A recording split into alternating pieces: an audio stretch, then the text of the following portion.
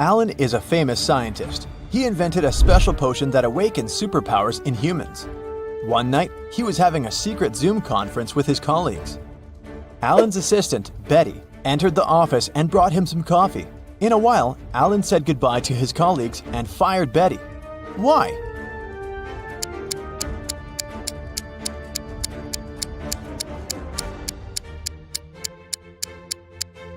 She poured poison into his mug. Alan saw her reactions because the front camera on his laptop was working.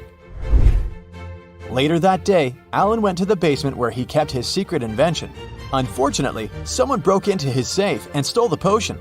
Alan interrogated 3 of his co-workers in the building. Will said, "Sorry bro, I've spent the last 24 hours watching rats for my research." Peter said, "I didn't even know they had a basement. You're full of surprises, man." And Diana said, "I think we heard weird noises from your office 2 hours ago." Who stole the potion?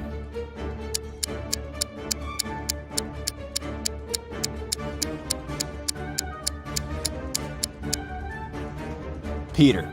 Take a look at his legs. He's levitating. When Peter was exposed, he took off into the sky and escaped. Alan headed to the parking lot, but someone had stolen his car. He called the police and found it across the street. The thief hit a tree and escaped. The police interviewed 3 suspects.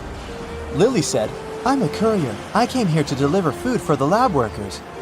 Nina said, "I'm from a cleaning company. I'm here to clean, not steal cars." Bob said, "I parked my car to get some coffee. I didn't see any crimes." Can you guess who stole the car?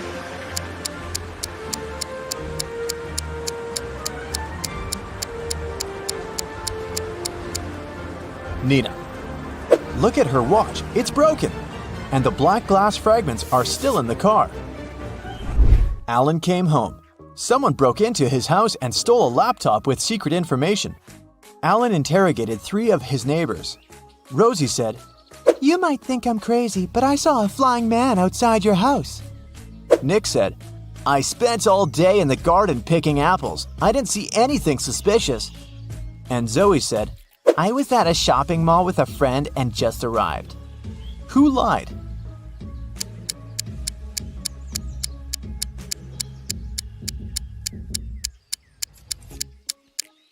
Zoe said that she had been shopping but didn't carry any bags.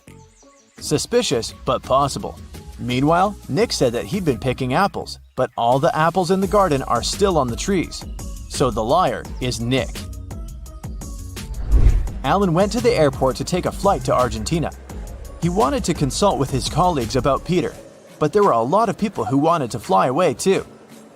Online booking stopped working, so there was a long queue. Alan is the 20th from the bottom in a line of 100 passengers. What's his position at the top of the queue?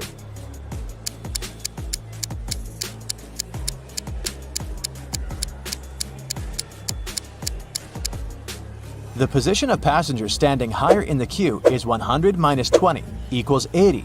Therefore, Alan's position from the top is 80 plus 1 equals 81. After purchasing a ticket, Alan headed to the public toilet. A woman stopped him at the entrance and said, "Sir, can you please tell my husband to hurry up? His boss is calling him and it's urgent." Alan agreed, went into the toilet and looked at the stalls. He found the woman's husband right away just by looking at his feet. What about you?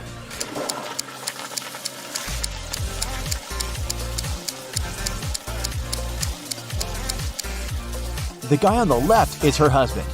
They have similar tattoos. Finally, Alan got on a plane and flew from New York to Argentina. It took him 10.5 hours to reach the final destination. After spending 3 days in Argentina, Alan flew back home. However, it took 630 minutes this time, even though the plane flew at the same speed. Can you guess why?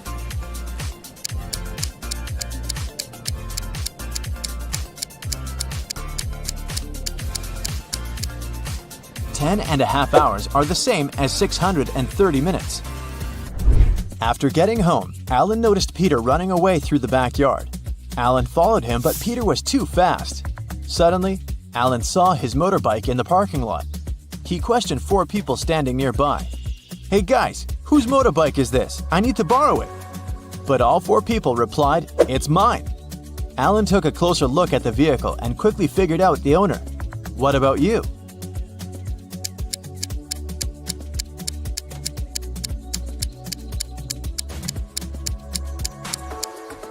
The third guy is the owner. He's the only person who's not wearing or holding a helmet. His helmet is attached to the bike. Alan hit the road. He wanted to get to his lab to make an antidote for Peter as soon as possible. There are 4 possible ways to get there. Can you guess which way is the shortest?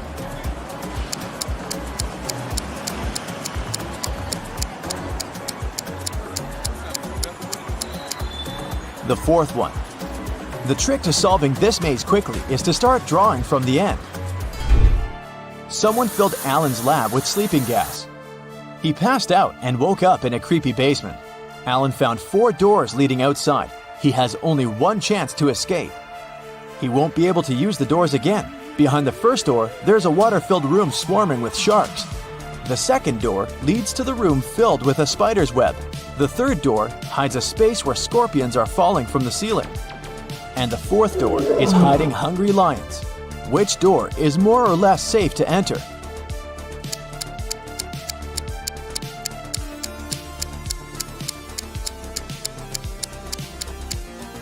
Alan should choose the second door. Although crawling through spiderwebs might be gross, he'll be okay. Alan arrived at Peter's house. Peter lives with 2 roommates, his friend Sam and his brother George. Can you guess which one of these bedrooms belongs to Peter?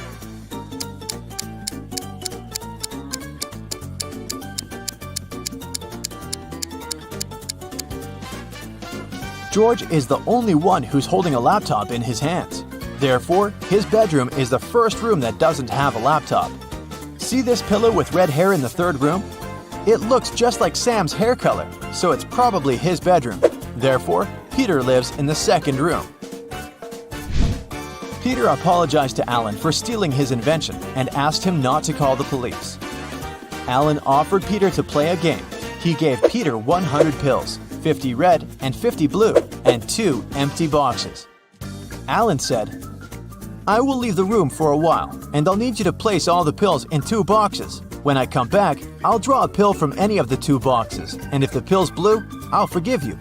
Keep in mind that no box can be empty, and you gotta place all 100 pills in one of the 2 boxes. Good luck."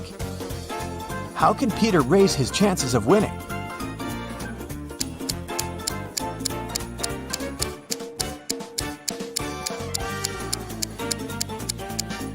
He should put 1 blue pill in 1 box and the other 99 pills in the 2nd box. This way, the chances are 50-50. The next day, Alan decided to explore an abandoned hospital. 1 week ago, the locals reported some strange sounds coming from this house, and some people saw a ghost wearing a wedding dress. As soon as he entered the building, he heard screams from the attic. Alan walked upstairs and found a wedding dress in a closet nearby. The music speaker replayed creepy sounds over and over again. Alan found 3 neighbors and asked them one similar question. "What did you do 1 week ago?" Chuck said, "I was on a business trip in London for a month. I came back today." Sarah said, "This dress is not mine. I got married in a red one. It suits me much more." And Wendy said, "I'm a doctor. I had many duties in the hospital that day." Who's lying?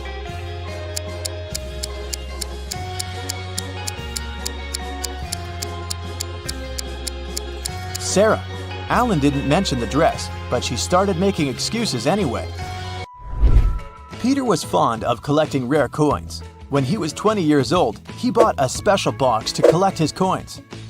On his every birthday, he put 250 coins in the box. Meanwhile, his sister, who was also fond of collecting coins, took out 50 coins from Peter's box on her birthday.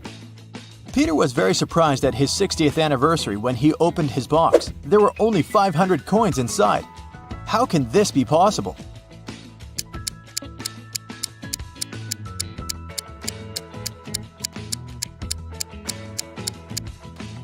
Peter was born on February 29th. Thus, he put 250 coins every 4 years.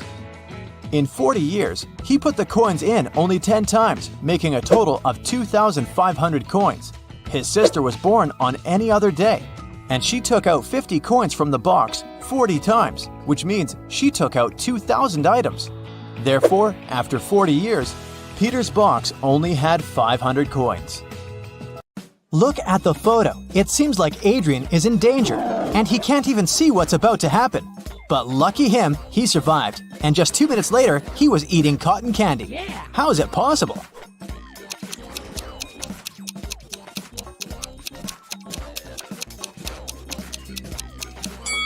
Adrian is at a zoological museum. Look closely. The tiger is behind thick glass, and it's not even moving at all.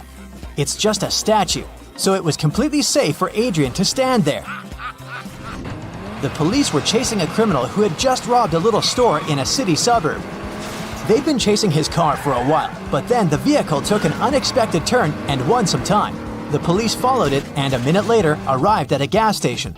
But there were 2 identical cars there. Which one of them is the criminal's car?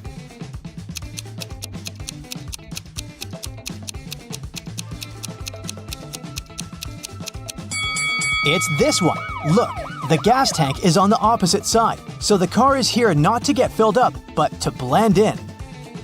Max, a cute dog, was staying in a dog hotel while his family was on vacation in Greece. 2 weeks later, 3 men came to pick him up, all claiming to be his owner. Who do you think the real owner is?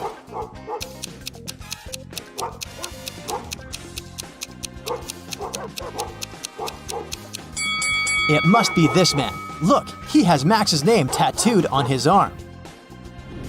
Look at this picture of people in a movie theater. Most of them are couples, but 2 visitors are twins, a brother and a sister. Can you tell which couple it is?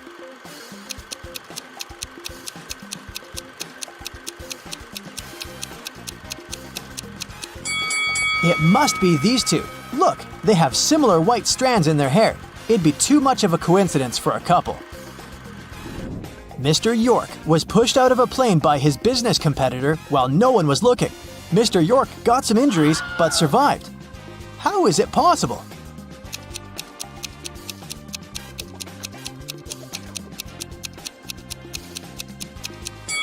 Think outside the box to get it right. When it happened, the plane was still on the runway. Okay, let's have a little break now. I'll be showing you an emoji, and your task is to find the one that doesn't belong to the group. Ready? Here's the first one. What do you say?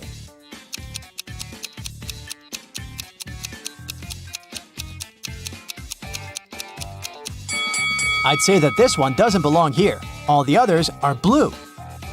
Okay, here's another set for you. Will you manage to find the one that doesn't belong here?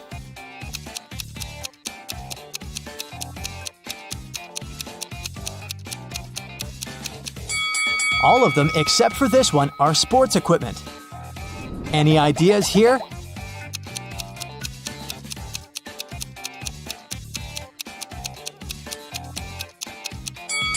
Yes, they're all summer related, but this one doesn't really fit in. And the last set for you. Will you manage to find the odd one?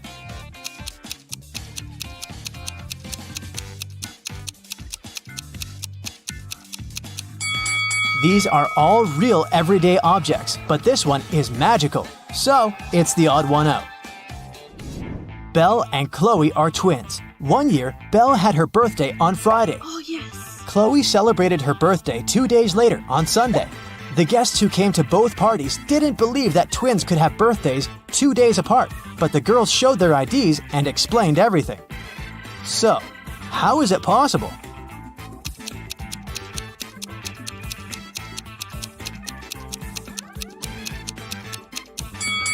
The twins were born at night.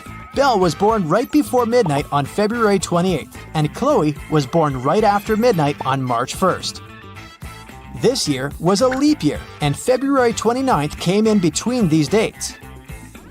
Inoni lives on a farm where she has horses, rabbits, and chickens. Here's what she says about her horses. All of my horses except for 2 are black. Also, all of them except for 2 are brown. And all of them except for 2 are white. How many horses does Inoni have? And what color are they?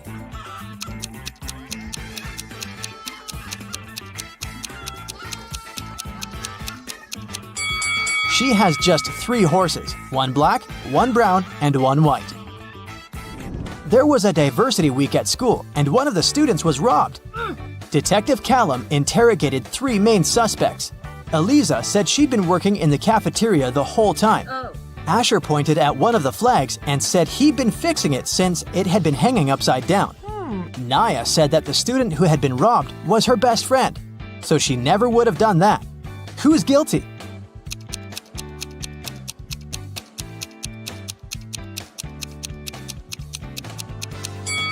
Asher. The flag that was supposed to be hanging upside down is actually symmetrical. On a rainy day in the summer, a house in a small neighborhood was robbed while the owners were away. The police came to interrogate 4 neighbors. Everyone said that it had been raining. They'd been at home all day, eating and watching movies. Take a look at the houses. Who is lying?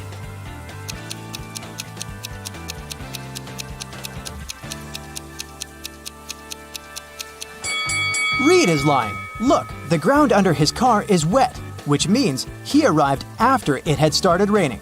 So, he did leave his house. Miss Virginia Dell was a rich gentleman's daughter. She was staying at her hotel room when a security guard called her.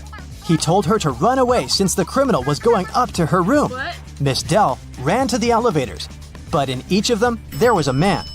Which elevator is safe for her to use?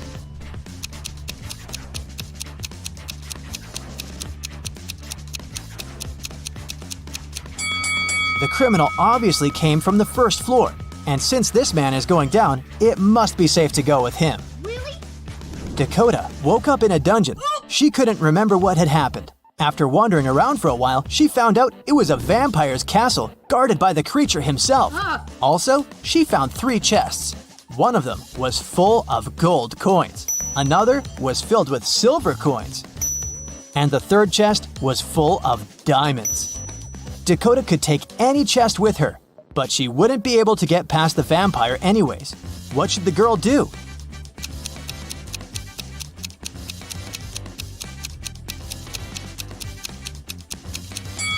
Dakota should take the chest with silver coins. Vampires are afraid of silver, so she'll be able to walk past him.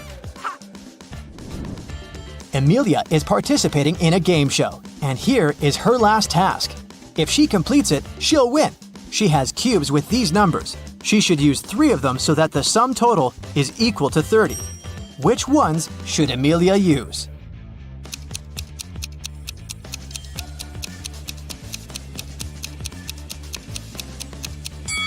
She should turn the cube with 9 over to get 6, and then use it along with 11 and 13.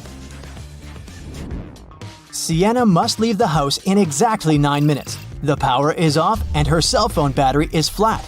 Sienna has 2 hourglasses. One measures 7 minutes and the other measures 4 minutes. How can she use them to measure exactly 9 minutes?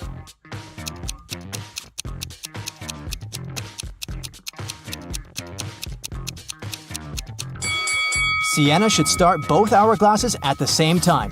When the 4-minute hourglass runs out, she should start it again. 4 minutes will pass.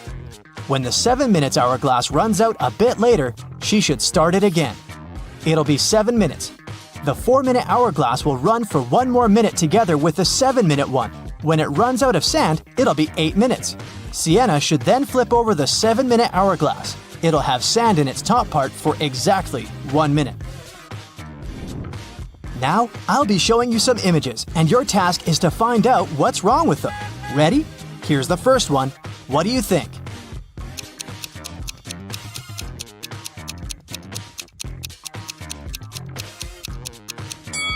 This car has no steering wheel. Easy. What about this picture? Can you notice anything odd about it?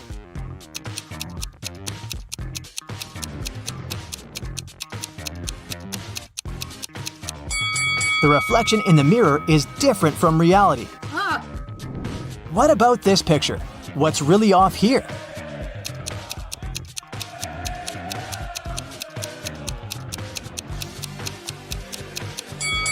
These people are playing soccer, but they're playing it with a basketball. What about this picture? Do you see any mistakes here?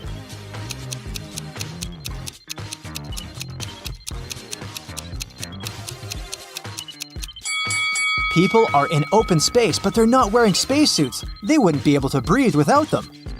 Some people went on a hot air balloon trip. Can you see what's wrong here?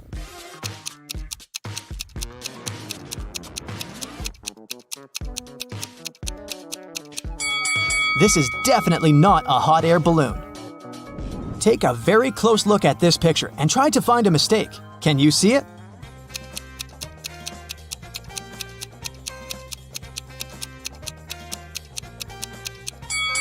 Look, the door hinges are on the wrong side of the door. Look, it's very pretty, but something is off. Can you figure out what?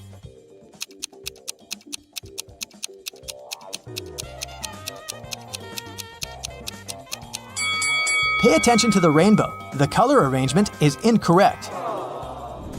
What about this winter paradise? Do you see anything that doesn't belong here?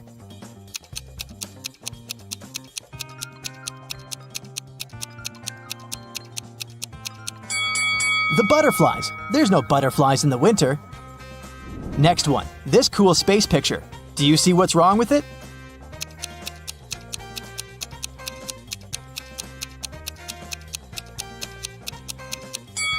The astronauts are wearing spacesuits and they're on the surface of the moon. But look, there's another moon in the sky. It's not possible and they should observe Earth instead. Can you notice any inconsistencies here?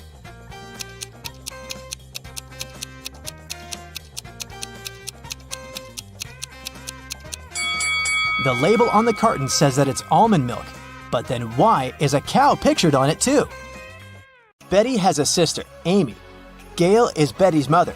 Meanwhile, Dan is Gail's father and Samantha is Dan's mother. Can you figure out how Amy is related to Dan?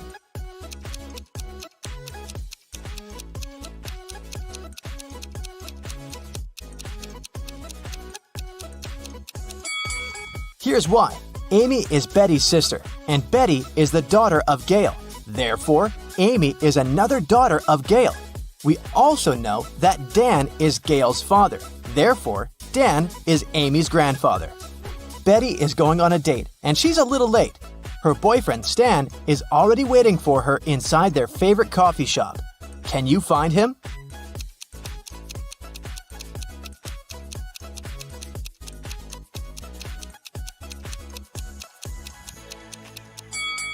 It's this guy on the right. He has a small gift box on the table. After the date, Betty takes a car sharing to go home.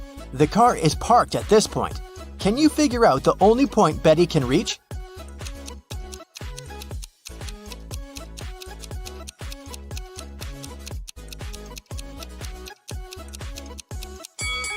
If Betty takes this weird route, she can only reach point 3. One of the most popular mailing websites is facing a system error. That's why the passwords of some clients are changed. Betty writes a message to the company's representative. My password is altered. I'm not able to log in. The company replies, this time your password is distinct and it has 8 letters, out of which 2 are the same as in your previous password. Betty replies, thanks, now I can log in. Can you figure out Betty's old and new passwords?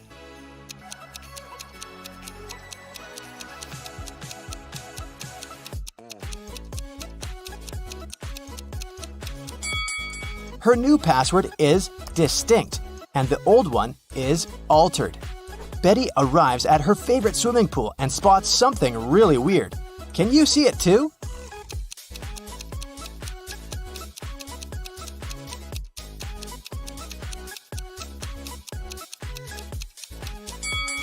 Someone swapped these guys' shadows. After swimming training, Betty goes to the public shower. There are other people in shower cubicles nearby. Can you spot who's unwanted here?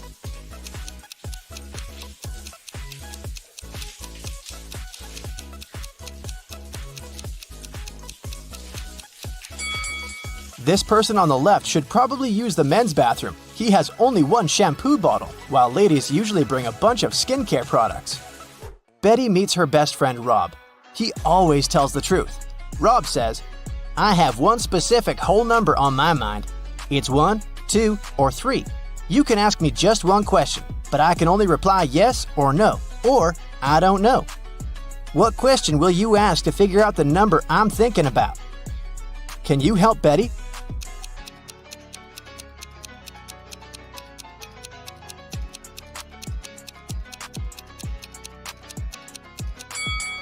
She should say, I have one whole number on my mind. It's between 2 and 3.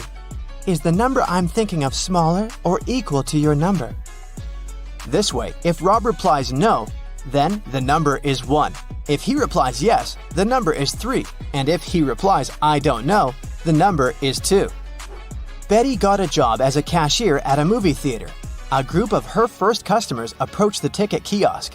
4 mothers, 2 grandmothers, and 4 daughters. What's the minimum number of tickets they need to buy?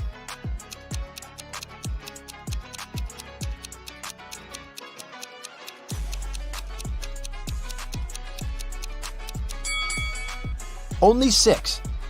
Betty has 3 keys that open 3 different doors. How many attempts does she need to figure out the key for each door?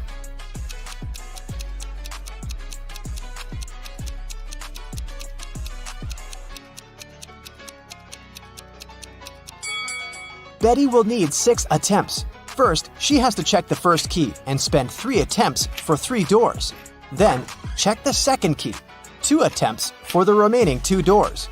And then, use the third key to open the last door. Betty enters the cafeteria and spots a thief right away. Can you see this person too?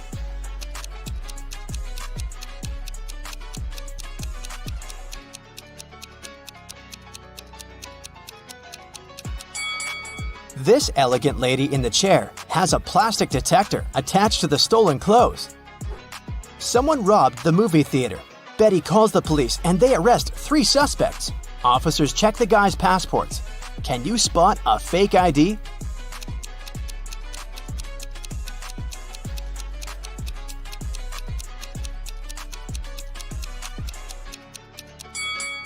Most passport pictures have a white background, so the one in the middle is fake. Late at night, Betty is walking home in a snowstorm. She meets her neighbor walking a dog in the street and freaks out. Can you guess why?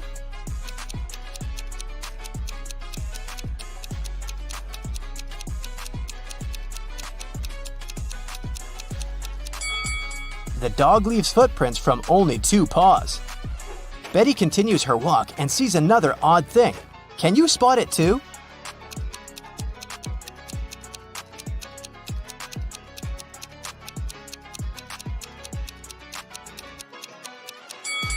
It should be the moon, not Saturn. Betty enters her apartment building and meets 3 neighbors in the elevator. One of them is a werewolf. Can you guess who?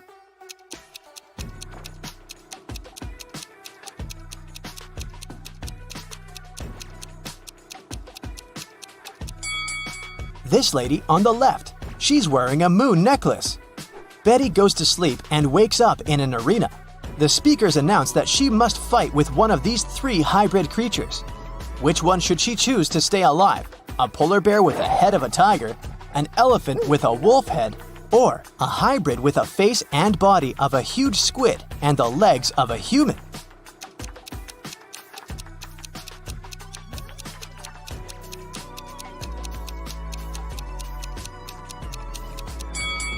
Betty should choose the 3rd hybrid. Since its body has gills, it won't be able to breathe and fight outside water. After the fight, Betty gets an invitation to meet the major investor of this competition, King Harold. She enters a big, beautiful hall and sees 6 people sitting in front of her. They're wearing the same outfit and look very similar. It's very hard to tell who's the real king here. But after a couple of minutes, Betty approaches one of them, bows, and says, Nice to meet you, Your Majesty. How did she know who's the real king?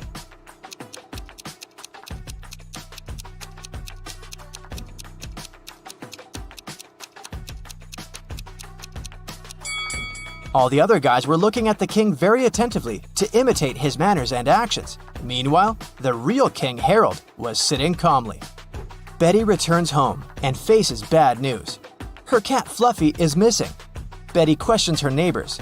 Lily says, "Sorry, I didn't see any cats. I'm working from home. I spent all day working on my new book."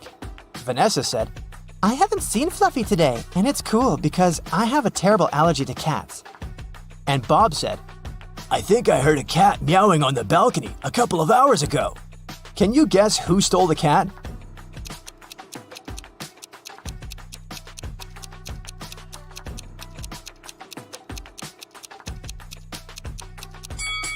Nobody. Fluffy's been hiding under Betty's couch all this time. Betty's boyfriend Stan lives just a couple of blocks away from her place. Betty calls him on FaceTime and invites him over.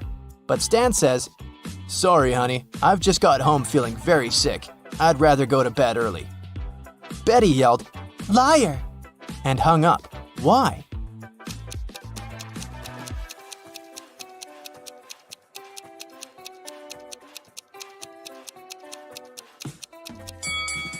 Take a look at Betty's window. It's pretty dark.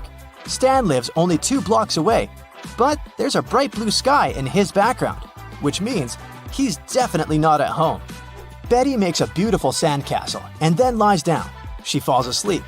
In a while, Betty wakes up and sees that someone has ruined her castle. She asks 3 persons hanging out nearby, Who did it?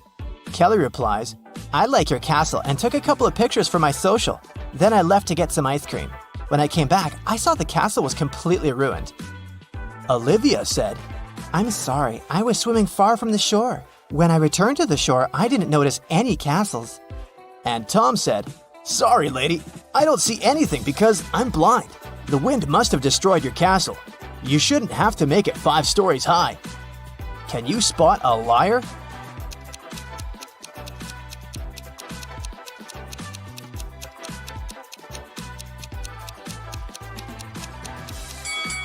Tom is lying. He said he was blind. How did he learn the castle architecture in detail? Betty is using an app to find accommodation for her vacation. She likes 3 offers. Rose invites her to stay in a cozy bedroom on the 4th floor of her luxurious villa for the price of $50 per night. Jane is ready to host one person in a tiny guest house in her backyard for $30. And Tyler offers to rent his boat for $200 per night. Fishing equipment is included. Only one of these advertisements isn't fake. Can you guess which one?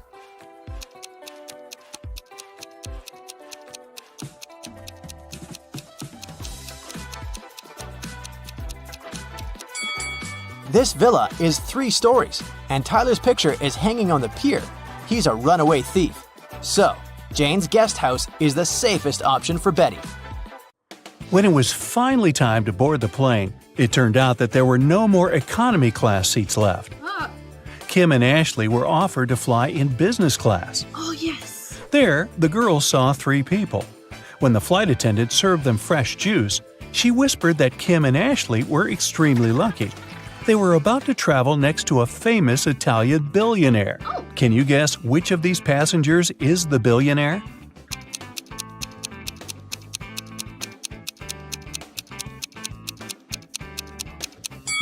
This glamorous lady is a good candidate, but it's very unlikely a billionaire would wear a 100% polyester coat.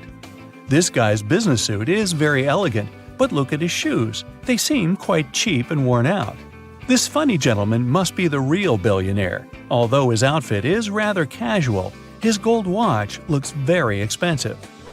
The glamorous lady began to chat with Kim and Ashley. She told them she had recently visited an exotic island with her friends.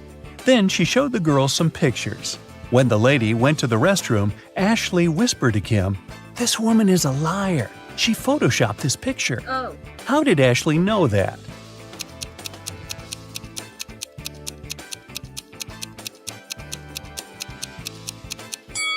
It's all about the shadows.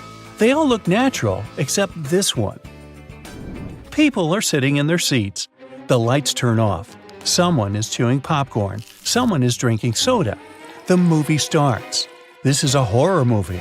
Someone screams. The ticket taker enters the hall. Several people haven't paid for their tickets. Guess who?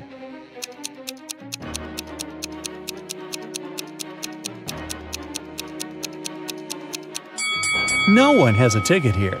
Free entrance, the note pinned to the back door claims. Once, on a cold winter night, someone stole jewelry from a famous singer's house. The thief didn't manage to run far away because a police car was passing by. The burglar hid the bag with the jewelry in the snow and disappeared into the crowd. Detective Anderson managed to catch 2 suspects. Look at them and try to guess who robbed the singer.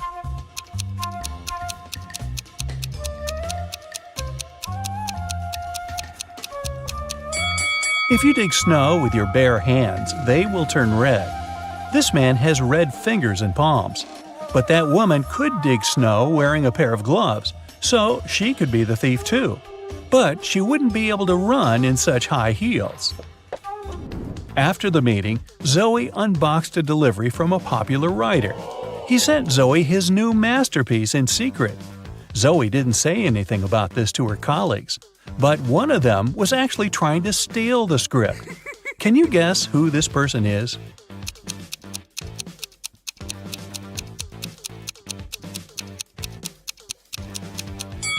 It's the assistant. He's using his front camera to take pictures of the mirrored ceiling while Zoe is looking through the script. You're walking along the beach. Suddenly, you hear a scream. A woman is calling for help. She's drowning. You run into the water and swim toward her. As soon as you approach her, you see 3 more people. They're all screaming, but only one of them needs help. The rest are mer people who want to take you to their kingdom. How can you find out which one is human?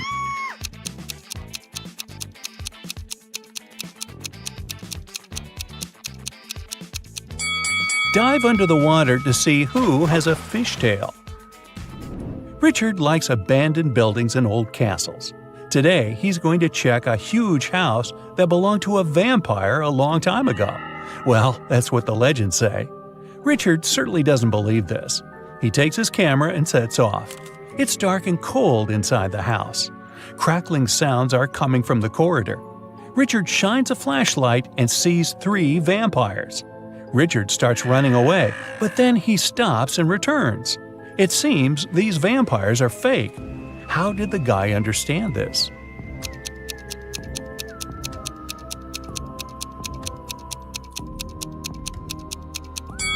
There's a mirror on the ceiling above the first vampire, and he gets reflected there. The second vampire has no fangs. The third one? Uh-oh, he seems to be real. Better run. Now, Richard wants to visit an abandoned hospital. There are rumors that werewolves live there. Richard is sure it's a myth. He's walking around dark hospital wards all night, but finds nothing. He's about to leave, but 4 men block the exit. They are howling and growling. Which of them is the real werewolf?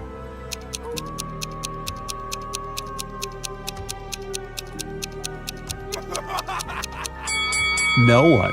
The full moon is shining through the windows, but these people haven't turned into monsters. But still, Richard runs away. It seems these guys are really crazy. A rich man comes to an exhibition of modern art. He's going to buy a new painting for his collection. The owner of the exhibition shows him 3 works of different artists. In the first picture, there's a green triangle with a sunflower in the middle. The second painting is of a tiger taking a selfie on its phone. In the third picture, there's a flying house. The collector is sure that one of the paintings is fake. Which one?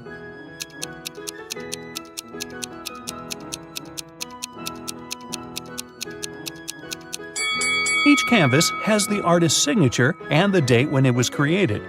The painting with the tiger is dated 1957. There were no mobile phones and selfies at that time. This picture is fake.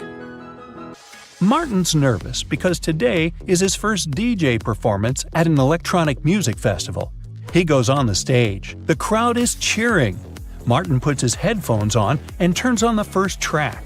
Music is playing, but people aren't dancing. Why?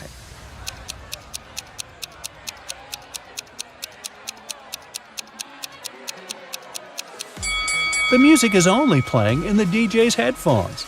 Martin hasn't connected the wire to the speakers, see? Jack is walking through an ancient abandoned city in the desert. Treasure is hidden somewhere here. Jack checks the map and finds the right place. He starts digging. 6 hours later, exhausted, he hits something with a shovel. It's a chest. Jack pulls it out of the ground, rips off the rusty lock, and opens it. The chest is filled with ancient gold coins. Each of them costs hundreds of thousands of dollars. Now Jack is incredibly rich. But he shouldn't be happy because all the coins are fake. Why is that?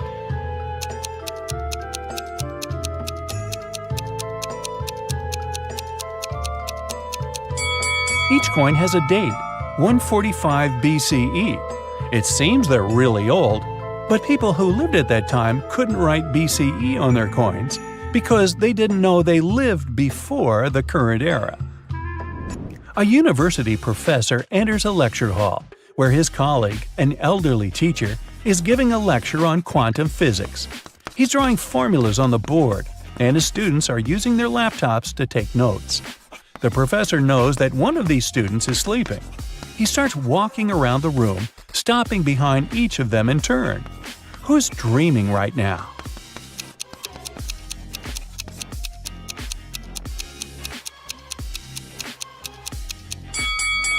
Almost all of the students are writing the formulas down in their laptops, except that one. His screen is off. That's because he's fallen asleep. Detective Anderson is chasing a robber dressed in a tuxedo. Suddenly, the criminal runs inside a huge hall. All the people there are formally dressed. Help Detective Anderson find the suspect among them.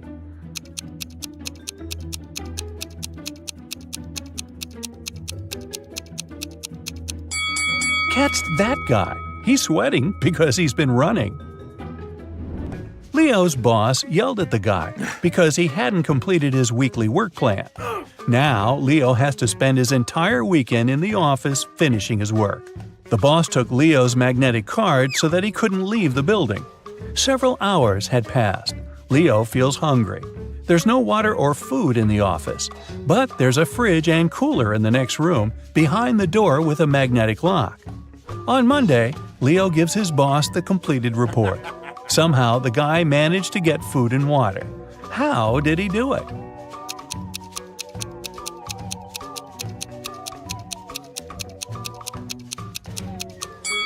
Leo just went to the refrigerator and got himself some food. No one said the door with a magnetic lock had been locked. Victoria approaches her house. The light bulb turns on automatically and lights her way to the door. Victoria inserts the key and goes inside. A couple of hours later, the doorbell rings. She looks through the peephole and sees a silhouette of a man wearing a hat. Victoria is afraid to open the door, but not because it's a stranger, but because it's not a human. Why does she think that?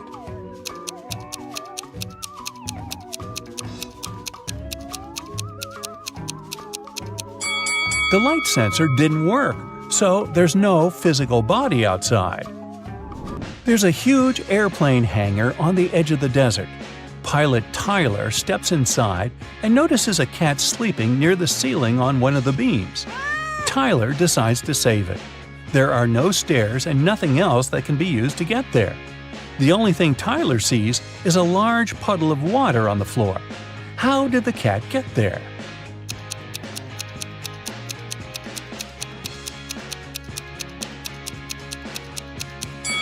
There was a pyramid of ice cubes. The cat climbed to the top of it and reached the ceiling. Then the ice melted and left the puddle. Gee, I guess I won't mention my theory about the cat drinking so much water to the point of bursting, which then propels the cat up in the air and, well, let's stick with the ice cubes. Margaret, Rachel, and Diana are walking down the street, sharing their plans for the weekend. The girls look rich, but only one of them has a lot of money. Who is it?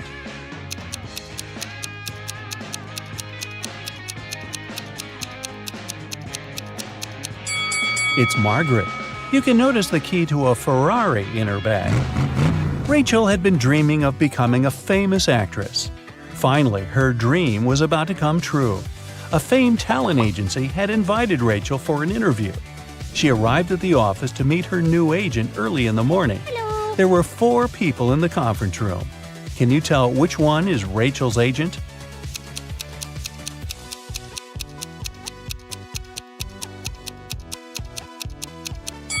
This guy is the only person who doesn't have an employee badge, so he's probably a guest too. This man is wearing a classy, expensive suit, but he brought coffee for everyone. He's an assistant. This lady's mug says "World's Best Lawyer," so she's probably responsible for legal issues. And this relaxed lady over there is Rachel's agent, Zoe. Zoe offered Rachel to take a seat. Which place should Rachel choose?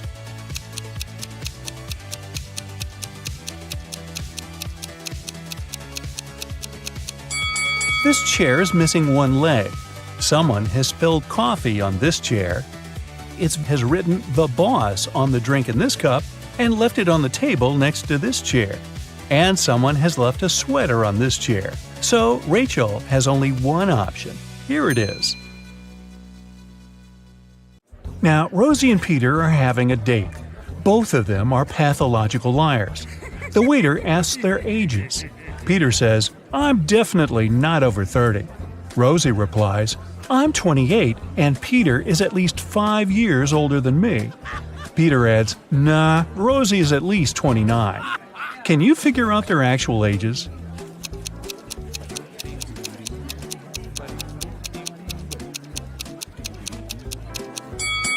Since we know that all statements are false, let's assume the opposite. Peter is definitely over 30. Rosie is not 28, and she's at most 4 years older than Peter. And Rosie is at most 28. Now, from the first statement, we can conclude that Peter is at least 31 years old. The second and third statements tell us that Rosie is younger than 28. We also know that the maximum gap between their ages is 4 years. Therefore, Peter is 31 years old and Rosie is 27. Rosie arrives home from her date and makes herself a cup of hot chocolate. Suddenly, a soccer ball crashes through her window and breaks the mug. Rosie looks out the window just in time. She sees 3 neighbors running across the backyard, the Smith brothers. Their names are Miles, Mark, and Mike. The next morning, Rosie finds a note in her mailbox. It says this: "Which one of the Smith brothers should Rosie question?"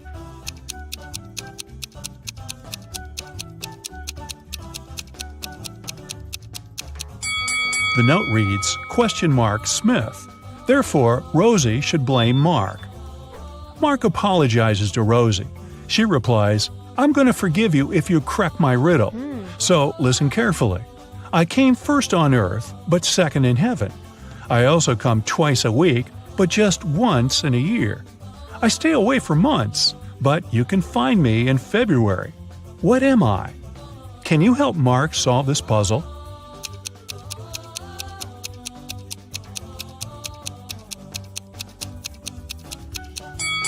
The correct answer is the letter E. And for extra credit, will Rosie the liar actually forgive Mark? Someone robbed Rosie's house yesterday. She called the police and they questioned her neighbors. Billy said, "Yesterday I was visiting my parents' house in another state. I just got back." Phil said, "For safety reasons, I had to spend last night in a hotel room. Construction workers urgently repaired my roof during the night. Thankfully, they finished by this morning." Meanwhile, Chuck replied, "Sorry, I was playing video games with my friends, so I didn't notice anything suspicious at all." Who is lying?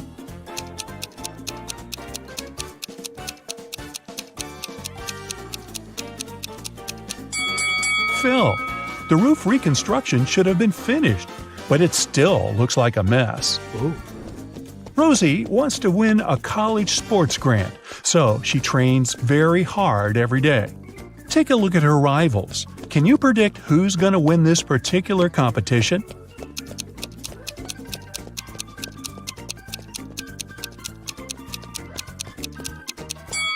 The left runner will be the first to cross the finish line.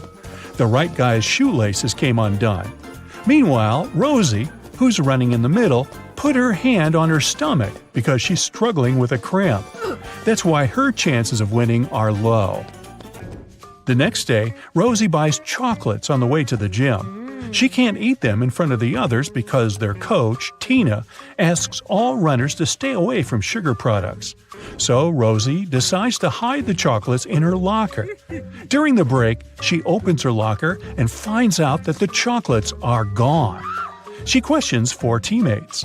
Karen says, "I was washing my hair in the shower." Kelly replies, "I was talking to my boyfriend on FaceTime, and he can confirm that." Zoe discussed her skills with Tina during the break, and Nina enjoyed her sugar-free salad. Who's lying?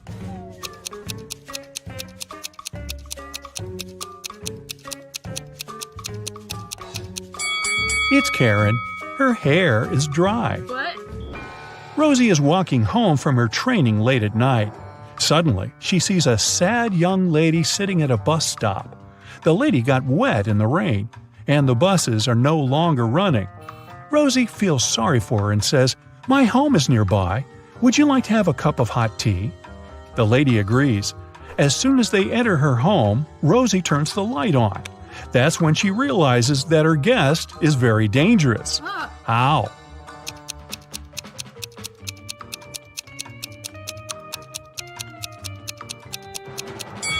The lady's legs are covered with wolf hair. Take a look at the sky. It's a full moon. She will soon turn into a werewolf. Rosie arrives at work, so we can assume she survived the night. Unfortunately, someone locks her in the underground parking. She wanders around for a while and finds 3 ways out, but only one path is safe. Hungry tigers are hiding behind the first door. It's impossible to get through. The second door is guided by a virtual voice assistant reprogrammed to hate people. It threatens to destroy anyone who enters this door.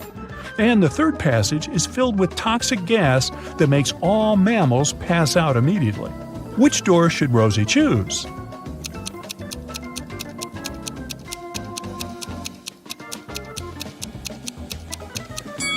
The second one.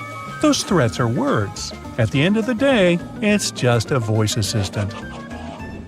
Rosie discovers an infinite supply of honey, but she only has a 1 5-gallon jar and 1 3-gallon jar.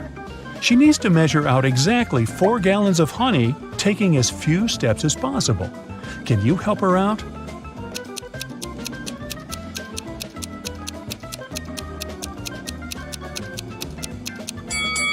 Yep, this can be done in 6 steps.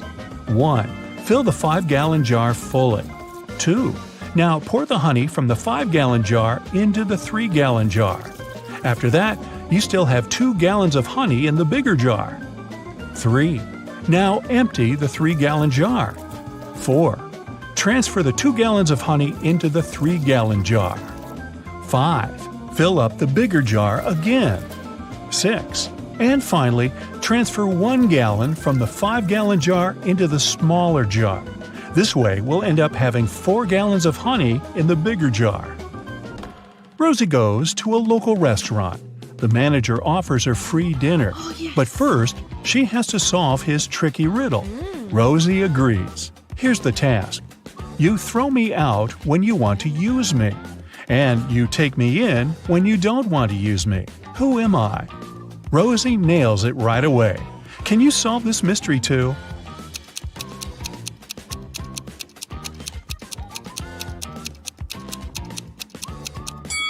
The correct answer is an anchor. Now, Rosie has 26 blue socks, 13 green socks, 33 pink socks, and 12 red socks. She keeps them in her drawer. How many socks would she have to pull out in the dark to make sure she had a matching pair?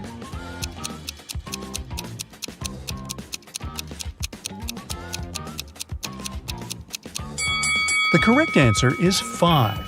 She only has 4 colors in her collection, so 5 socks will guarantee that 2 of them will be in the same color. Hey, great job. Rosie has 4 siblings: Alex, Sarah, Nina, and Willow.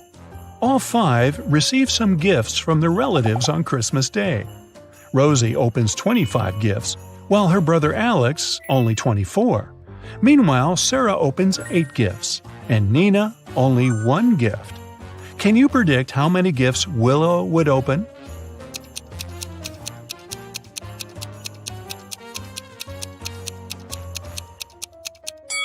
The last name in Rosie's name is Y. It's the 25th letter of the alphabet. Alex's last letter X is in the 24th place. The last letter in the name Sarah is H. It's the 8th letter of the alphabet, and so on. Similar odd logic also works for Willow. The letter W is 23rd. Therefore, she will open 23 gifts. Now, if I were Sarah, I might complain about only getting a third of the gifts her siblings get. But I'm not. Rosie is looking through her granny's pictures. Suddenly, she gets chills because she noticed a time traveler among these party guys. Can you spot this person too?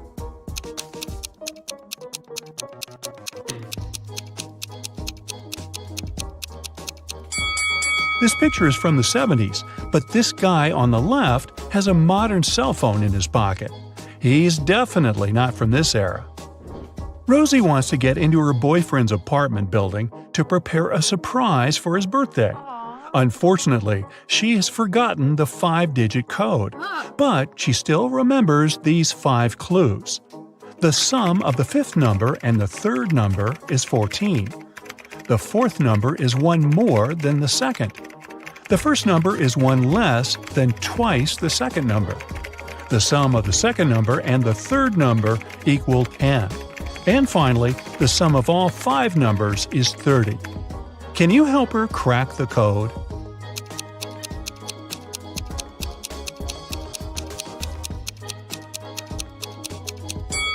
The correct code is 74658.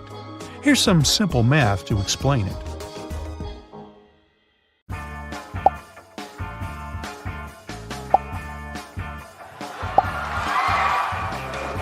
Emma came to the office on Monday and found out that someone had deleted an important report from her computer.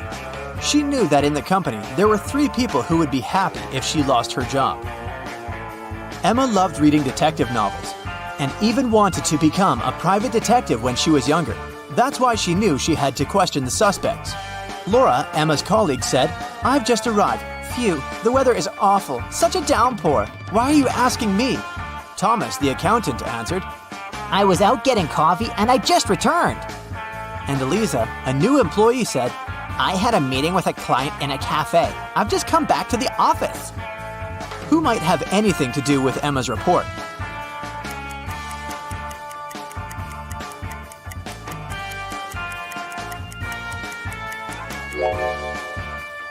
Eliza. Pay attention to the suspect's feet. Thomas's and Laura's shoes are wet. They got caught in the rain, but Eliza's high heels are perfectly dry. She must have lied about going out to meet with a client. Emma found this strange. To confirm her suspicions, she decided to watch Eliza, but the very next day, the girl disappeared, along with some very important documents. Emma's boss asked her to help him return the documents. He didn't want to inform the police yet. Despite all, Emma was happy. She could fulfill her dream of becoming a detective. Eliza's computer was protected with a password. After an hour of failed attempts, Emma finally noticed a piece of paper on the floor under Eliza's desk. She picked it up. "I'm made up of 2 words joined together. I'm a dish. My first half is a famous genre. My second part is a grain. What am I?" The answer to this riddle might be the password, but what is it?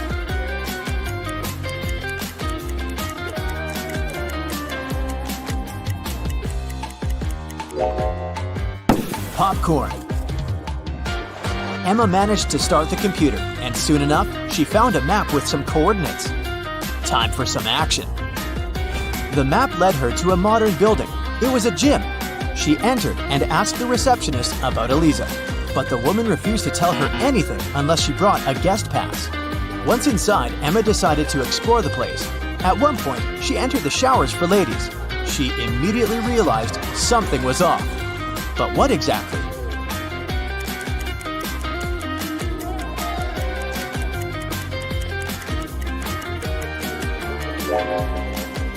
See that man reflected in the window?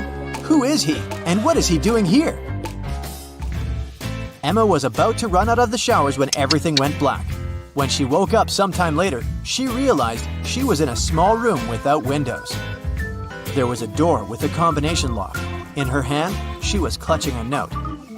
Spelled forward were those rodents that terrify you. But what you need is spelled backward.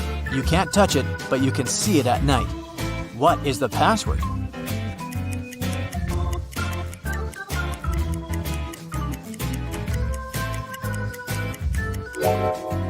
The rodents the note speaks about are rats. Then the word Emma needs is star. The girl managed to open the door. She rushed out of the room but stopped abruptly. She saw a large armchair. A man was sitting in it. It was the man from the showers at the gym. Here you are, he exclaimed cheerfully. I admit that at first I wanted to bring your boss down, but I've changed my mind. I want to play now. If you crack all my riddles, I'll give you the documents and let you go. Emma had nothing to do but agree. The man said, See, I have a room filled with gold. Once, 3 thieves sneaked into that room, but only 2 of them walked out. After they left, the room was empty. So, where was the 3rd thief?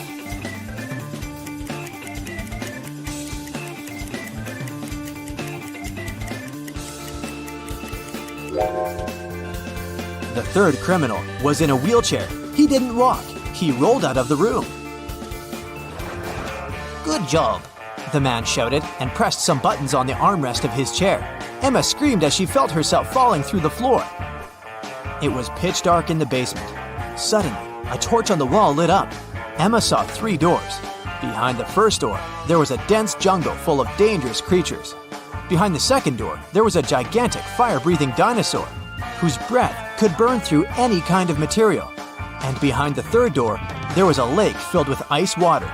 The water was so cold it needed just a few seconds to freeze literally anything. Which door should Emma choose?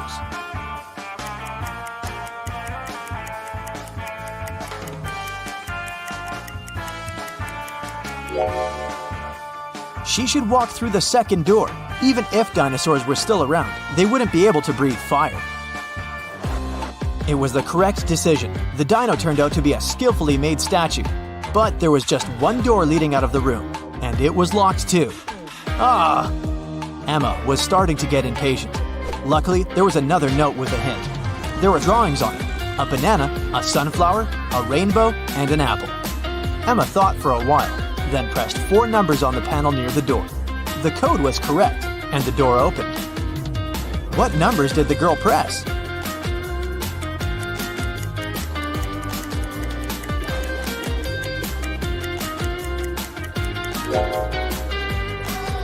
One, 3, 7, 1. Each digit corresponds to the number of colors of the objects in the picture. Emma saw a long corridor. She'd been walking for a while when she realized that the corridor was about to split into 3 passageways. They were signed West, East, South. She also saw this inscription on the wall. Which corridor should she choose?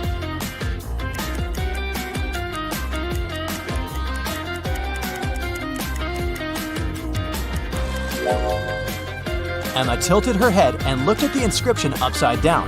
This way, it read, South. That's where she needed to go. Soon, the girl saw 3 doors on her way. On the floor, there were 3 keys that could open these 3 doors. What is the biggest number of attempts she will need to figure out the key for each door?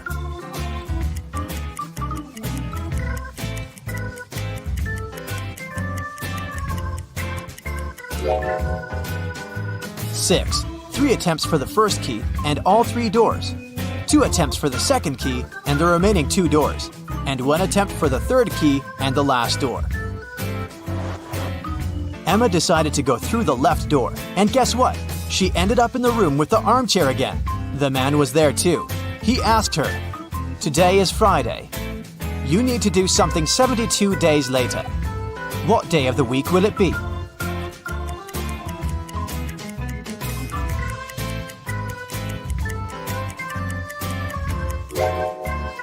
Emma understood it really fast. It would be Sunday.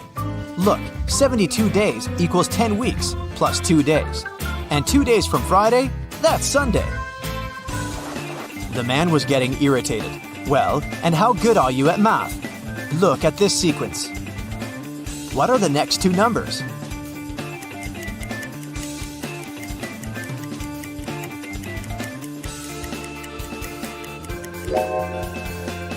The next two numbers should be 20 and 28. There are two groups of numbers in this sequence, 11, 14, and 17, and 19, 22, and 25.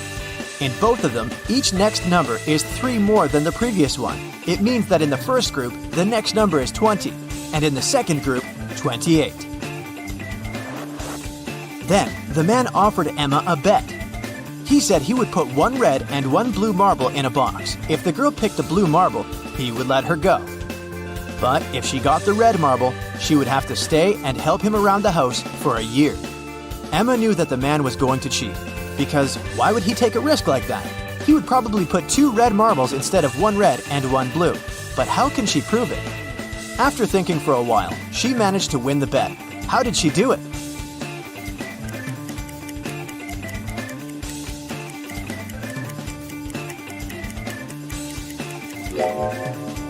Emma picked a marble and quickly put it in her mouth without showing it to the man.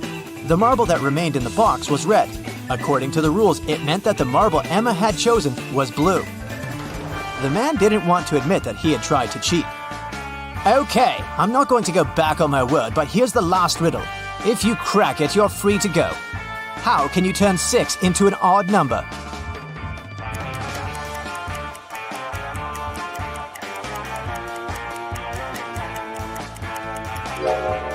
Emma didn't need to think much. She removed the letter S, which left IX. That's the number 9 in Roman numerals, and this number is odd. The man could do nothing. He gave Emma the documents and let her go. The girl was happy. Do you think she should pursue the career of a detective? Welcome to the food festival. Here's Alice. She sells cold drinks. Alice allows her customers to buy 1 bottle of drink in exchange for 5 empty bottles. Phil brings her 77 empty bottles that he collected at yesterday's party. How many bottles do you think he can get in exchange for those 77 empty bottles?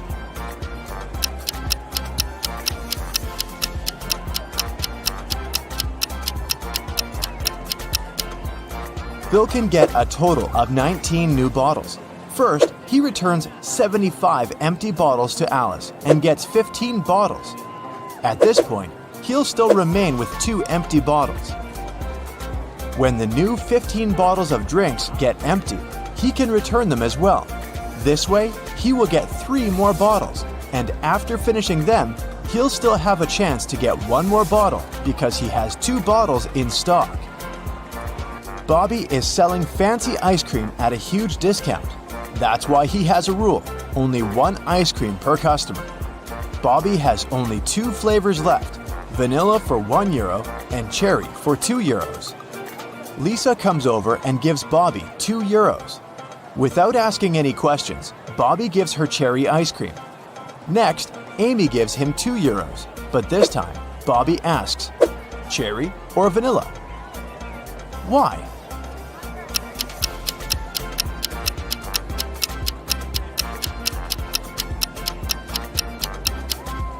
Lisa bought a couple of €1 coins.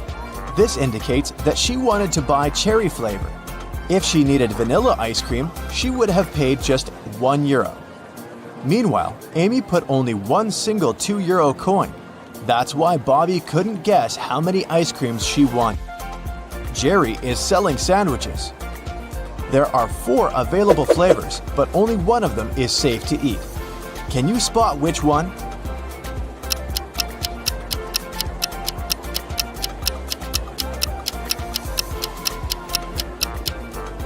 There's a cute little worm inside the first sandwich. The third one has a Lego detail inside its topping. And there are too many flies around the 4th sandwich, so it's probably rotten. But the second sandwich looks pretty good. The police arrested these 3 ladies suspected of stealing money at the festival. Take a look at them very attentively. Can you spot the one who intends to escape?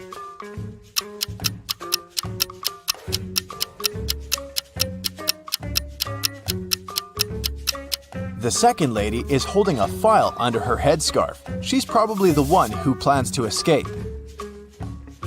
The food festival hosts a legendary pastry competition every year. Its 14th and 16th champions have the same father, and their mother is also the same. Both champions were born on the same day and time, but they are not twins. None of them were adopted, and both are females. How is that possible?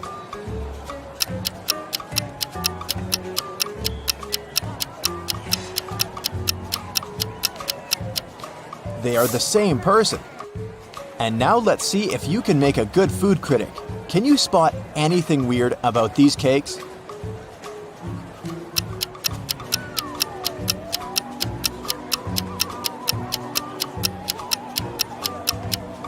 This one is mirrored. How about these delicious cakes? Can you see any odd details?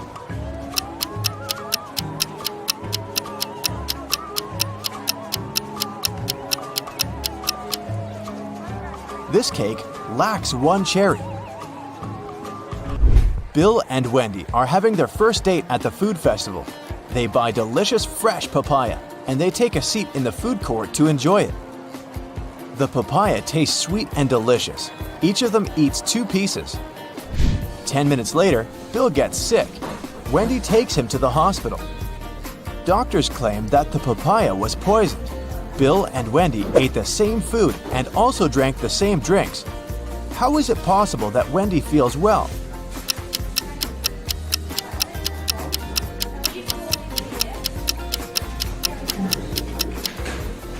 The poison was in the seeds. Wendy threw them away, while Bill ate them all.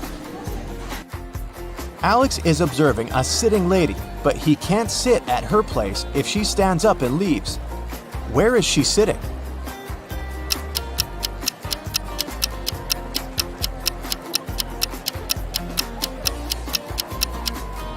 The lady is sitting on his lap. Let's move on to the pizza shop. Can you solve this tricky sequence?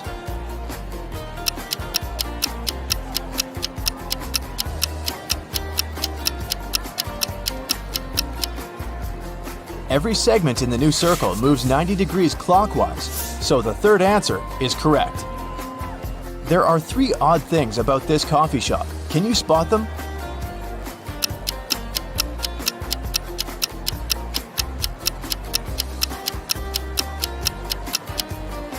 The barista has 2 left hands. The reflection in this mirror shows everything upside down. And finally, this customer doesn't have a shadow. Miss White is the key investor of the festival. In the evening, one of the guests finds her unconscious in the backyard of the festival location. Detective Jones arrives at the crime scene and questions 5 of Miss White's co-workers: Bobby, James, Sally, Sam, and Sebastian. He also looks around and finds 3 notes. The first note is in the storeroom. The second one is in the art lounge, and the third in the makeup room. All the notes have a similar message. The clues are where you find the notes. Can you help Detective Jones solve this mystery?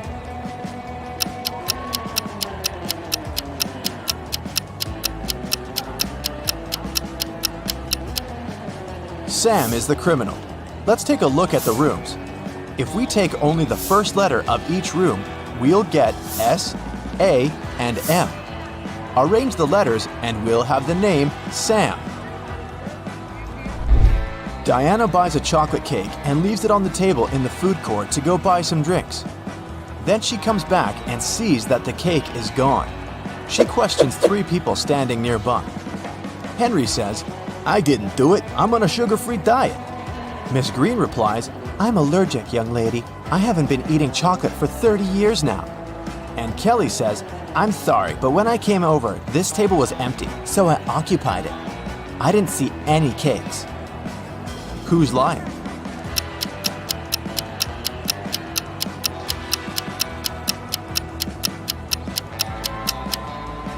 Miss Green lied about her allergy. She's drinking hot chocolate at this very moment. This evening, Mike plans to go to the movies with his friends, Mia, Dan, and Crystal. He buys a huge box of popcorn at the festival. Then, Mike puts it on the table and tells everyone. The film is about to start in 15 minutes. I have the time to go to the bathroom. Wait here and don't eat the popcorn until the movie starts. In a couple of minutes, Mike comes back and sees that the popcorn box is half empty. Mia says, It was Crystal. Dan replies, she's lying. And Crystal says, Dan is lying. can you figure out who ate the popcorn?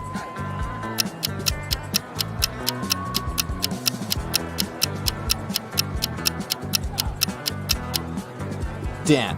He's the only one who has popcorn crumbs on his cheek. Meanwhile, Jennifer is drinking her tea alone on the opposite side of the food court. Suddenly, she gets a business call and goes outside to answer, leaving her glass on the table. A minute later, Jennifer comes back and gets very upset. Someone drank all the tea from her glass. There are 3 people standing next to the table. Can you figure out who's guilty?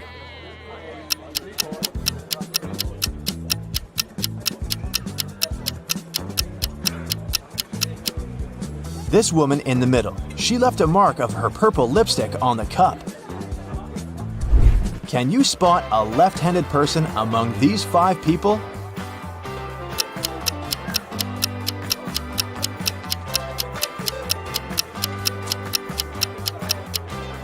It's the barista. She's holding a tray with her right hand in a static position. Meanwhile, she's serving the drinks with her left hand, so she's most likely the left-handed person. Marta is making a fruit drink. The recipe comprises 90% of liquid and 10% of solid fruit mix. The total weight of the mixture is 20 pounds. After boiling the drink for a while, Marta notices that the liquid starts to evaporate. Now, the liquid comprises just 50% of the total weight. What's the weight of the drink now?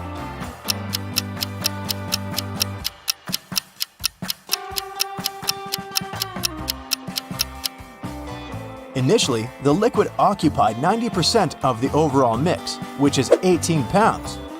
And the weight of the solid was 2 pounds. Earlier, the solid contributed 10%, and now it's contributing 50% of the overall weight, but its weight is still 2 pounds. Therefore, since the liquid is now contributing 50%, its weight should also be 2 pounds. So the overall weight of Marta's fruit drink is 4 pounds. Diana, Frank, and Quentin cook pasta. They start boiling water in 3 identical pots at the same time, but Frank's water gets boiled first. Can you figure out why?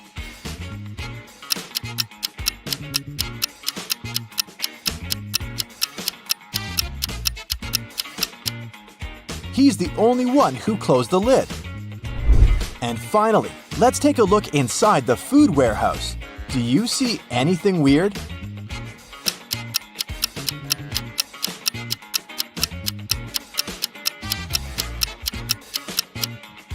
The cabbage has eyes. Tyler is on his way to visit his grandma. She lives on the opposite side of the village. It's her birthday, and he wants to give her the cakes that he has prepared. Unfortunately, there are 7 bridges that Tyler needs to cross to get to her house. And there's a mermaid under every bridge. The mermaids always require payment from those who cross their bridges. Before Tyler can cross the bridge, he has to give the mermaid half of all the cakes that he's carrying. But since the mermaids are kind, each of them will give 1 cake back to Tyler. How many cakes should Tyler take from home to make sure that Grandma receives exactly 2 cakes?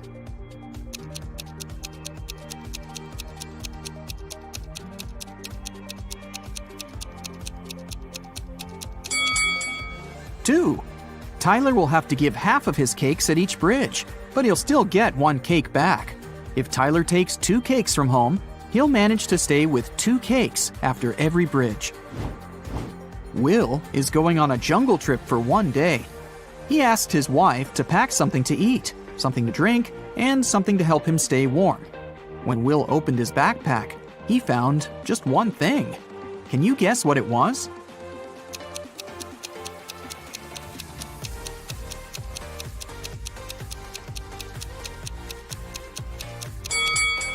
A coconut. Will can drink coconut water. He can also eat the coconut meat. And finally, Will can use the coconut peel instead of wood to warm himself up. Nina decided to play a quiz game. She kept asking the same question to everyone she met, and each time she got a different answer. Can you guess what the question was?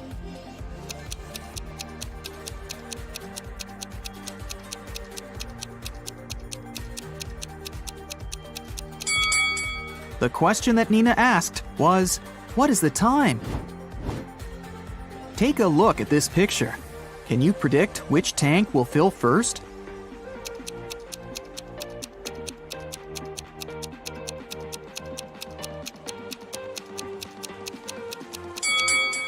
Tank 5. The connection between Tank 5 and Tank 2 is blocked. So the water will move into the 5th tank from the first one. But it won't go to Tank 2. Therefore, Tank 5 will fill up first. What about this complicated structure? Can you tell which of the tanks will fill first?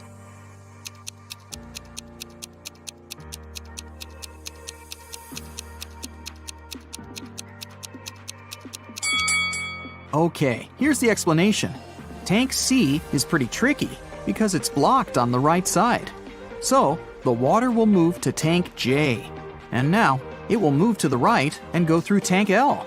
At this point, it seems pretty obvious that Tank H will get filled first, but that's wrong. It's blocked as well. So, the correct answer is Tank F. There is a wide field of corn. A fox finds its way into the field and starts running. Can you find out to which point the fox can run into the field?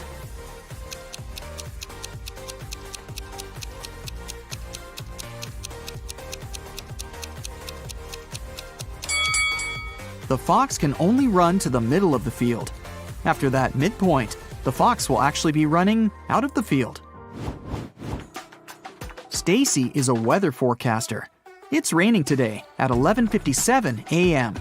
Can you help her figure out the chances of sunny weather in 72 hours?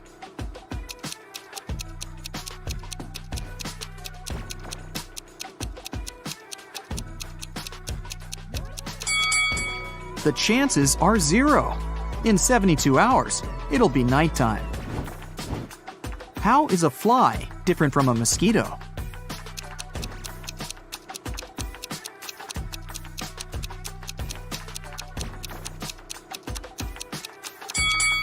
A mosquito can fly, but a fly cannot mosquito. This is Rick, and these three ladies are Melanie, Meg, and Millie. Melanie loves strawberry ice cream. Meg loves blueberry ice cream. And Millie hates ice cream. Can you find Rick's wife among these women?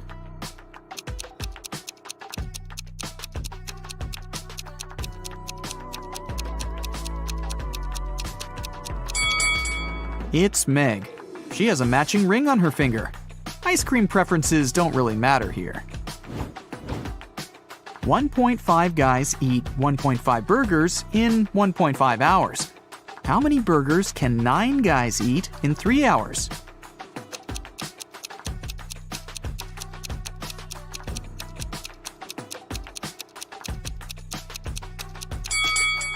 More hours mean more burgers, and more guys mean more burgers. The time was doubled to 3 hours, and the number of people rose 6 times. Therefore, the number of burgers will be 18. Take a look at this arrangement. It consists of 15 matchsticks. How can you remove exactly 6 matchsticks to make 10?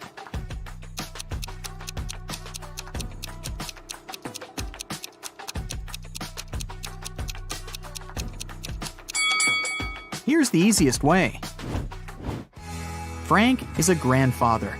His grandson is about as old in days as his son is in weeks. The grandson is also as many months old as Frank is in years. The sum of their 3 ages is 140 years. How old is Frank? Can you guess?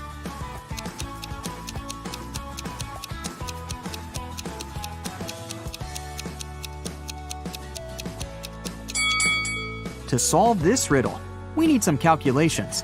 Let's say the grandfather is A, the son is B, and the grandson is C. Since the total age is 140 years, we can make up the following equation. A plus B plus C equals 140. Also, the grandson is about as many days old as the son is in weeks, which can be expressed in this equation. 365C equals 52B. And finally, the grandson is as many months old as Frank is in years, so 12C equals A. Now we can put this information into one big equation and calculate the final result. 12C plus 365C divided by 52 plus C equals 140. 624C plus 365C plus 52C equals 7280. 1041C equals 7280, so C equals 6.99. Since the task said that the grandson was about as old in days as his father in weeks, we can round up that number to 7. Therefore, Frank is 84 years old, and his son is 49. If you multiply all the numbers on your phone, what number will you get?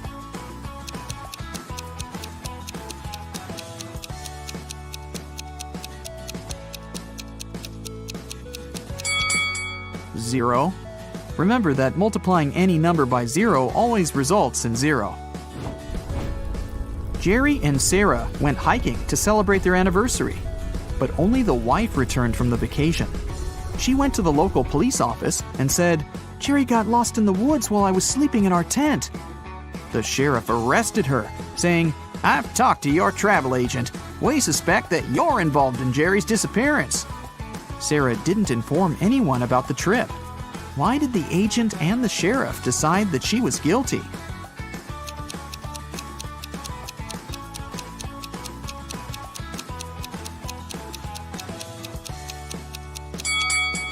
Sarah bought only a one-way ticket for her husband and a round-trip ticket for herself. It means that she was sure that she would be returning alone. Can you tell which of the following statements is true? One statement here is false. 2 statements here are false. 3 statements here are false.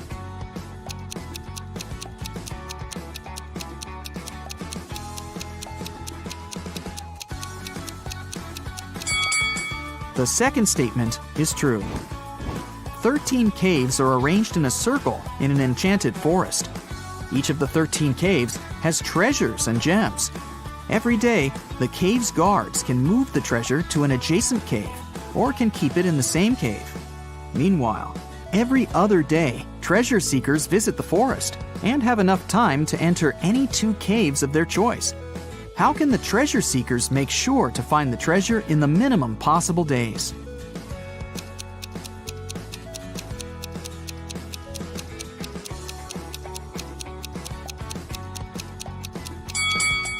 One of the treasure seekers should move clockwise every day, and one of the treasure seekers should move counterclockwise. This way, they'll find the treasure in a minimum of 7 days. Alice was sitting in her hotel room. Suddenly, she heard a knock on the door. She opened the door and saw a creepy woman standing outside. The woman said, "Oh, I'm really sorry. I thought this was my door." Then she walked through the corridor to the elevator. Alice didn't know the woman. She locked her door and called the hotel security. Alice asked them to arrest that woman. Why did the woman seem suspicious to Alice?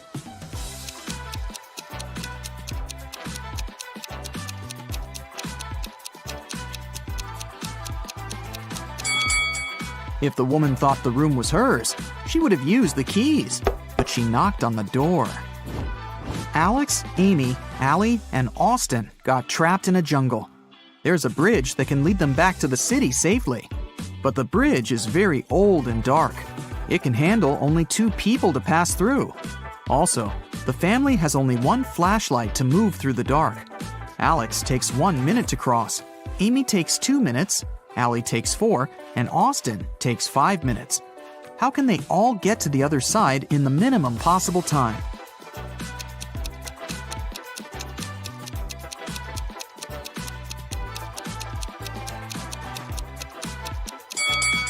Here's what they've got to do. Alex and Amy should go first. It'll take them 2 minutes. Then Alex should spend 1 minute going back to Allie and Austin. Now Allie and Austin should take the flashlight and cross the bridge. It will take 5 minutes. Then Amy should come back to Alex. At this point, they've already spent 10 minutes. And now, Alex and Amy will have to spend 2 more minutes crossing the bridge. And this is how all of them will reach the other side in 12 minutes. Stephanie is a college professor. A supervisor will be visiting her class tomorrow. The supervisor can ask the students any questions. They can be either easy or difficult. Stephanie will still have the right to decide which student will be giving the answer to each question. Stephanie wants to leave the best impression. What instruction should she give to her students to maximize the chances of receiving a correct answer for each question? Can you help her?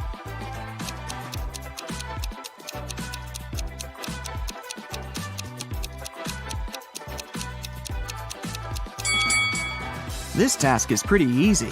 All Stephanie needs to do is to ask all the students to raise their hands on every question.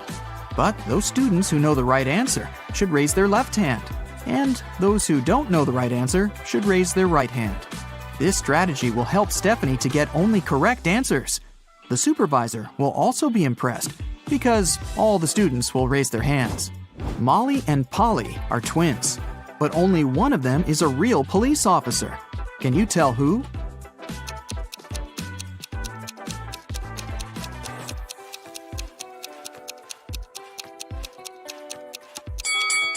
Molly. There's a camera filming Polly because she's an actress. Two best friends, Emily and Luna, came to a popular and expensive hair salon.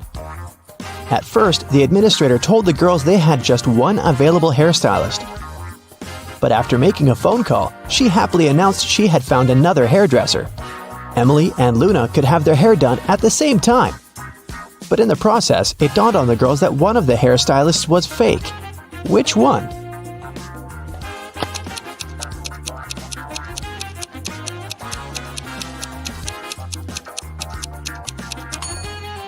Hairstylists are using regular scissors, but instead of hairspray, the one on the left is holding a can of bug spray.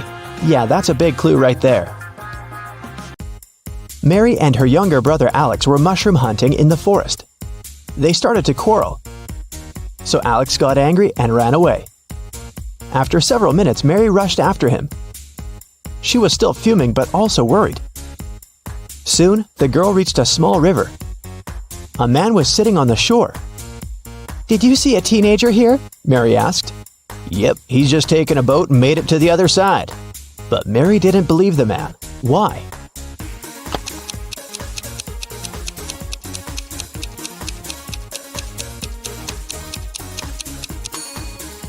The boat is indeed on the other side, but the paddles are lying next to the man. How could the boy cross the river without them?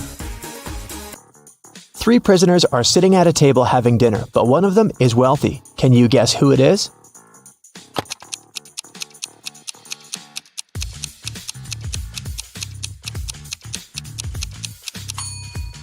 It's not the guy with the steak and shrimps. The little tag on his shirt reveals he's a chef, and he likes to prepare a special treat for himself. The guy with the jewels shows that he's well off, but in prison, jewelry is basically worthless. It's the third guy.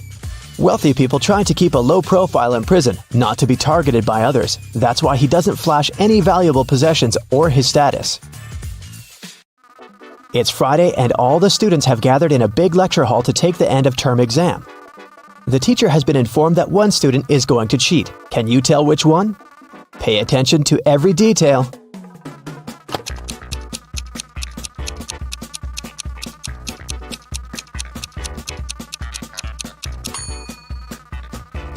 It's student C.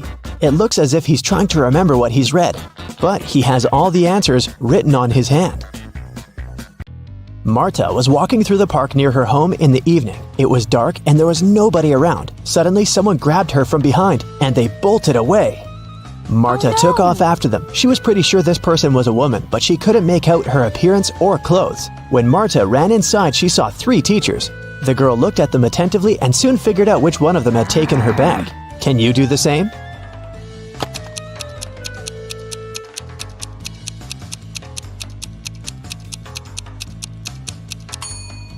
The woman in the middle wouldn't be able to run away with a cast on her leg. The one on the right doesn't have anything in her hands. Where would she hide Marta's bag so quickly? But the woman on the left has a big shopper bag on her shoulder. A real teacher wouldn't need to carry it in the classroom, so she was definitely the one who took the bag. Jonathan sneaked out of the house late in the evening to meet his girlfriend. The teenager thought he was extremely careful and quiet, but his whole family knew about his plan. They were aware the guy would return at midnight, so they decided to make a bet. The one who would see Nathan first when the guy started climbing the fence would be the winner. The prize would be no chores for them for 1 week. So as to not fall asleep, Nathan's dad switched on the TV. The teen's grandfather settled in the living room to read a book. The grandmother went to the kitchen to make a pizza, and Nathan's mom went to her room, sat down on the floor, and started to meditate. Who's going to be the first to spot Nathan when the time comes?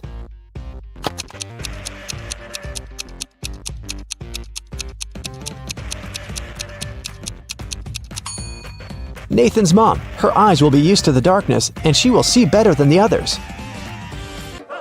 Look at this picture closely and try to figure out who's from the future.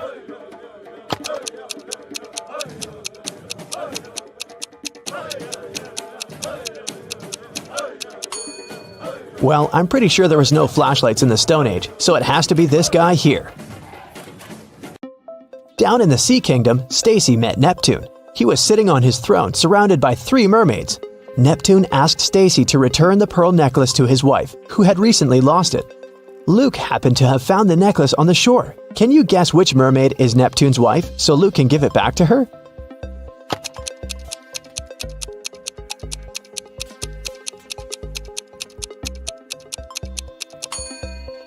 It's the third one. She's the only one who's wearing an engagement ring.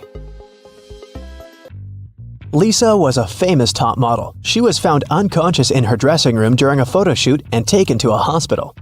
Doctors said she had a severe allergic reaction, but when Lisa came to her senses, she insisted she hadn't eaten anything all day. The model's manager was very concerned and interrogated everyone who'd been around. Lisa's stylist said that she had applied Lisa's makeup and indeed hadn't seen her eat anything. The cleaning lady said she had cleaned the dressing room with organic, non-allergenic products. Lisa's main rival, Nora, said that she'd been watching the shooting all day long. She hadn't noticed anything suspicious. Who's the culprit?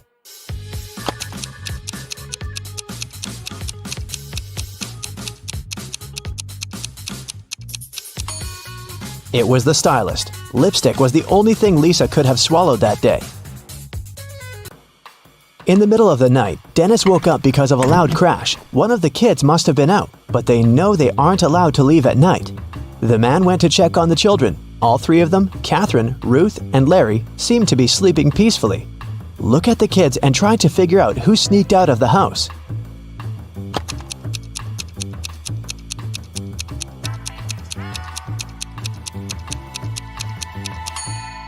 It was Ruth. There's a dirty sneaker hidden behind the curtain and several pieces of French fries under her bed. Brenda was traveling by train. It was scorching hot in the carriage. The girl took off her gold bracelet decorated with diamonds and put it on the table in front of her. Several minutes later, the train entered a tunnel, and it got pitch dark. When the tunnel was left behind, there was no bracelet on the table. Brenda was shocked. "Someone's taken my bracelet!" There were just 3 other people in the compartment. Helen said she'd been sleeping. Rachel was reading a book on her phone, and Gregory had gone to the bathroom even before the train entered the tunnel. Who took the bracelet?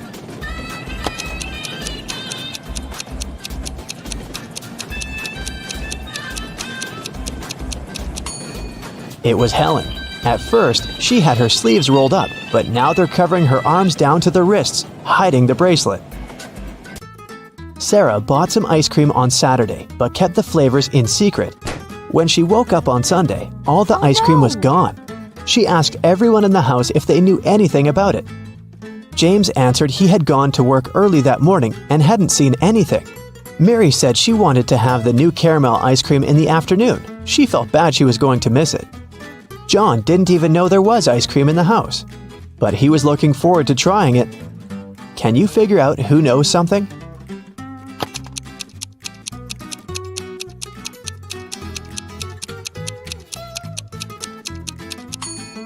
It's Mary. The ice cream flavors were a secret. She couldn't be sure there was a caramel taste among them. Can you tell who's a real mermaid here?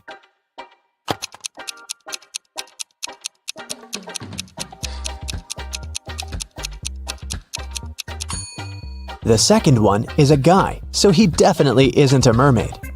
The girl on the right is chilling in the sun, and she's out of the water. Mermaids wouldn't do that because they dry out in the sun. So the real mermaid must be the one on the left. There were some thefts at the supermarket. There were 3 cases in total, in January, April, and June. The security camera recorded these videos. The security officer tried to have a closer look and suddenly noticed one detail. After that, the identity of the thief became clear. What did he notice?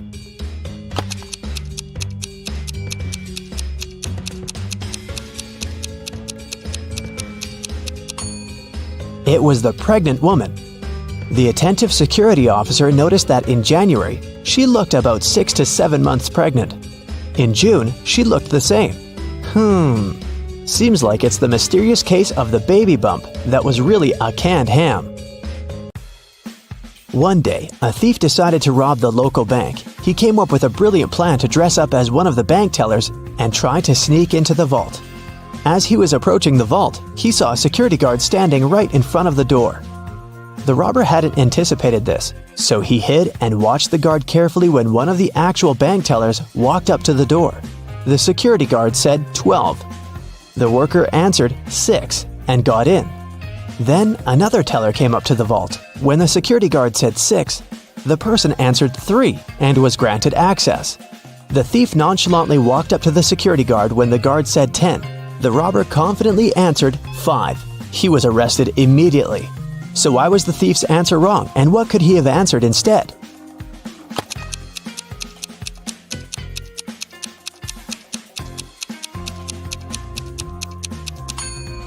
The response has to do with the number of letters in the word.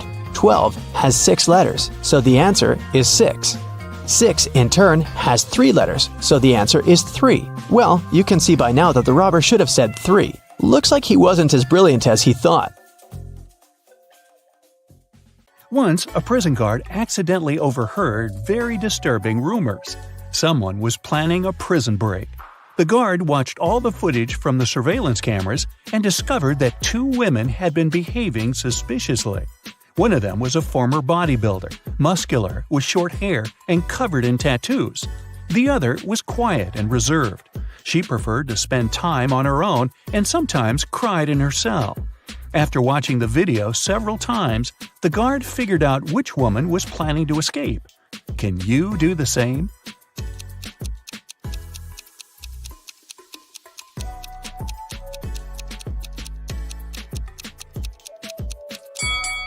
It's the second prisoner. There's a file in her bun. She can use it to get through the metal bars.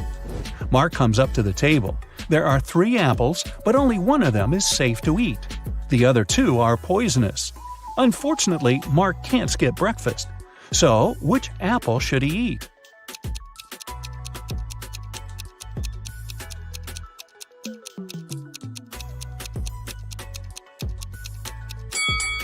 Look, this apple has a caterpillar in it. It means there's no poison in the fruit and it's safe to eat.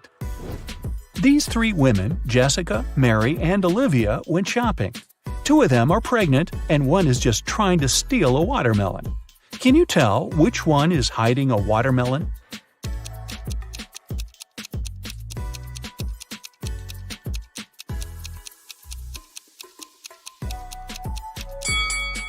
It's Olivia. She's wearing heels. It's not the kind of shoes a pregnant woman would choose to wear.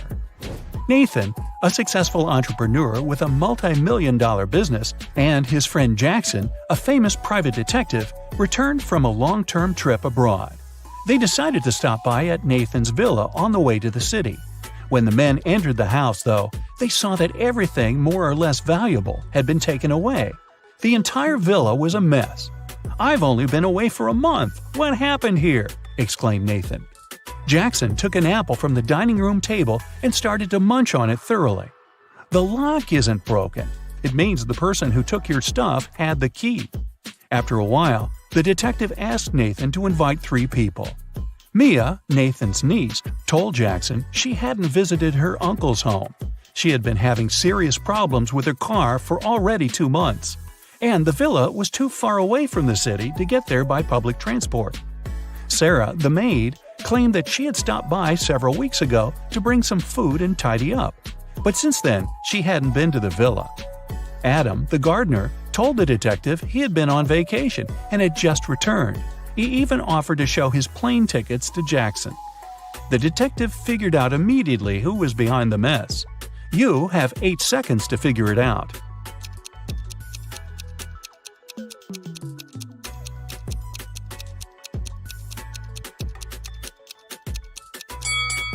It was the maid. She said she brought food several weeks ago, but the apple Jackson grabbed from the table was perfectly fresh. Once, Ms. White heard someone crying. It was her little student, Abigail. The girl told the teacher her cookies had been disappearing from her locker.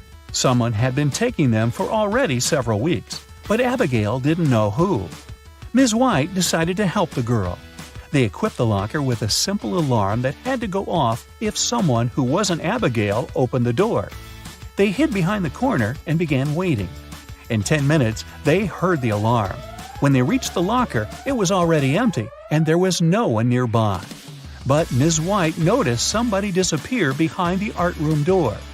She rushed inside, but everything looked normal. And still, the teacher needed no more than a minute to understand who had been eating Abigail's cookies. Look at the picture of the art room carefully. Can you find out the answer within 8 seconds?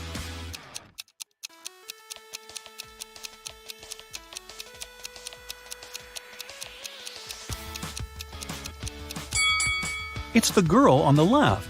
Her painting's black and white, but there are only various shades of blue on her palette. And maybe the cookie crumbs are a giveaway too. I don't know. One perfume company hires new staff. They must swear an oath of loyalty to the company if they want to get a job.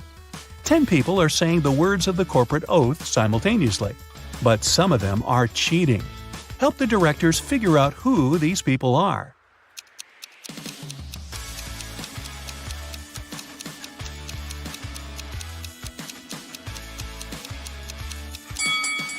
This guy keeps his fingers crossed, and the man on the left is standing with his legs crossed.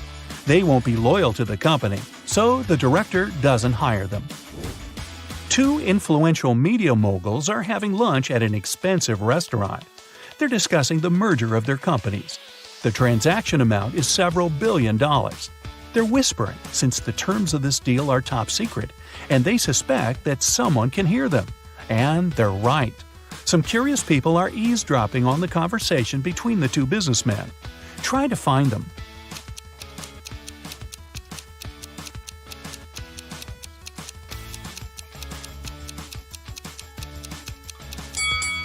The girl at the next table is reading a newspaper that is turned upside down.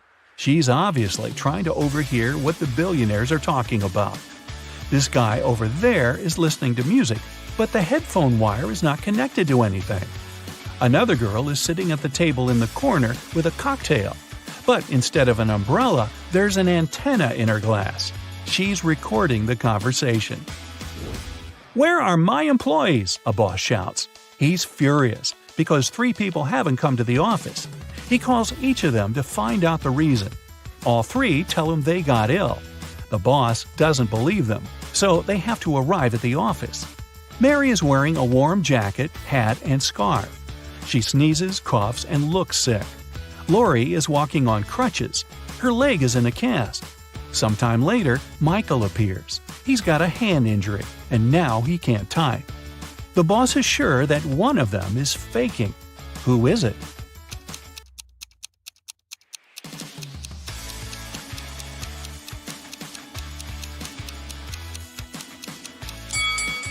Mike's left arm is broken, but his phone is in his left pocket.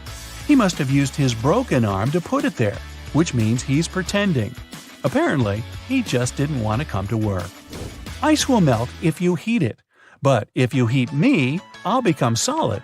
What am I?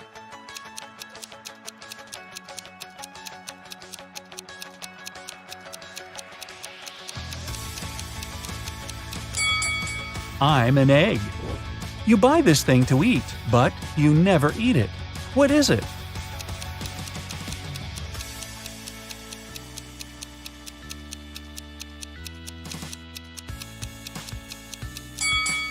It's a plate. Mia was going back home one evening. It was 11 p.m., and she had to cross a small dark park in front of her house. Suddenly, she heard footsteps behind. Someone grabbed her bag and ran away. The girl called the police, and they questioned 4 suspects. Jack said, "I was choosing an outfit for a party." Camilla was getting ready for her final exam at home. Andrew told the police he had been watching birds in the park. Nora was at her yoga class. After the interview, the police understood who was behind the robbery. Can you?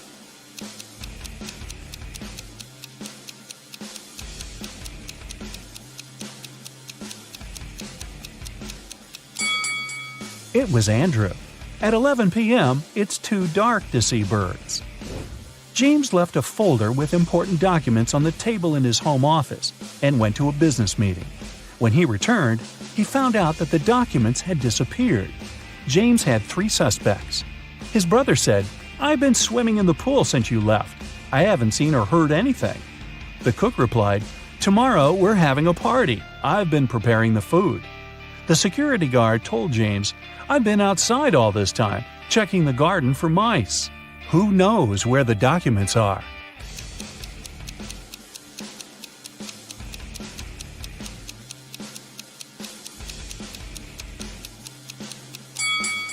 It's the security guard.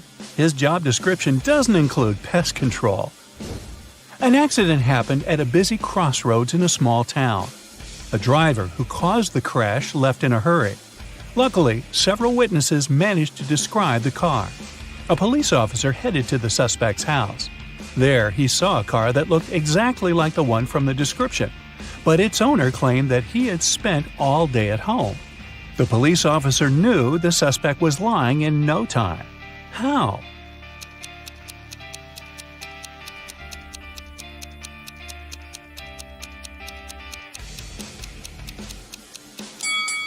He touched the car hood. It was still hot from the engine that had worked not so long ago. You're walking along a railroad track. Suddenly, you see a speedy train approaching you. Instead of getting off the track immediately, you run toward the train. Why do you risk your life this way?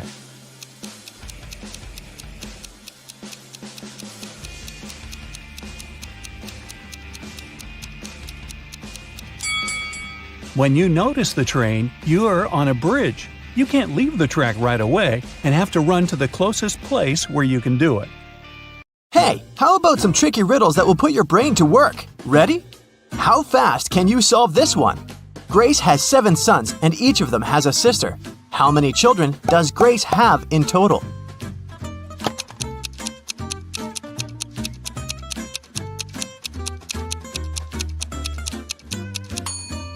The answer is 8. I bet all the sons have the same sister, so 7 sons plus 1 sister equals 8 children. Stephen's family was away this weekend, but he was found unconscious outside his mansion. Investigators had 3 main suspects. All of them were in the house when it happened. The first person was Maya, but she claimed to be innocent. "I was cleaning the house in the morning and I took a nap in the afternoon," she told the investigators. John, the butler, said, "I was told to check the food inventory in the afternoon." And the last person to be interrogated was James, the driver. He claimed he'd been far away from the house that day. "I was driving the boss's children to a garden party." Which of these people do you think is guilty?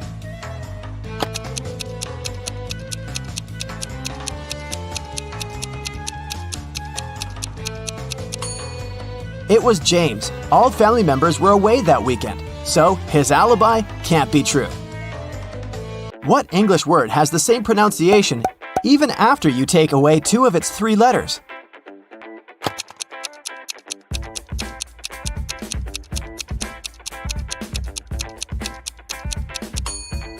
It's B. Phew, that one took some work. Look at these images and try to guess what's wrong.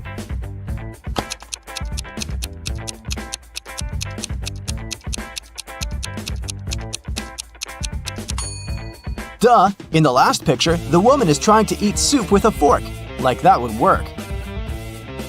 On a lazy Sunday afternoon, 7 friends decided to go to the mall. Esme, Evelyn, and Elise grabbed a cup of coffee each, while Ava, Ella, and Emma decided to drink some refreshing soda. Using this logic, can you figure out if Esther chose to drink coffee or soda?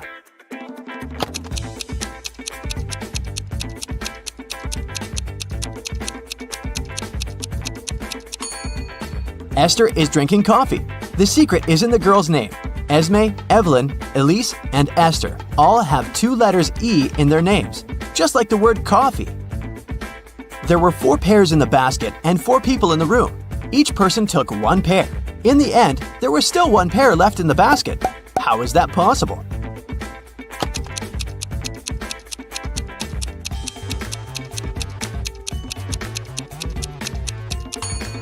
The last person took a pear that was still lying in the basket. Mary's birthday was coming up, and she decided to treat herself to a relaxing day at the spa. During a massage, Mary dozed off. When she woke up, the money she had in her purse was missing. Oh no! Mary had 3 suspects. The cashier, Erica, claimed, "I was having lunch in the back." Catherine, the masseuse, said, I went to the back of the store to get some extra oil. The last person was Monica. She was another customer. She said she hadn't seen anything and had just been waiting for her appointment. Can you tell which one is the culprit?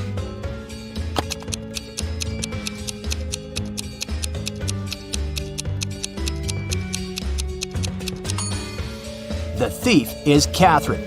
She must have waited for Mary to fall asleep and then took her things. Look at the money hidden behind the oils. Hey, it's time for a hair appointment to trim those split ends. But in this scenario, there are only 2 hairdressers in town who can cut your hair. This guy or this girl. Which one should you choose?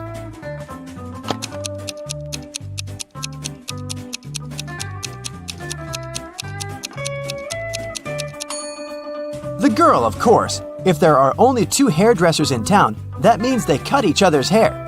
And judging by the haircut the guy gave the girl, it looks like he doesn't really know what he's doing. If a rooster lays an egg on top of this cabin, in which direction will it roll?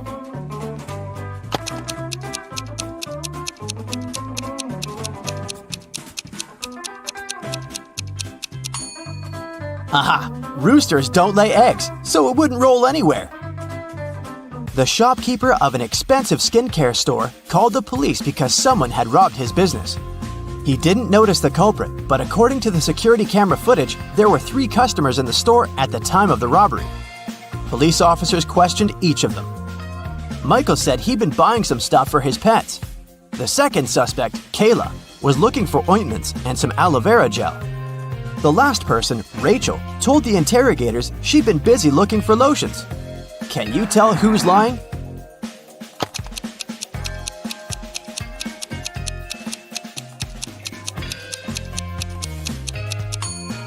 Michael is the culprit. The skincare store doesn't sell pet products. Duh. Peter is a rich man who owns a lot of expensive jewelry. One day, he woke up and noticed that all of it had been stolen. Uh-oh. He called a private detective to solve this case. Peter's wife Carla was the first one to be interrogated. I was showering at the time, she said nervously. Bianca, the housekeeper who had been working for the family for years, was not in the house. She said, I was cleaning the garage. The last suspect was Barb, the house chef. I was making lunch for the family, she told the detective. Can you tell who stole the jewelry?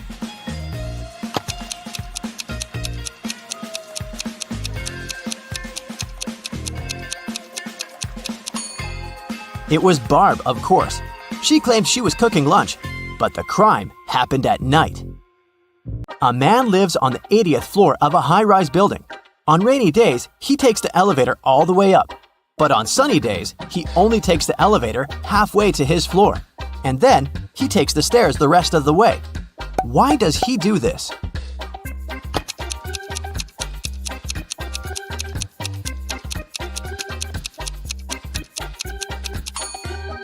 Well, my friends, it so happens that the man is short. Normally, he can only reach the 40th floor button. But on rainy days, he manages to push the 80th floor button with the help of his umbrella handle. Genius, huh? On a rainy day, Miranda decided to work from home. At one point, she went to the bathroom, but when she got back, she noticed that her cell phone and money had been stolen right in her own house during the day. There were 3 people in the house at the time. Her sister Beth claimed it wasn't her. "I was still asleep at the time because I'd gone to bed late yesterday." Her other sister Anna said she'd been taking a stroll in the garden when it had happened. I was watching the night-scented orchid bloom. And lastly, there was Josh, Miranda's boyfriend. "I've just got home for lunch," he said. What do you think? Which of these 3 suspects stole Miranda's money and cell phone?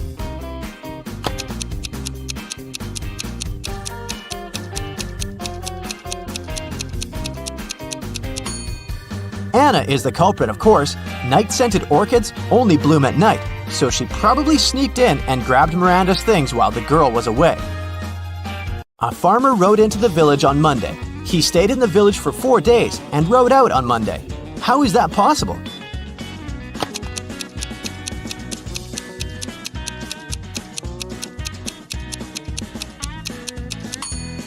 The farmer's horse is named Monday.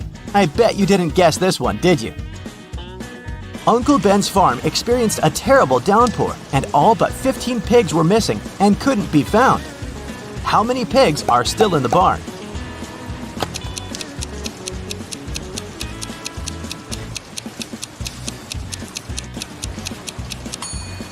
If you said 15, you got it right. So, there are 3 important rooms in a house. The first one is a library full of rare books. The second room stores piles of money and gold. And the third room has boxes full of expensive jewelry in it. In case of a fire emergency, in which room will the police try to extinguish the fire first?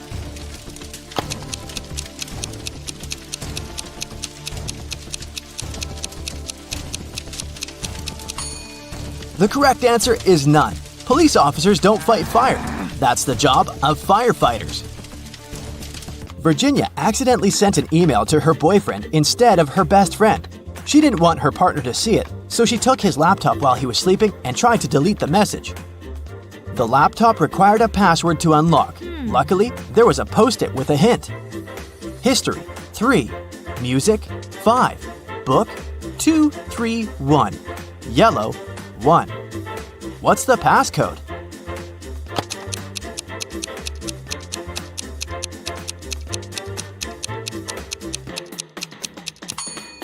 Each number indicated the letter Virginia had to select in the corresponding word. The third letter in history is S. The 5th letter in music is C. The second, third, and first letters in book are O, O, and B. And the first letter in yellow is Y. The password is Scooby. That's all for today, folks. Hope your brain is good and functioning after all these sharp riddles. See you next time! You're the headmaster of a fun sciences school. Today is the final day of the semester. You have to handle all upcoming problems and make sure all the students will pass the difficult exams. All teachers except for the professor of memology are waiting in their classrooms. You walk through the school corridors, greet the students, and go to your office. You have a separate drawer where you put all the keys to all the school doors. You throw the office key there, sit down at the table, and notice that some documents have disappeared. Someone has stolen the answers to a video games test. But how did they get into your office? The door and windows were closed.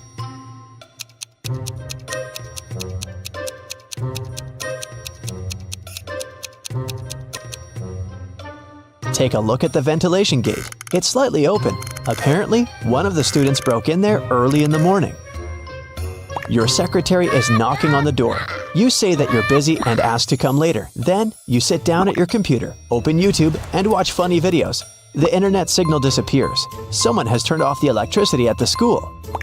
You go to the basement with generators. There, you see a turned-off switch and 3 people standing next to it. They all say they didn't touch anything, but one of them is lying. The janitor says the lights went out when he came here to clean up. Louise is a new student. She says she was lost in the building and accidentally got here. Richard is a last-year graduate. He came here to find a miniature toy horse, a souvenir he hid many years ago. Which one of them is lying?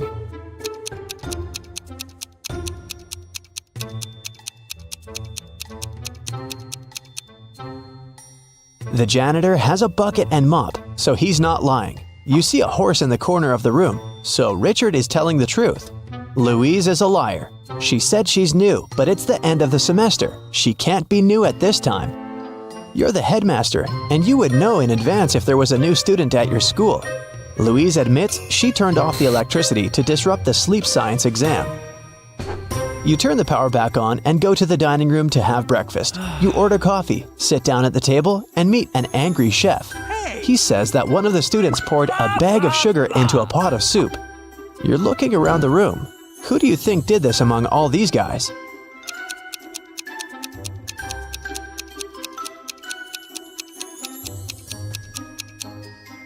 They all have deep plates with soup and spoons, but this guy has a plate with a fork. He wouldn't eat the soup because he knew it tasted disgusting. You finish your coffee and head to the office. You walk through a long corridor and see graffiti on a huge photo of a crazy dog, a mascot of the school. The guard catches 3 students. One of them must have ruined the image. Can you guess who did it?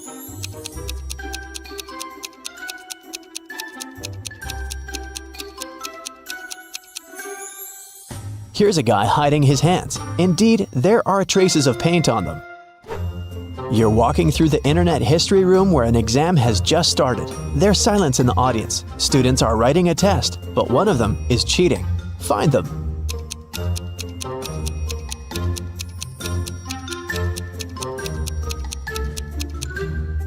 Look at this girl. A wire stretches from her sleeve to her ear. Someone is giving her the right answers through her headphones, and that guy is looking at the answers written on his leg. Someone activates the alarm. All students run out of the school. You make sure that everyone is outside. You head to the exit and notice there is no flame anywhere. You can't even smell the smoke. Someone turned on the alarm to disrupt the exams. You catch 3 students. One of them is guilty. But who? Alex says he was in the toilet when the panic started. Amanda was taking a meme test. Luke was sleeping in the dining room. Which one of them is lying?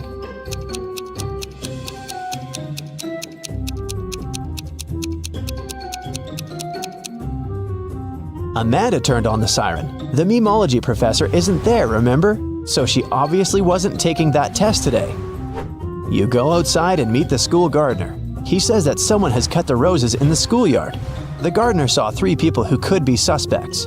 You bring them into the yard and ask about roses.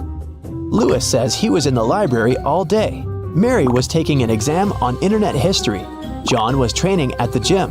Which one of them is lying?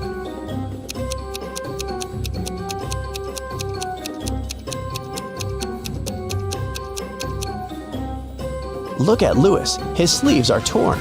Roses have thorns. He probably damaged the shirt when he was cutting the flowers off. You pass by the dining room and hear some strange noises. Someone is obviously tired and breathing heavily. You look inside and see 2 guys at the table. They're arm wrestling. One of them looks angry and aggressive. He's shaking his hand and trying his best. The other is calm. Who do you think will win?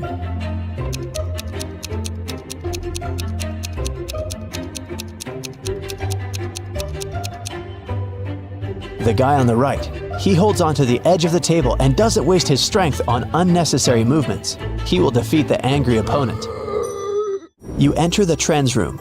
You heard a lot about this subject and a young teacher who has a unique approach to the science of popularity.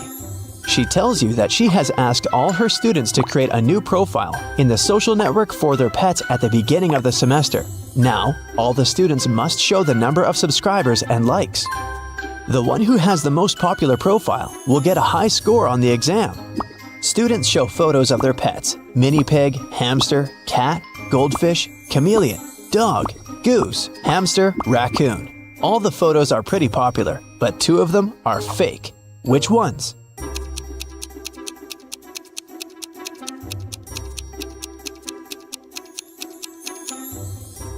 The hamsters. 2 students have identical photos. They must have found those online. You're observing a pseudo-philosophy exam. The teacher gives blank sheets of paper to all students. Then he says, There's a lot of supposedly philosophical phrases on the internet that seem too pretentious, obvious, and stupid. People love to attribute quotes to famous persons that they never said. So there's a person who can say anything that can be true or false. They can say both good and bad things, and no one in the world can prove that this person didn't say that. The authorship of this person is unquestionable. Who is this person? After 5 minutes, the students give back their papers. They all have names of famous athletes, scientists, billionaires, and entrepreneurs on them. No one has passed the exam except for one girl. She wrote just one word. Which one?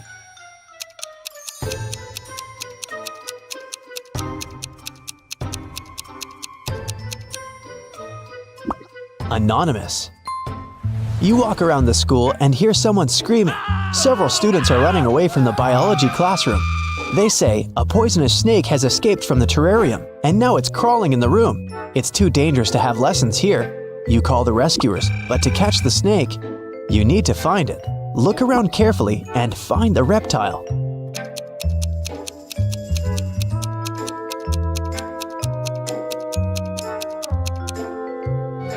Take a look at the picture with snakes in the far corner of the room.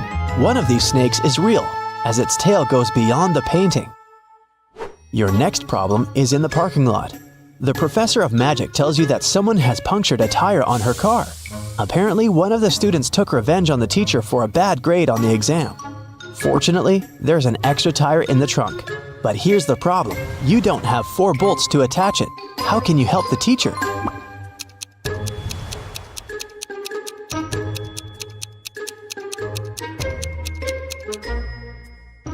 Unscrew one bolt from the other 3 wheels and attach them to the new one. Each of the 3 wheels has 3 bolts now. That's enough to get to the nearest car service.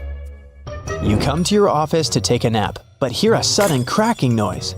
You find pieces of glass in the yard. Someone has broken a window on the 3rd floor with a stone. You need to figure out who did this among 3 suspects: a cook, a gardener, and a student. The cook says he was in the kitchen making burgers. The gardener claims that he was watering the roses in the garden. The student says he was sitting in the library at the time. Which one of them is lying?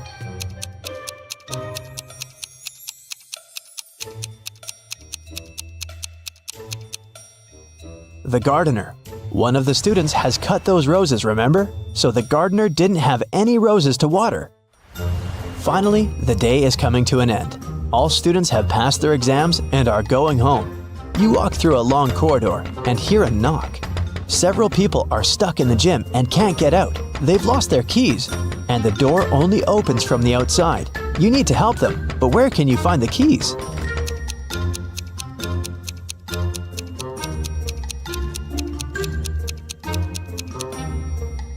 You have the drawer in your office with the keys to all the school doors, remember? You unlock the gym. Then, you finally sit in your office and watch YouTube. You've solved all the problems. You deserve a good rest now. Alrighty, it's math o'clock here, and I have a couple of fun riddles for you to solve. Let's start with a cheesy one. Here's a circle. How many sides does the circle have?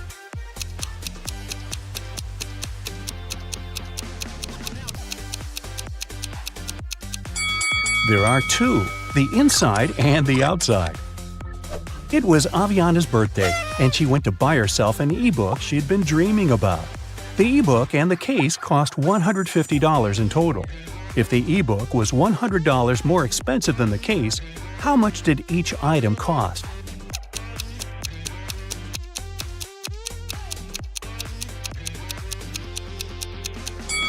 Alright, let's say the case cost X. Then, the ebook cost X plus 100. Together, they cost $150. So X, the case, plus X plus 100, the ebook, are equal to 150. Now, solve the equation. 2x's equal to 150 minus 100, or 50. So 1x is equal to 25. So the case cost $25 and the ebook cost $125. Well, that adds up. Now, to celebrate her birthday, Aviana wants to go to the movies. She has 2 friends whom she wants to take with her. A movie ticket costs $8. What is cheaper, Go to the movies with each friend separately or with the two of them together.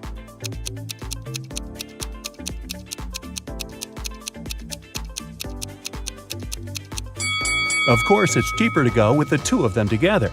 If she goes there 2 times separately with each friend, she'll have to buy a ticket for herself twice, so she'll buy 4 tickets. But if they go together, she will only buy 3 tickets. Yes! 5 friends met for the first time in 5 years. Each one shook hands with each person in the group, but only once. How many handshakes were made?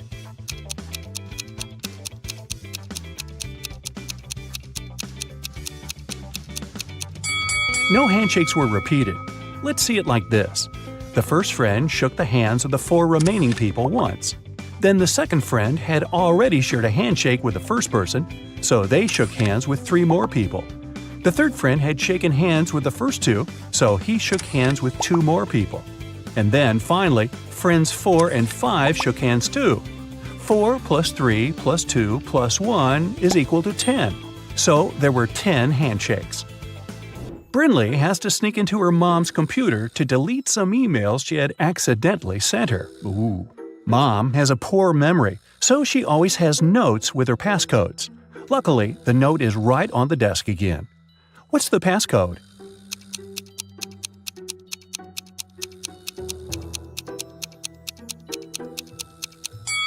Every number equals the number of circles in it, so the last number is equal to 3.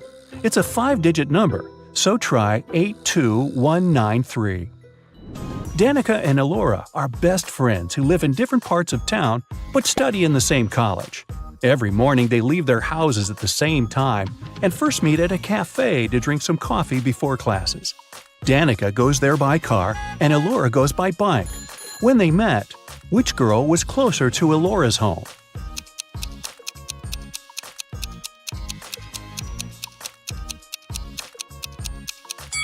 When they meet, they're in the same spot, so no one is closer than the Whose wife is a vampire?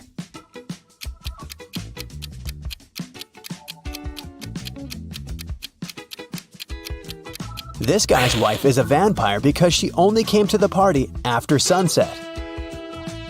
Whose husband is a werewolf?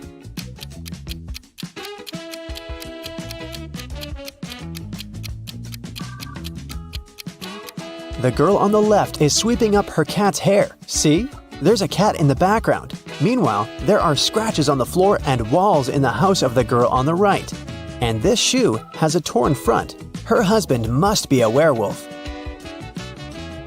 Whose wife is actually a ghost?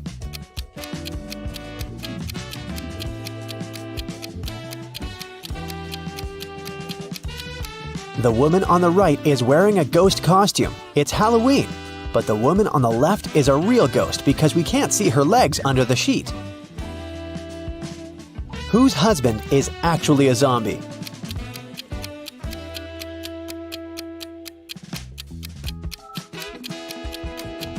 The man on the left is just sick.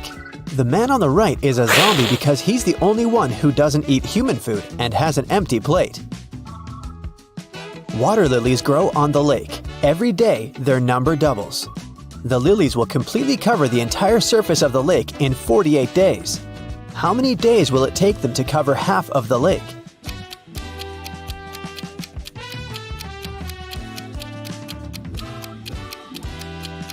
"47 days. You see, every day the number of the water lilies doubles. On day 48, the lake will be completely covered with lilies. It means that on day 47, there will be twice as few lilies as on day 48. Jack noticed that someone regularly ruins his lawn. He decided to install a hidden camera and figure out who approached his house most often.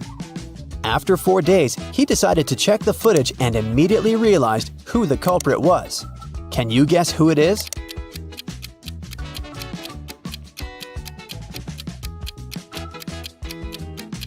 Jack's neighbor Karen ruins his lawn.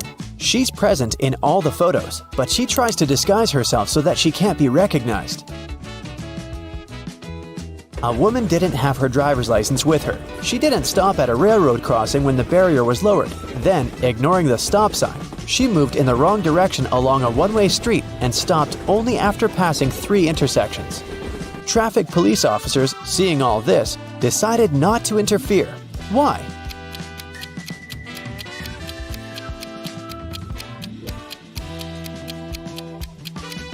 The woman first traveled by train and then walked.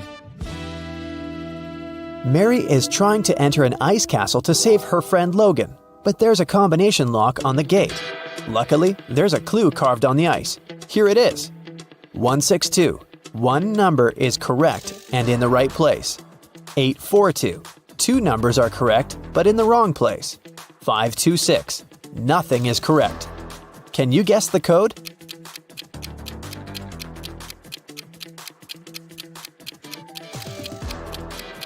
The passcode is 184. First, we exclude 2 and 6, since in 526, no number is correct. In 842, 2 numbers are correct, so 2 of the numbers we need are 8 and 4. The last number must be 1, and since 1 is in its place, we can easily figure out where 8 and 4 must go. Mary opens the gate and enters the castle. She walks down an icy corridor and comes across 3 doors. There's a severe snowstorm behind the first door. In the second room, there's a dangerous snow dragon. And behind the third door, there's a lake covered with a layer of dark blue ice. Which door should Mary choose?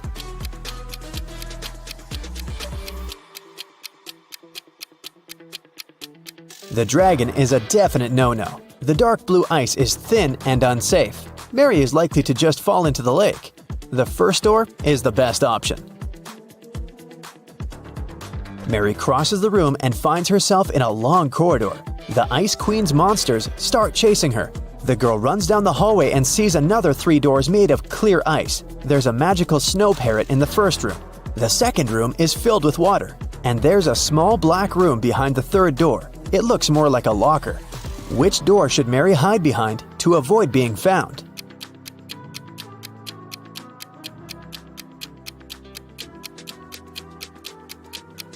The Ice Queen's parrot behind the first door will scream when it sees Mary. The third door is a bad option because the doors are made of clear ice, so the monsters will spot her immediately. The second door is the best option. Mary swims away and finds herself in a big hall. She sees Logan, and they're about to run away together when the Ice Queen captures them in a cage. There are 3 levers next to the cage, and the Ice Queen gives Mary these hints. The first lever is going to open the cage, but they'll fall into a freezing cold underground lake. The second lever will open all the cages in the castle and release all the monsters that are inside. The third lever will open the cage, but only 1 person will be able to get out. What should the guys do?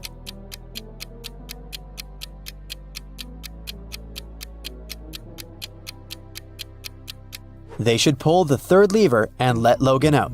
After that, they should pull the first lever. Mary will fall into the water, but Logan will help her get out of the lake. John decided to make a vegetable salad for his friends.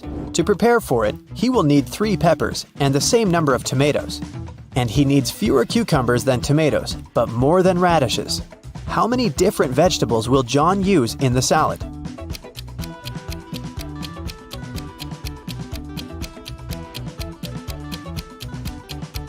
.3 peppers, 3 tomatoes, 2 cucumbers, and 1 radish. A professor went to have his lunch break, leaving 3 students in the lecture hall. When he returned, he realized that an answer sheet for an important exam had disappeared from his desk. He questioned the students.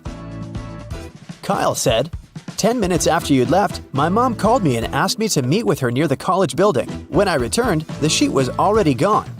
Brian said, No one called Kyle. He took something from your desk and left. And Ryan said, Brian is telling the truth. When we realized that it was an answer sheet, we ran after him outside, but he had already left. Who should the professor believe?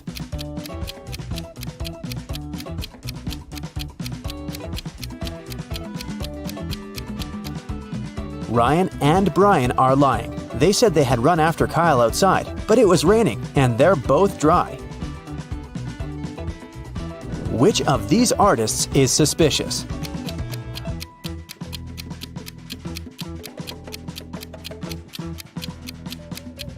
The girl on the right has been using orange paint, not red. Then why do her clothes have red stains? Who is suspicious at this party?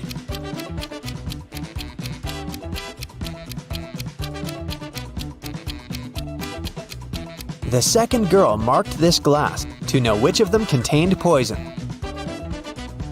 Which of these students is suspicious?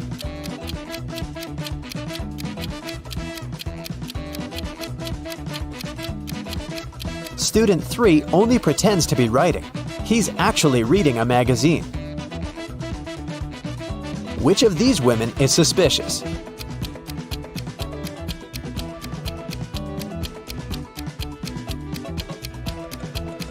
The woman on the right is only pretending to be pregnant.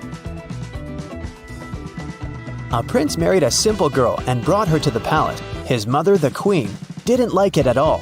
She started watching the girl and discovered that she secretly took some jewelry out of the palace and hid it in the ground under an oak tree.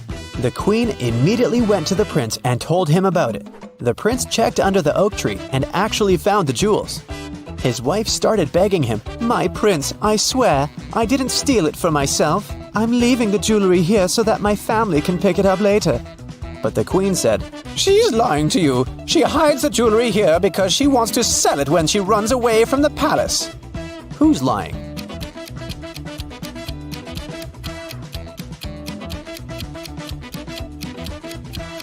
The girl's lying. No one forbids her to visit her family or give them whatever they need openly. She hides it because she'll need the money after running away. John had a lunch break, so he went to the butcher to buy some meat. He asked the butcher to cut the meat in a specific way.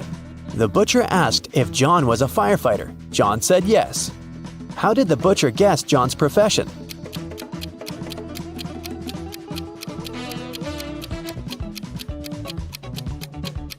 John was still wearing his uniform when he went on his lunch break. Mary went to the forest to pick some berries and mushrooms. Sometime later, the girl realized she had gotten lost. Suddenly, she heard the trees crackling behind her back. There was a monster approaching. Mary ran as fast as she could and managed to get away from the monster. She saw a small house and went inside. An elderly lady lived in the house. She said she would help Mary, but Mary immediately realized that this lady was a shapeshifter. She was the monster in the forest. How did Mary know that?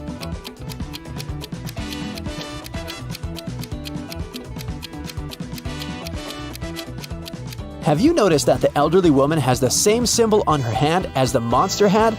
Luckily, it turned out that the woman was not actually evil. She helped Mary to get out of the forest. The elderly lady from the forest has 3 cats: Snowball, Bella, and Lisa. They usually sleep on 3 different pillows: yellow, pink, and blue. Bella likes sleeping on the pink pillow. Snowball never chooses either pink or blue. Think about it and try to guess which pillow each of the cats sleeps on.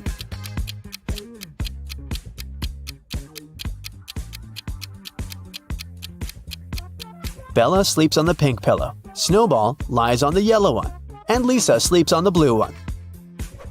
Now it's time to think fast. Why is Santa Claus so good at karate?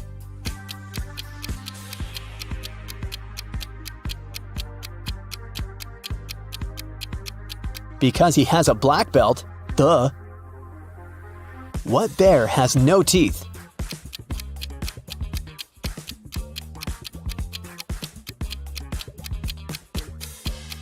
Marmalade bear. How can you make a rattlesnake cry?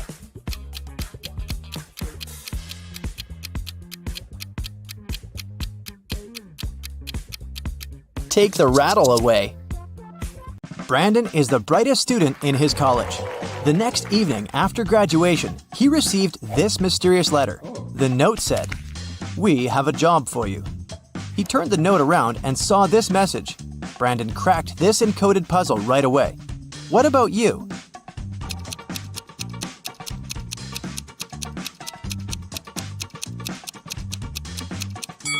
Brandon's job interview will take place in a greenhouse at midnight.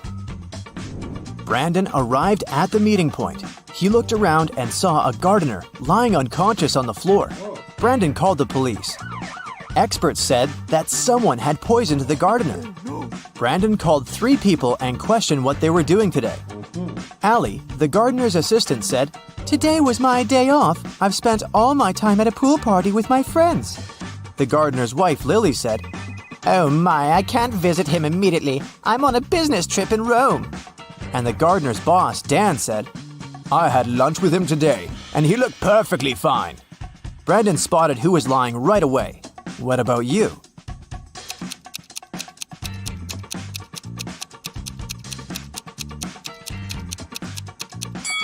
Lily is lying. Take a look at her hotel window. Can you see the Eiffel Tower? She's not in Rome, but in Paris. After solving this case, Brandon received a message. Congratulations, you've passed the first stage. See you in the basement. Brandon went downstairs and faced this combination lock. Now he needs to open the door to move on to the next level of his job interview. Can you help him crack the code?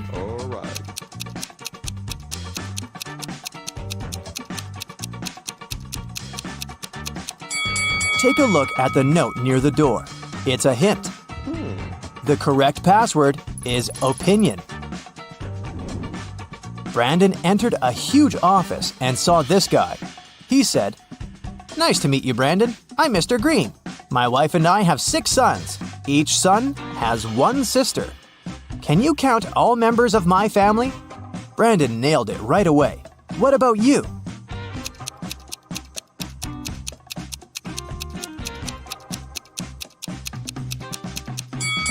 Nine. Mr. Green, Mrs. Green, 6 sons and 1 daughter. The daughter is a sister to all 6 sons. Brandon's next task is to solve a robbery case. Last night, someone smashed a window in the local bank office to break in. The cleaner was inside, so he ran to call for help. He saw that the robbers had taken the money and busted the door open to escape when he got back. He tried to clean the mess, and some glass fragments got stuck in his sleeves. Brandon looked over the crime scene. He knew for sure that the cleaner was lying. But what exactly gave him away? The window glass? The door? Or the cleaner's appearance?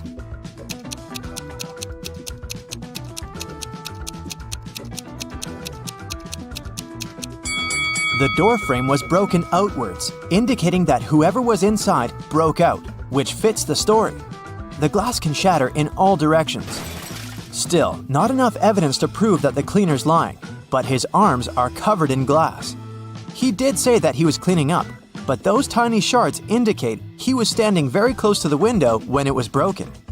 And, probably, he was the one who had smashed it. After solving this case, Brandon received the next task, to make this equation correct by moving just 1 matchstick. Do you have any ideas?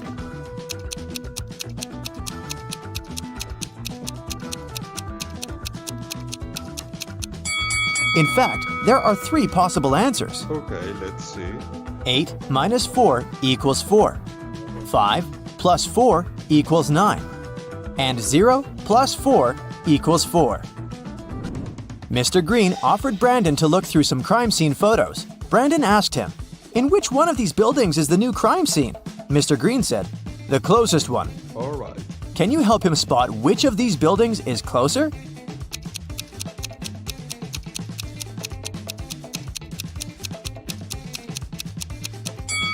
This building has blocked out the pattern of railings on the right-hand building.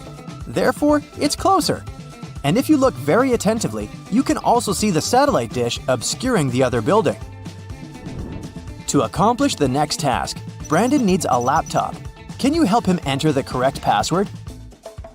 Here's a clue. It's a 5-letter word that includes 2 different vowels and 3 similar consonants. It's so strong that it can spoil your entire work. Can you guess the word?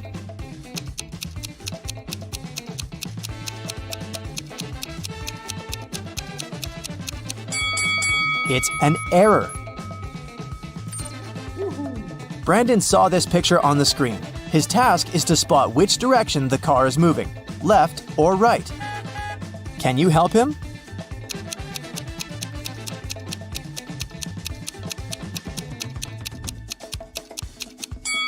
Neither right nor left. The car isn't moving because it doesn't have any wheels. Here's the next task for Brandon. Mr. Green bought a phone for $100. Then he sold it to Sam for $125.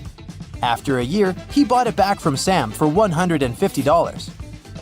After using it for a month, he sold it back to Sam for $175. Can you calculate if this entire deal was profitable for Mr. Green?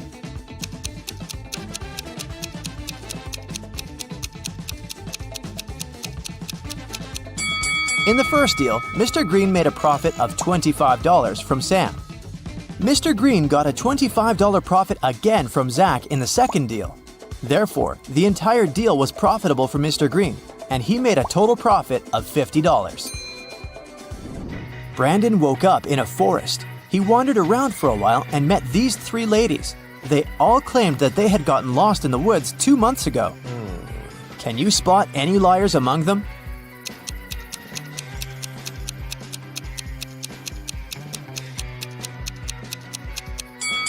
The easiest way to solve this task is to look at their hair. The first lady has long blonde hair with brown roots, which means that she hasn't been to the hairdresser for a while. The third lady has naturally black hair, which has probably been growing out the same way. But the second lady has a fresh haircut and green-colored roots, which means she has recently visited a hairdresser. Therefore, she's probably a criminal trying to blend in with the others to hide from justice. After a short walk, Brandon found a huge villa in the forest. The owner of this villa was just found unconscious. Brandon has to examine the crime scene and determine the possible suspects.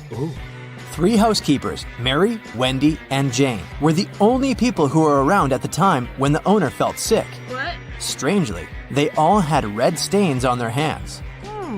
Mary said, "These stains on my outfit are just red paint. I was painting the benches in the garden." Wendy said, "My stains are from the nail polish." And Jane said that she had spilled grape juice on her uniform. Can you spot any liars?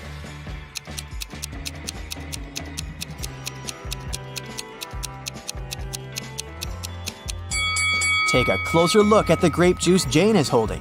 As you can see from the label, it's a white grape juice. That drink wouldn't leave a red stain. Also, all benches in the garden are blue, which means Mary had lied.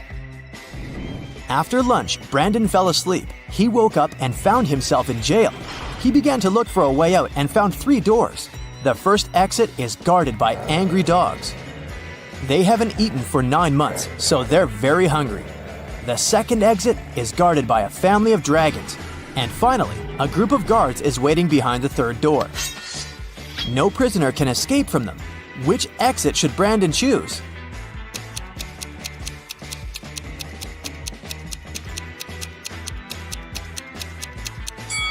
He should choose the first way. If the dogs haven't eaten for 9 months, they're probably too weak to stop Brandon from escaping. Brandon and Mr. Green entered an elevator to get to the final step of the interview. Brandon spotted 3 odd things about this elevator right away. What about you?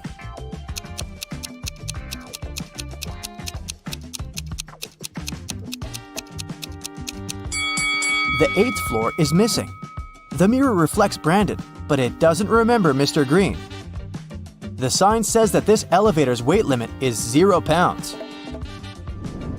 Mr. Green took Brandon to his office and showed him his jewelry collection. Mr. Green said, "I have one final puzzle for you. If you solve it, you're hired.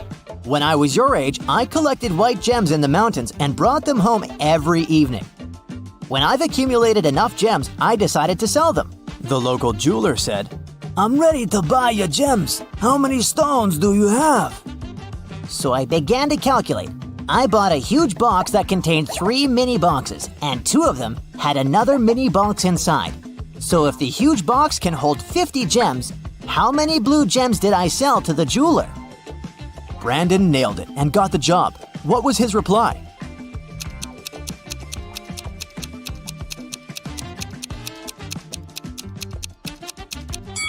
Mr. Green was collecting white gems, so he couldn't sell any blue gems to the jeweler. Detective Tina received an emergency call from the local museum. Someone had stolen an exclusive scarab brooch from ancient Egypt. First of all, Tina checked all security cameras. This is what she found. Can you spot the thief just by looking at these two pictures?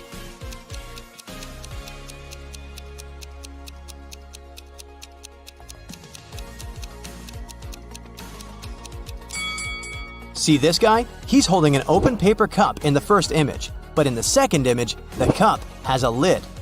The guy hid the stolen brooch in his paper cup. Detective Tina hurried to the crime scene. When the brooch disappeared, the museum security system locked all visitors inside the building. But the guards didn't find the suspected person among the visitors. How did he escape? Have you guessed?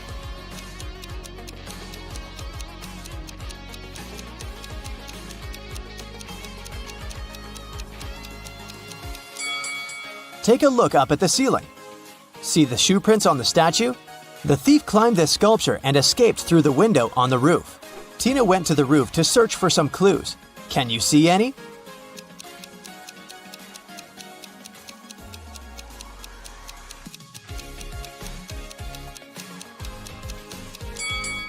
The thief left the cup on the roof.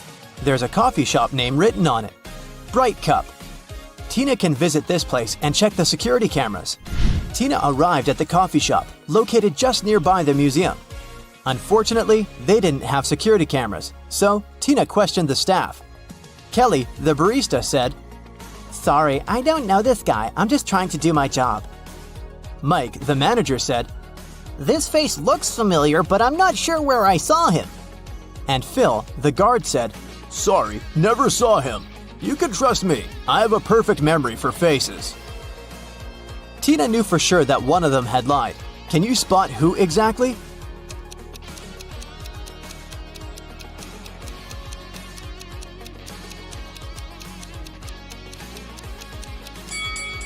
Kelly, look at her iPad. There's an incoming call from her boyfriend.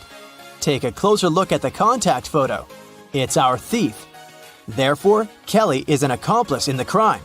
Tina told Kelly, I'm afraid we should continue this conversation at the police station. But Kelly ran away through the backyard. Tina followed her and ended up in a dark basement. She got lost and found these 3 cages. The first cage is covered with fire. There are huge ice cubes all over the second cage, and the third cage is full of venomous scorpions. Tina has to choose one of them to get to the surface. Can you help her choose the safest option?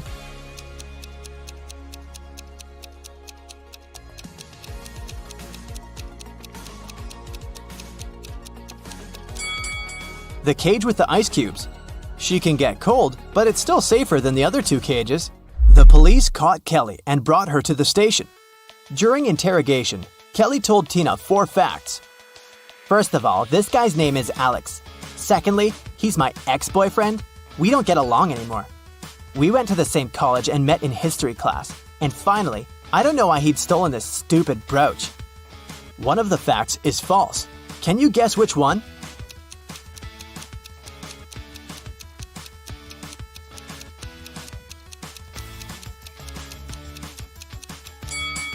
The 4th one. Look at Kelly's tattoo. It's identical to the stolen brooch. She definitely knows something about the stolen item. Kelly confessed that the thief might be hiding in an abandoned castle site outside the city. Tina went to check it out. But anyone who wants to reach the castle should go through this tangled maze. Can you tell which one of these 4 paths will bring Tina to the castle?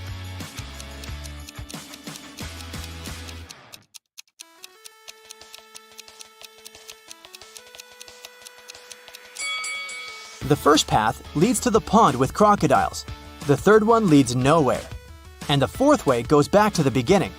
So Tina should choose the second path. Tina entered the castle and saw a room full of ancient artifacts. She spotted the thief right away. What about you? Can you see him?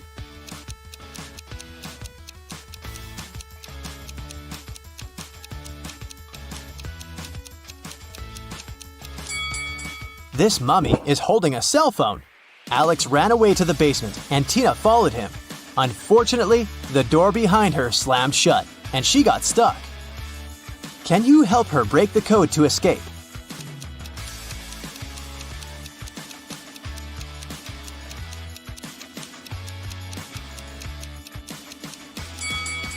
A calendar on the door says, "You force heaven to be empty." If you read the sentence again, you're going to hear a 7-digit code.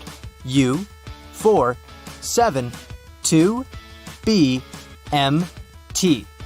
In the next room, Tina got stuck in another trap. The creepy voice explained, If you press the right button, I'm going to let you go.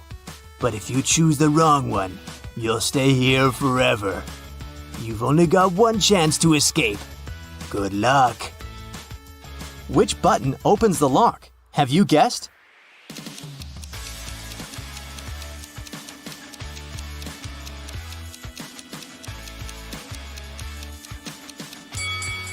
She should pick the black button. This picture on the wall is a hint. The rainbow contains all colors except for black. Tina got out of the trap and entered a room full of old furniture. She noticed 3 odd details about this room right away. What about you?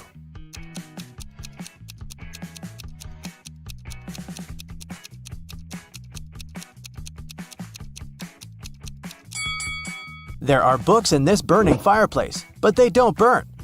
Take a look at this painting on the wall. This lady's winking. And the reflection in this mirror doesn't match the room at all. Tina found Alex near these underground gates leading to an ancient underground city. He explained that the scarab brooch hid a secret key, but there are 4 different locks on the gates. The guys only have one attempt to choose the right one. Which lock should they pick?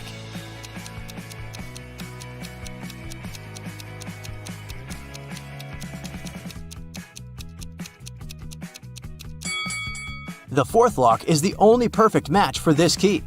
The guys opened the gates and entered the city. Alex had a map, so he ran away to find the treasures and left Tina alone. She looked around and noticed a 3-way road pointing to the north, west, and east. Tina didn't know where to go. Suddenly, she saw a lady.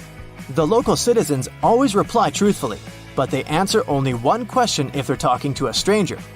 What should Tina ask to figure out the right direction?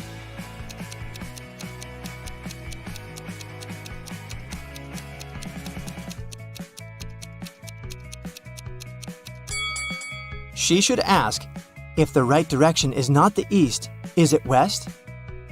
Here's why. There are 3 possible answers. 1. Yes, west is correct. 2. No, east is the right direction. 3. Neither one nor the other. Tina should go north. Or, Tina might just ask the name of this lady and then introduce herself. This way, they won't be strangers anymore, and Tina would be able to ask as many questions as she needed. Tina went north and finally found the entrance to a cave with treasures, but the door has a combination lock. Can you help Tina figure out the code?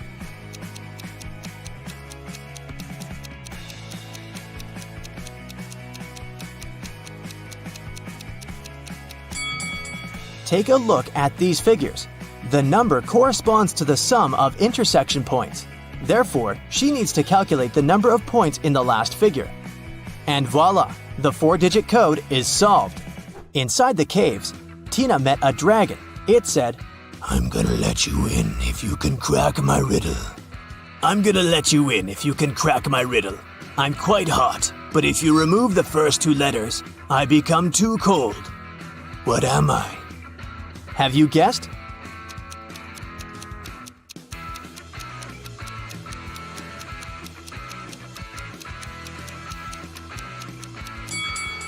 The correct answer is spice. When we take away the first 2 letters, it turns into ice. To find the treasures, Tina has to walk through this round maze. She only has 10 seconds to choose the correct way. Can you help her out?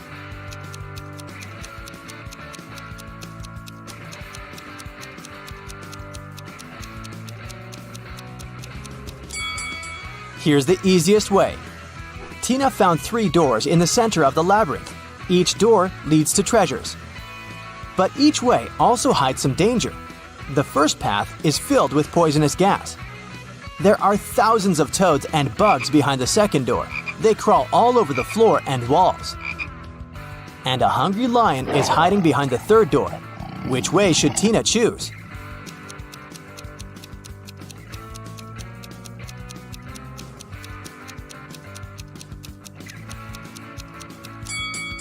The second way, although bugs and toads can be gross, they're not dangerous. Tina took the treasures and headed home. Suddenly, she met Alex. Tina decided to trick him and offered him a deal. If you manage to solve my puzzle, I'm going to give you 100% of the treasures. But if you fail, you'll get nothing and go to jail. Here's the riddle. Move just one match to point this giraffe in a different direction. Alex failed to crack this riddle. What about you?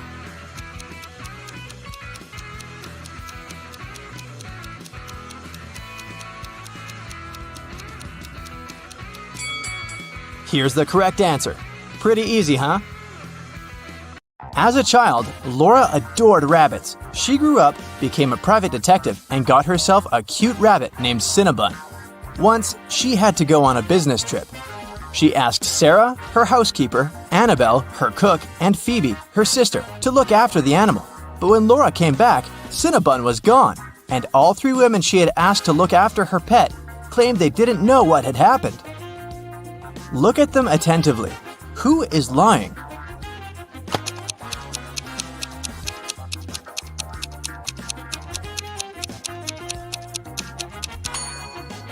It's the cook.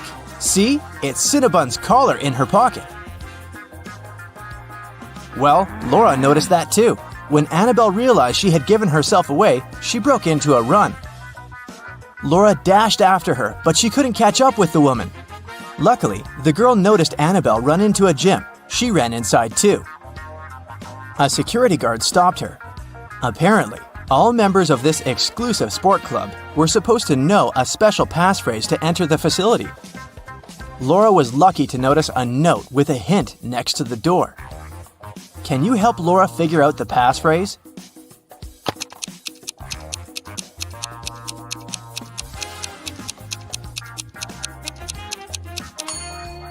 That's for once in my life. And it was the correct answer. The guard let Laura through. The girl searched everywhere, but didn't find Annabelle. But wait, the showers. When she entered the bathroom, she realized there were 3 people taking a shower there. But a moment later, she noticed that one person only pretended to be cleaning themselves. Who was it?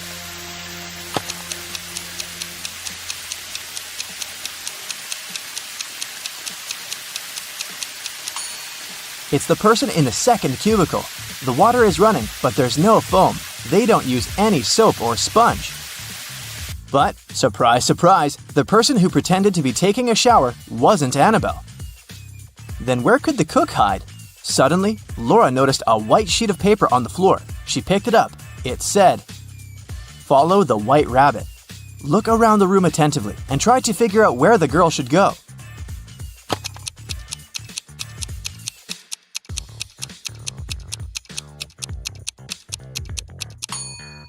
See those bunny ears on that door?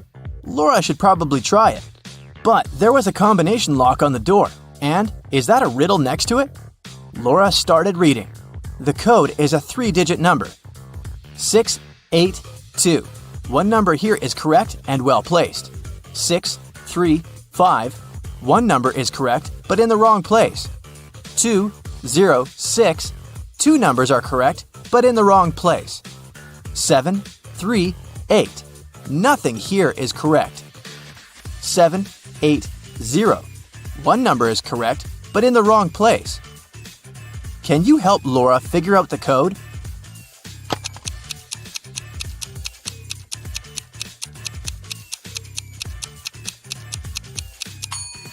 From statements 4 and 5, we can understand that 0 is the correct number standing in the wrong place.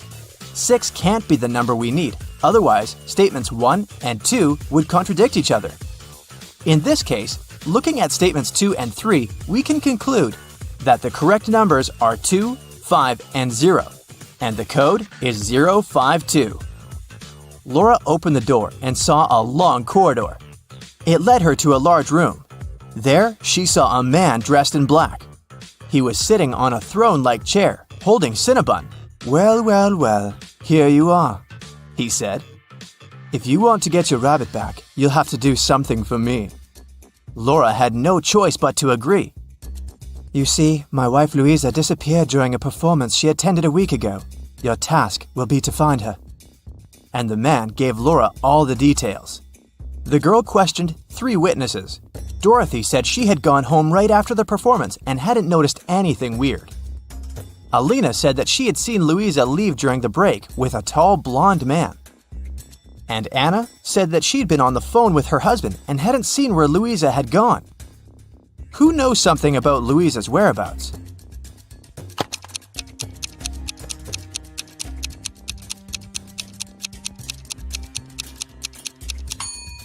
Alina. Look, during the intermission, she wasn't wearing her glasses. Neither did she have her lenses on. Look at how clumsily she moved. But then, how could she see Louisa leaving with a man? After Laura pressed Alina, the woman cracked.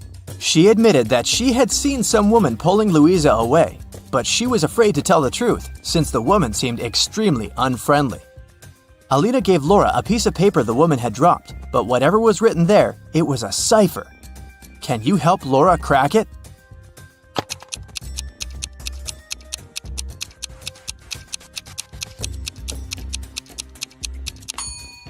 The note says, "At the docks." When Laura got there, she saw 3 buildings. She understood she wouldn't have enough time to search all of them. She needed to choose the one where Louisa was kept, and fast. Can you help Laura?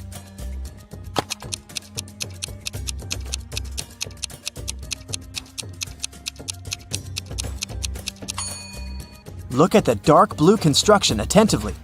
Next to the window, there's the word "help" scratched with some sharp object. After looking around the building, Laura found 3 keys. She needed to figure out which one of them fit the lock. Hurry up!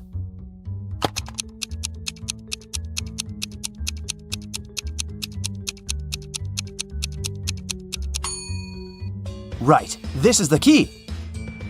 The door opened, and Laura saw a woman sitting in the far corner. It was Louisa. She helped the woman to her feet, and they stumbled away. Soon, they noticed 3 taxis. Which car should they choose?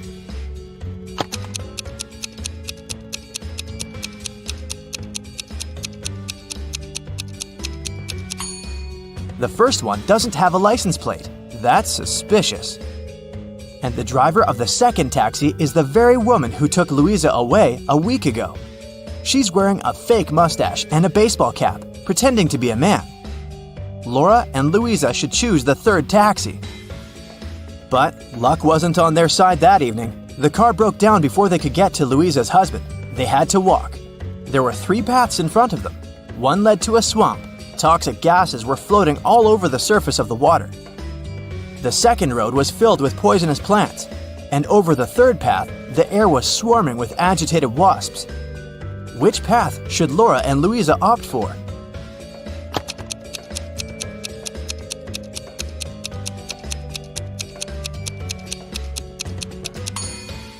The second. At least the plants can't move, so if the women are careful, they'll be able to avoid touching them. Finally, they arrived at Louisa's house. Once the man in black saw his wife, he hugged her and turned to Laura.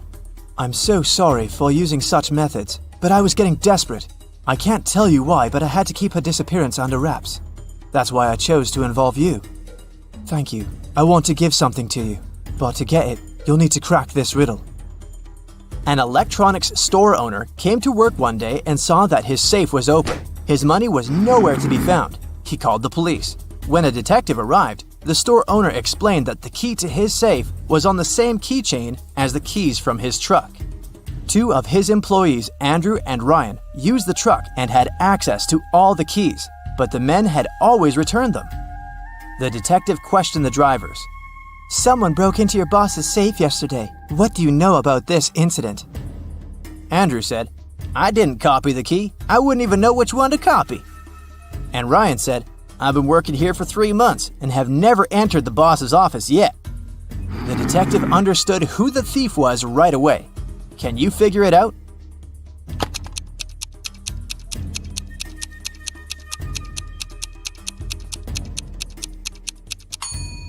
Andrew stole the money. The detective didn't say how the criminal had opened the safe. Then how did Andrew know it? Laura got the answer right. The man handed her Cinnabon and a brand new smartphone, but it was protected by a password. When Laura tried to unlock the phone, that's what she saw.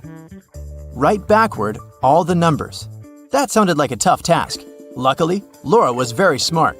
She didn't need much time to write the correct answer and unblock the gadget. So what was the password?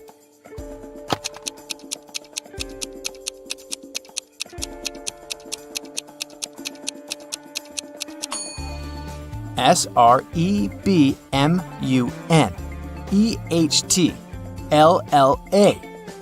That's all the numbers written backwards. She couldn't believe her eyes. She'd been dreaming of this all her life, but to get it, she'd have to set off on a very unusual journey.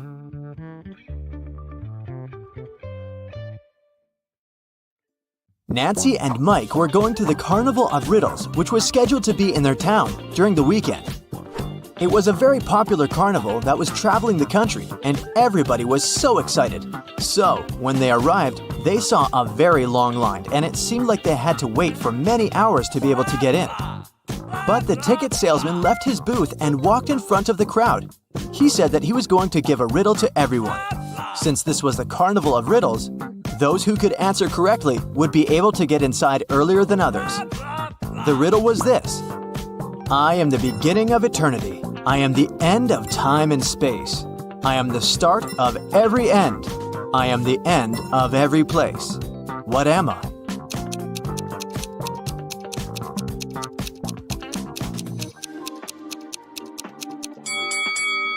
The answer is the letter E. Nancy and Mike were so happy that they knew the answer and didn't have to wait to get in. But even though they were able to move in front of the line, they still had to pay for the tickets. But they were so expensive. The salesman offered them another riddle. If they could answer it, he would give them a 50% discount. I have an X number of candy apples. If I count them by threes, the remainder is 2. If I count them by fives, the remainder is 3. If I count them by sevens, the remainder is 2. How many candy apples do I have? Mike was kind of a genius, so he knew the answer immediately. Do you?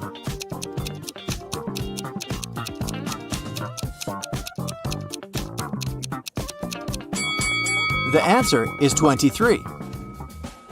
Nancy and Mike were glad to have been able to save some cash to buy snacks.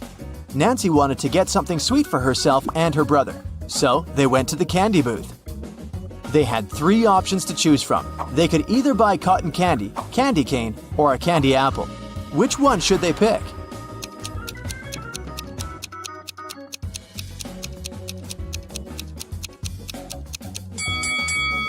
Take a closer look at the cotton candy. There's a teeny tiny spider stuck inside. Yikes! And did you notice that little apple worm inside the candy apple? That's never good. So, they should buy the candy cane. Before leaving the candy booth, Mike wanted to get a gumball too. However, when he inserted his coin into the gumball vending machine, he realized that something was strange. Hey! Do you see it too?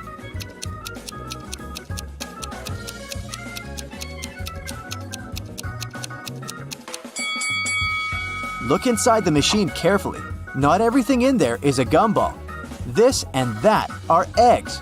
How weird is that? Hey!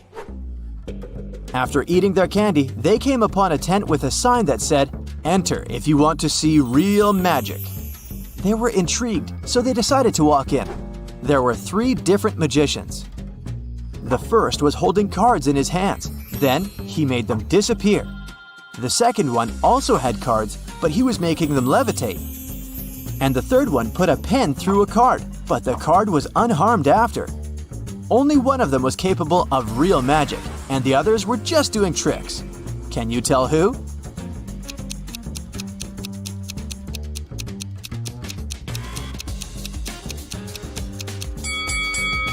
Take a closer look at the first magician's sleeves. You can see a corner of the card. He didn't make them disappear, he just hid them. The second magician's cards are attached to a clear thread. You can notice it from where the sunlight hits. So the third one is the real deal. Mike was a fan of all things scary, so he convinced his sister to take the haunted house ride. As their cart moved inside the dark tunnel, they encountered 3 different monsters along the way: a zombie, a ghost, and a mummy. Little did they know that one of them was a real monster. Can you tell which one?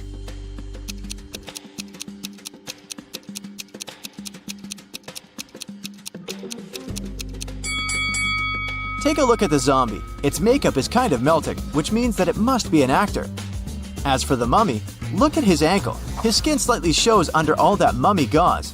So he must be a dressed-up actor as well. That makes the ghost the real monster. So creepy. Nancy didn't enjoy the haunted house ride. She wanted her next ride to be something relaxing, so she chose the carousel. Mike decided to skip this one to explore the carnival more.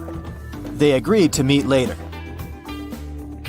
When Nancy arrived at the carousel, she saw that all the horse seats were taken, except 3. But only one of them looked safe to sit on. Which one is that?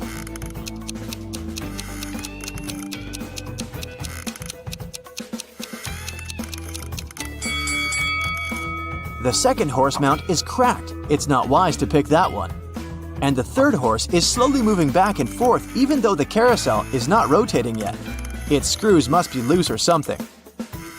So she should choose the first one. It's the cutest one anyway. As Nancy was enjoying the carousel, Mike decided to check out the Hall of Mirrors. The information board said that only one person was allowed inside. Mike entered and had so much fun enjoying all the funny reflections of himself on the weird mirrors. But then, suddenly, he screamed with fear. Why is that?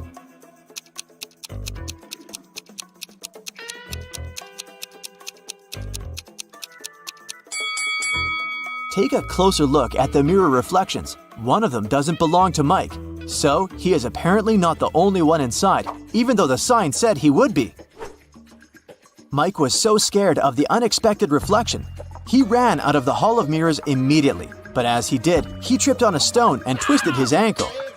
So he decided to visit the first aid tent to get some ice. When he walked in, he saw that the nurse was in panic and in no condition to help him out because there were 3 pregnant women sitting in front of her, all claiming they were going to give birth now. However, Mike noticed that one of them was lying and faking her pregnancy. Can you tell who?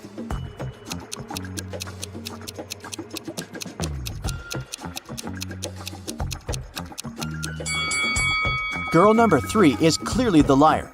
Take a look at the ultrasound picture in her hand. It has the first girl's name on it. She must have stolen it from her, so she's only pretending to be pregnant. Once the real pregnant ladies left for the hospital, Mike was able to get some ice for his ankle and went to meet his sister. At that moment, they heard an announcement coming from the stage. Ladies and gentlemen, gather up to see the strongest man alive. Don't believe me? I'm not lying. Here he comes. See him with your own eyes. Nancy and Mike wanted to see who this man was, so they joined the crowd. A muscular-looking man entered the stage. He said, I will prove to you how strong I am by breaking this thing with my bare hands. But first, you have to guess what it is. Here is my riddle to you. There was a greenhouse. Inside the greenhouse, there was a white house. Inside the white house, there was a red house. Inside the red house, there were lots of little ones. Nancy knew the answer, so she yelled it out. Can you guess?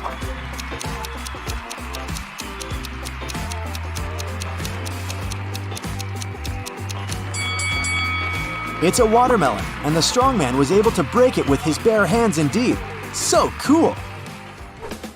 Nancy and Mike were tired, so they decided to call it a day and go home. But before that, they wanted to get a souvenir from the carnival.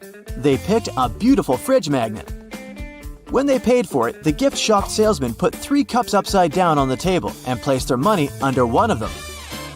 He said he would give their money back and the magnet for free if they could guess which cup had their money after he performed his trick. Watch carefully. Nancy knew where the money was immediately. How about you?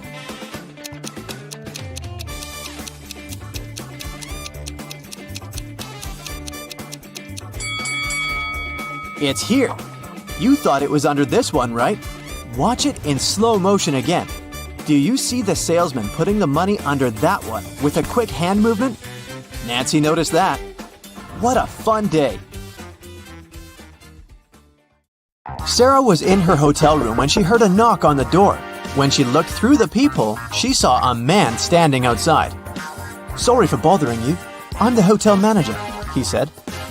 "Our database has crashed, and I need to recheck some information." Sarah said she would be back in a moment, got away from the door, and called the hotel security. She said there is a man trying to rob her. How did she know?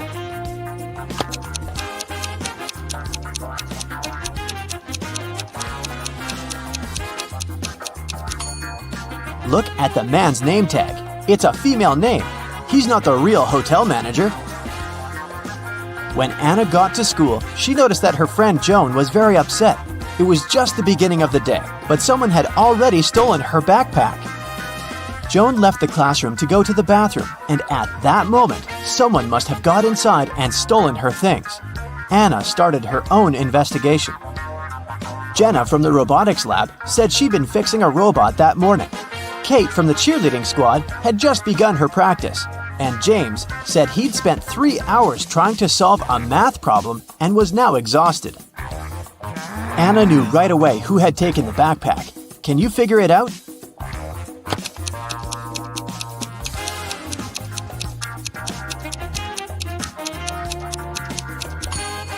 It was James. The school day had just started. How could he have been there for 3 hours already?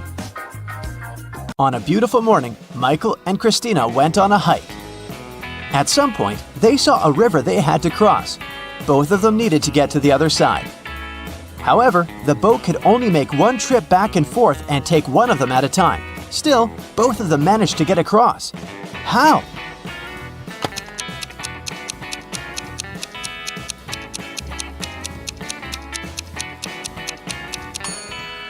That's easy. They both went on a hike on the same day, but they weren't together, so they arrived at the river at the same time, but they were on the opposite banks. So after the boat took Christina to the other side of the river, Michael managed to get to the opposite bank too. At a party, there were 9 candies in a box. 9 people took 9 candies, but 1 candy was still in the box. How could that be possible?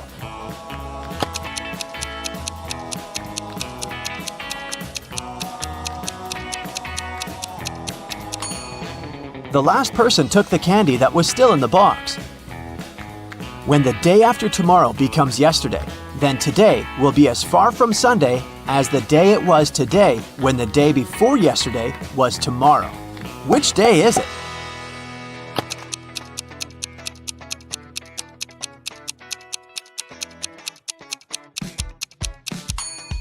It's Sunday. Look, the day after tomorrow becomes yesterday on Wednesday. The day before yesterday was tomorrow on Thursday. And Wednesday and Thursday are equally far from Sunday. Susanna was walking down the street when she saw a dog. It looked like the dog had just run away, so she picked it up and started searching for its owner. She walked into a co-working space. There were 3 people there. Susanna knew immediately who the owner was. How did she figure it out?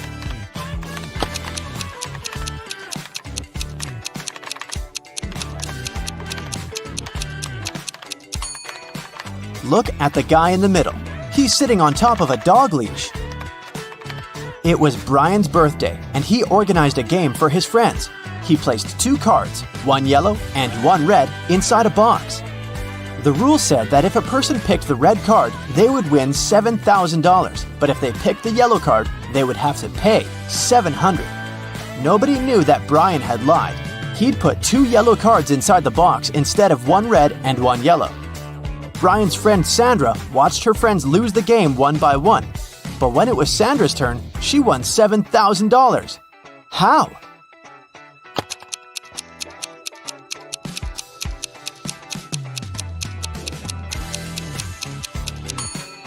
When it was her turn, she picked one of the yellow cards, not showing it to anyone. Then she picked the remaining card, which was also yellow, and showed it to her friends. Brian had to admit that the first card she'd drawn and hidden was red. Otherwise, all his friends would know he was a liar. Way to go, Sandra. Amy has to escape from a high-security room, but to do so, she has to solve a riddle. There are 2 strings in the room, and the only information she has is that each string takes exactly 1 hour to burn. She needs to time exactly 45 minutes with the help of the strings. How can she do it?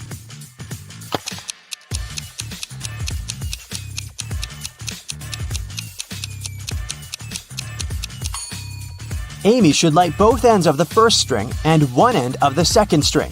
In 30 minutes, the first string will burn completely since it'll burn twice faster with both ends on fire. Then, she should light the second end of the second string. At that time, the second string will have 30 minutes left to burn. But by lighting its other end, Amy will make it burn in 15 minutes. Voila! 45 minutes measured. On January 1st, Devin called the police to report a crime. He said he'd gone to his neighbor's New Year's Eve party the night before. And while he was away, someone broke into his house and stole his laptop and other valuables. When the police asked about the party, Devin said it had been great. There was good food and string lights were shining brightly and beautifully. Devin added that his neighbor could have been the one to steal his things. Maybe he snuck inside the house when Devin was at his place, having fun. The police officer went to interrogate Devin's neighbor, Tom. But as soon as Tom opened the door, the officer knew he wasn't guilty. Devin was lying. How did he understand this?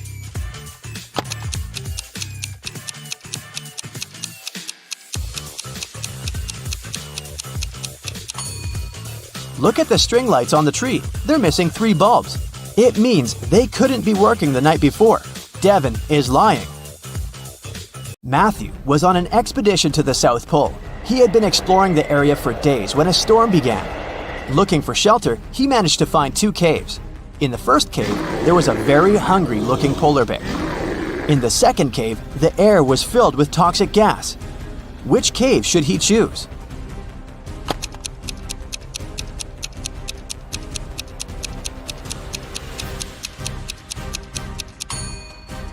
The first cave. Polar bears don't live at the South Pole. Jerry has an apple tree. The number of apples on his tree doubles every week. 30 weeks later, the tree is completely covered in fruit.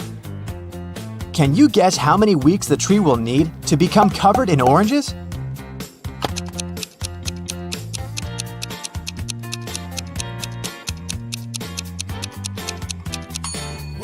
Oranges don't grow on apple trees, but if I asked you about apples, the answer would be 29 weeks, because, as we know, the number of apples doubles every week. Nobody has ever walked this way. What way is it?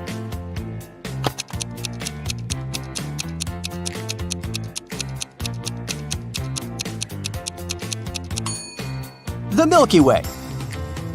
Dave was held in a 150-foot high tower of an ancient castle. In his cell, there was nothing other than a pair of scissors and a 75-foot long rope. Despite this, when the guards came to check on him the next morning, they saw he had managed to escape. How did he do it?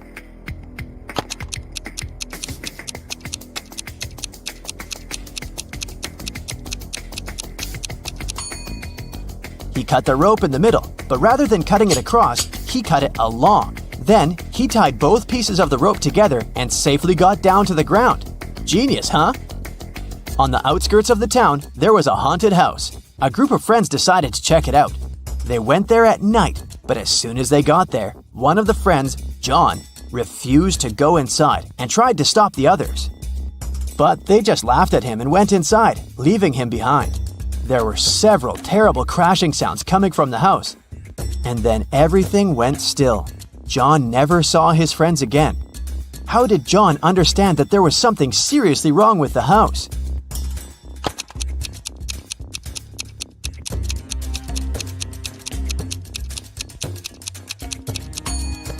John was very attentive. He noticed that there were lots of footprints leading towards the house, but none going away. Rachel was in her office when security called her, saying there was a robber in the building and he was trying to escape. She ran to the elevators to get outside.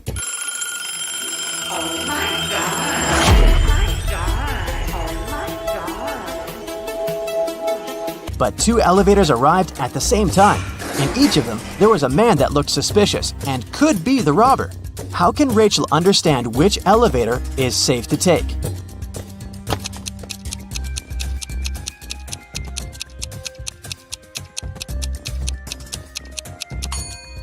The one that's going up.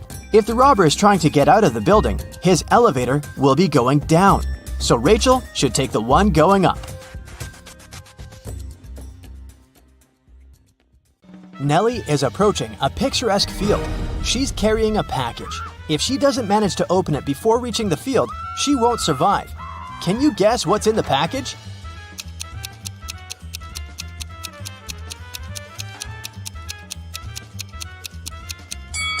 Nellie is skydiving. There's a parachute in her package. After a safe landing, Nellie decides to take a walk in a sunflower field. Can you help her spot 3 odd things about this area?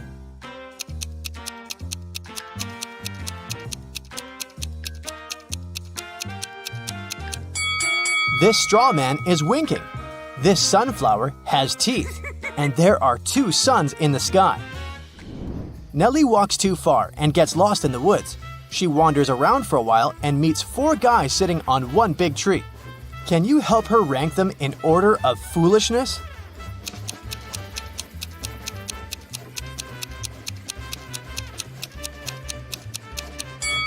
The 4th person is cutting the branch where he sits. So, he's the silliest. The first person is sitting on the branch that will soon be cut by the second guy. So the first person is the second most foolish. The second person doesn't see that he's about to fall too, so he's the third. And finally, the third guy. He's a bad person, but definitely not a stupid one. Nellie moves on and finds a highway. 3 people offer to give her a ride to the nearest town. Can you help Nellie choose the safest driver?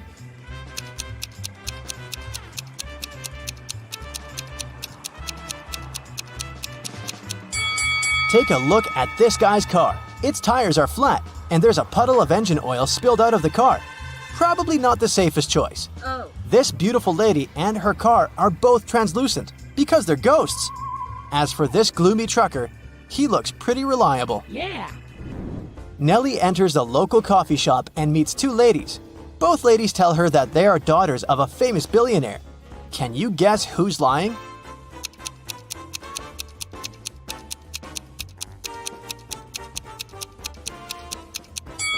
The lady on the right is a liar. The logo on her t-shirt is fake. Therefore, she's not rich. Nellie doesn't have any money to buy food. The coffee shop manager feels sorry for her and offers Nellie a free lunch. But first, she has to solve his tricky riddle. Nellie agrees. Here's the task. People have stepped on me, but not many. I never stay full for long. I have a dark side. What am I? Can you help Nellie win her free food?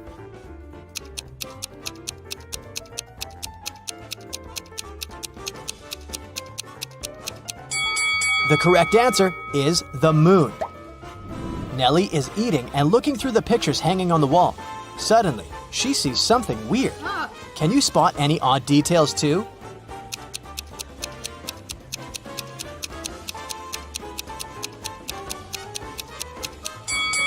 This person appears in both pictures, looking young and pretty. But the time distance between these 2 photos is 100 years. Nellie enters a flower shop and sees the owner putting bouquets in big vases. If he puts 1 bouquet per vase, he will end up with 1 extra bouquet. And if he puts 2 bouquets per vase, he will end up with 1 extra vase. How many vases and bouquets does he have?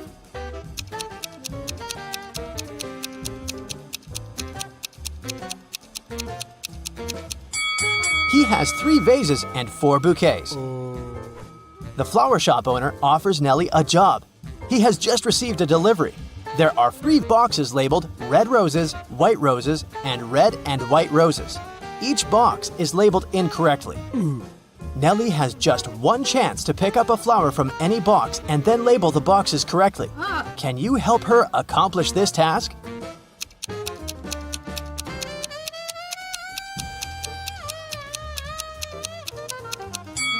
Nellie should take a flower from the box labeled as red and white roses. Since they're labeled incorrectly, this box should contain either red roses only or white roses only. Let's suppose that Nellie finds the red roses. Now she can label this box correctly. We know that the white box cannot have white roses. Therefore, now Nellie can label the remaining 2 boxes correctly. After earning some cash, Nellie decides to book a room in the local hotel to get some rest. The manager offers her to choose from 3 empty rooms. Can you help Nellie pick the best option?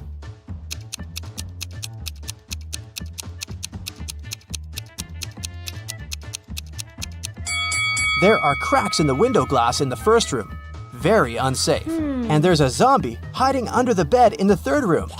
So, Nellie should choose the second one. Nellie locks herself in the room. She opens the window and stands nearby, breathing fresh air. Suddenly, she throws something out of the window. Nellie passes out very soon after doing that. That's a mystery because she's perfectly healthy and nobody did anything to her because the door is locked. Can you find any logical explanation for what happened here?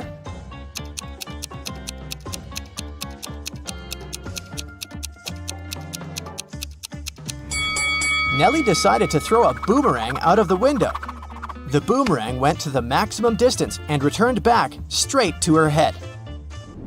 After a while, Nellie wakes up with a headache. She goes to the local shop to buy some aspirin.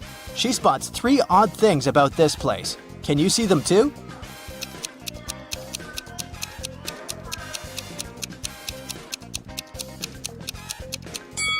There's corn on the shelf along with napkins and toilet paper. The announcement offers an 800% discount. That's too good to be true. And finally, the shopkeeper is wearing 2 pairs of glasses. Suddenly, the shopkeeper begins to yell, "Someone stole my money!" And he locks the customers inside the shop and calls the police. They arrive and question 4 suspects. Maya says, "I came here to buy water for my 12 o'clock yoga class. I'm 20 minutes late because of you." Bob says, "What's the point of stealing cash? Everyone knows that people use cards nowadays." Lily says, "This shopkeeper is a bad person. He deserved that." And Nellie replies, "Sorry, I was focusing on my own purchase. I didn't see anything suspicious." After hearing that the officers had arrested 1 person, can you guess who?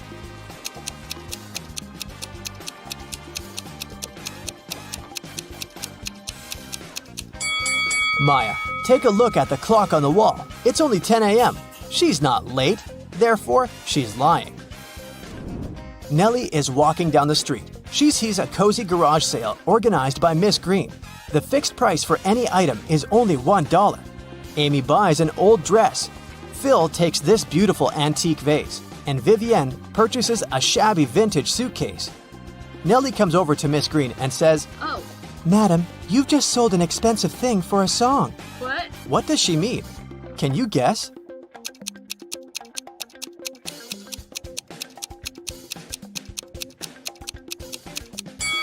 Vivian lifts this suitcase quite easily, so it's probably empty.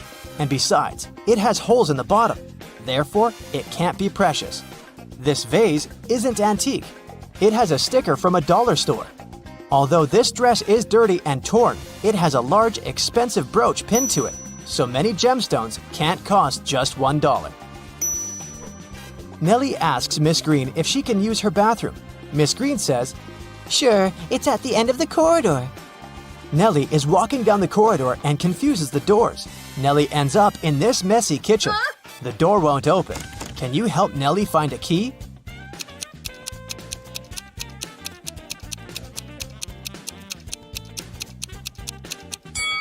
It's in the teapot. And Miss Green enters the kitchen and tells Nellie, I'm a witch, young lady, and I'm gonna give you a gift if you manage to solve my riddle. Oh, yes. Nellie agrees. Here's the task. It starts with T, it ends with T, and it's full of tea. What is it? Can you solve this mystery?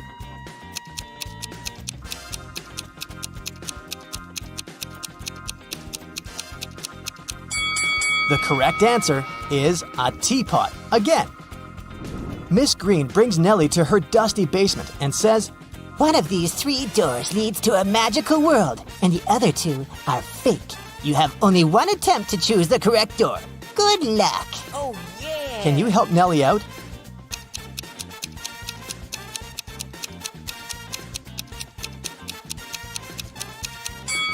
She should choose the 3rd door. Take a look at the floor. Dusty footprints lead to the 3rd door only, which means that doors 1 and 2 are fake. Nellie opens the 3rd door and enters an enchanted forest. There are 4 ways to cross it, but all 4 passages are pretty dangerous. A hungry dragon is waiting for her on the first route. A massive fire is burning all over the second path, and the third path is basically a windowless tunnel. and the fourth passage is full of scorpions and snakes. Can you help Nellie choose the right path?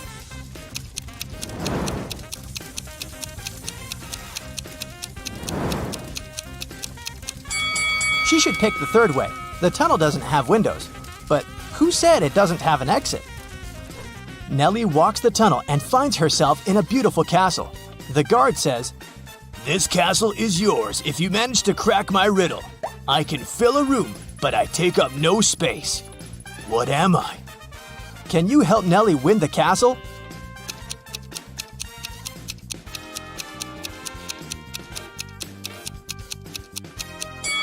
The correct answer is light. Rhonda and Lucy got to Las Vegas and headed for the house where Joy's granny lived, but they kept coming to the wrong houses. In the first house, they met this old lady, and in the second, there was this one. Can you tell which elderly woman is dangerous?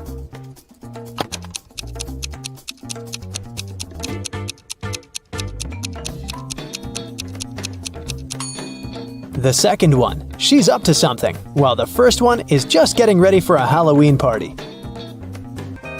The girls went to a local Halloween party. The hostesses didn't want to let them in without a password, but they didn't know it. The woman liked their costumes, so she gave them a little hint. I eat clams and I live in the ocean. I move slowly. I have 5 arms. What am I? In no time, Joy, Rhonda, Lily, and Lucy were inside. So what was the password?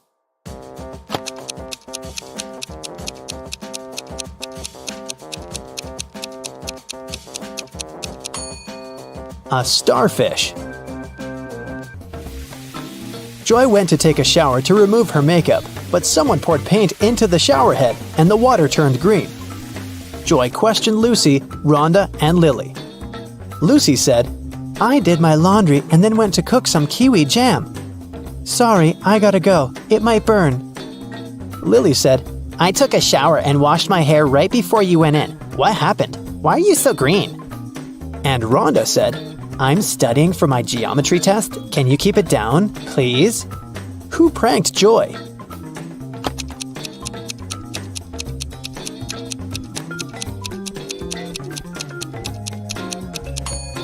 Lily said she just washed her hair, but it's dry and braided. Besides, she's wearing a dress under her bathrobe. A pretty suspicious outfit. Lily decided to stay and take care of Joy. Meanwhile, Rhonda offered Lucy to visit her aunt, Vera. She ran a magic shop with different potions. When Vera heard about what happened to Joy, she said, Okay, I need 3 ingredients to cook a healing drink. Here's the first one. When it comes to me, you go when you see red and stop at green. Can you guess the ingredient?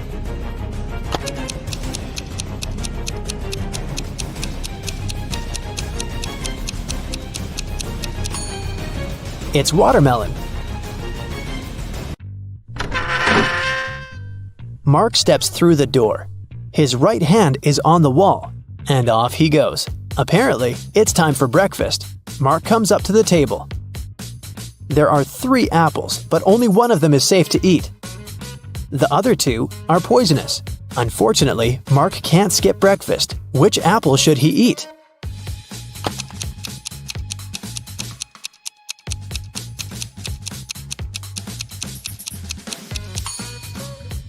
Look, this apple has a caterpillar in it. It means there's no poison in the fruit, and it's safe to eat. Sometime later, Mark stumbles across a big old castle. He should enter it and see what's happening there. He comes up to the door, but it's locked. It requires a password. Here's a sequence of numbers. 4 more digits must be added to it. Can you guess which ones?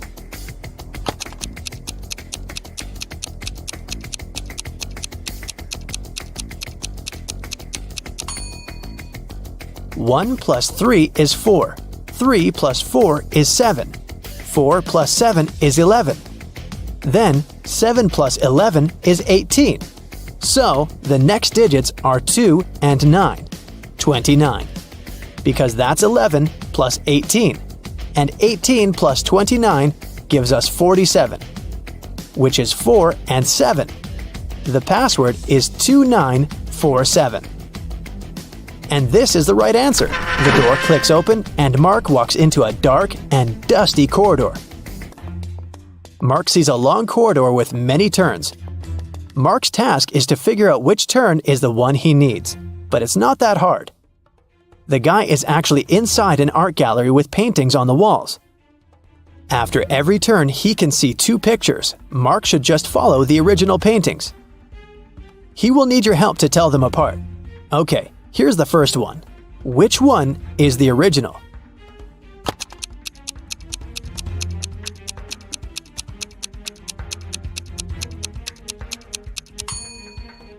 Both paintings seem to be The Starry Night by Van Gogh. But look, in one of these pictures, there's a couple of planes in the sky. Van Gogh definitely didn't paint that, so this one must be the replica. So Mark should better choose the other turn.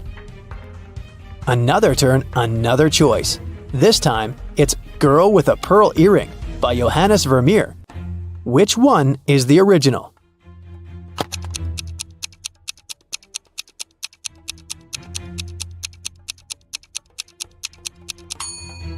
I don't think the girl in the real masterpiece had a nose piercing. So the painting on the right is fake, and Mark should turn left. You surely know this one, Mona Lisa by Leonardo da Vinci. But one of the paintings is really messed up. Can you spot the difference?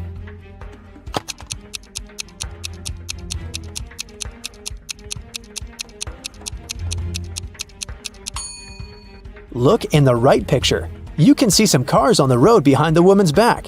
I think Mark should turn left. This is The Persistence of Memory by Salvador Dali. Which painting is a replica?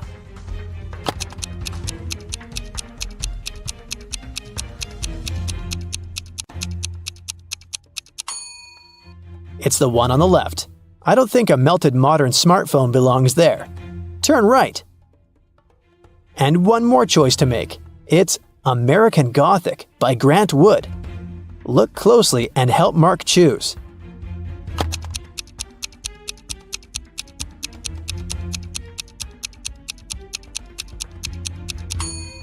The man on the right picture has tattoos on his knuckles, which makes the painting fake, so Mark should turn left.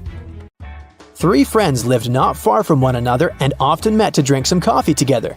Their names were Mr. Blue, Mr. Red, and Mr. White.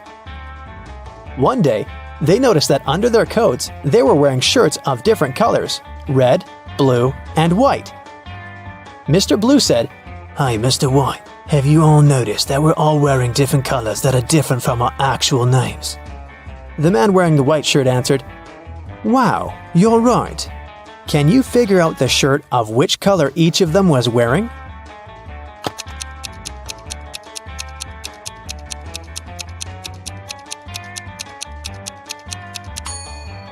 Mr. Blue can only be wearing white or red, but we've already learned that someone else is wearing the white shirt.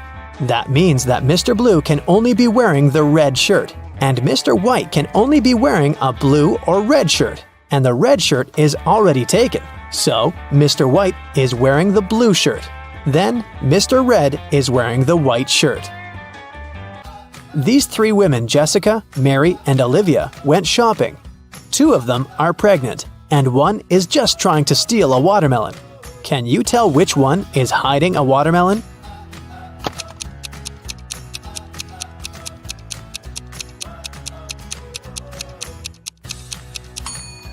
It's Olivia. She's wearing heels. It's not the kind of shoes a pregnant woman would want to wear. Mark was driving to an important business meeting. He was in a hurry since he was running a bit late. That's when he got into a car accident.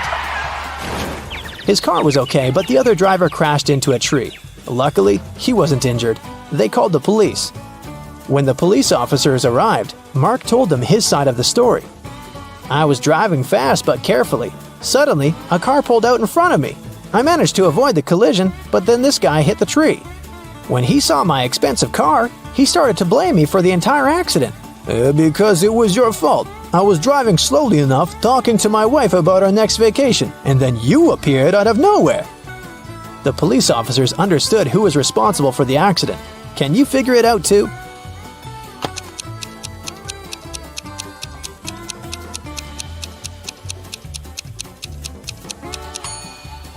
It was the other driver. He was alone in his car.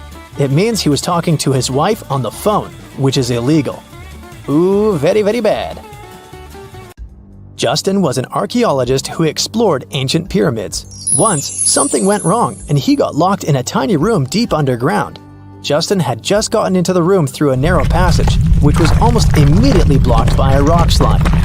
There was only one other door, and it was locked. To open it, the guy had to solve a riddle and enter a correct 4-digit code. A, G, F, H, V, Z, J, T. What code should Justin enter?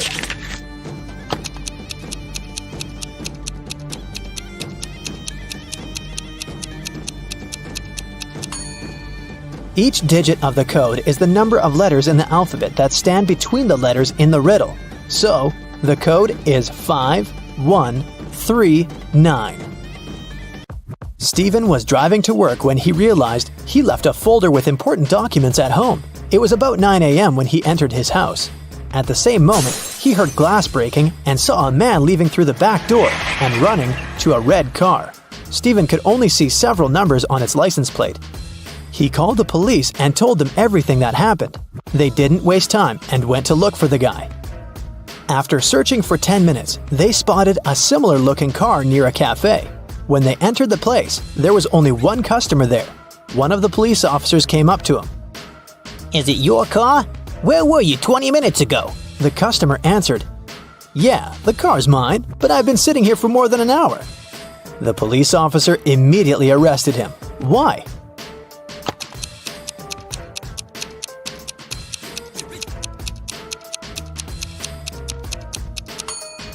The cafe only opens at 9 a.m.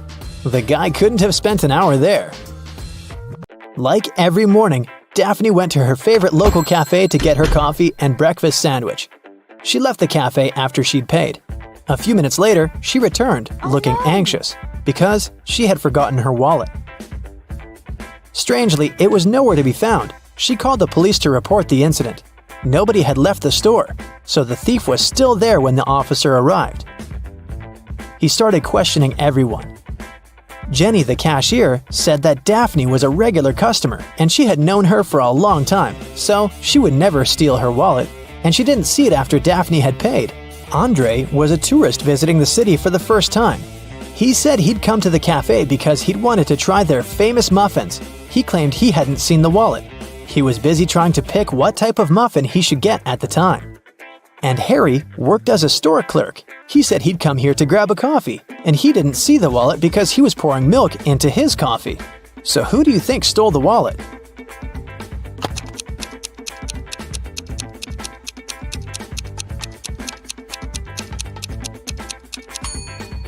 It was Harry, the store clerk, or should I say, Harold. Do you see his name tag? He lied about his name when he ordered his drink. Also, even though he said he was pouring milk in his coffee, as you can see, it doesn't have any milk in it. The royal family of Ravania were going to visit the city during their world trip, and, of course, they were all bringing their precious crowns with them. They asked the mayor of the city to take special precautions. Thank you. So, he placed the crowns in a safe in a hidden room in his office, guarded by a couple of security officers. However, the next morning, when the mayor came to check on the crowns to report to the royal family that they were safe, he started panicking. Can you guess why?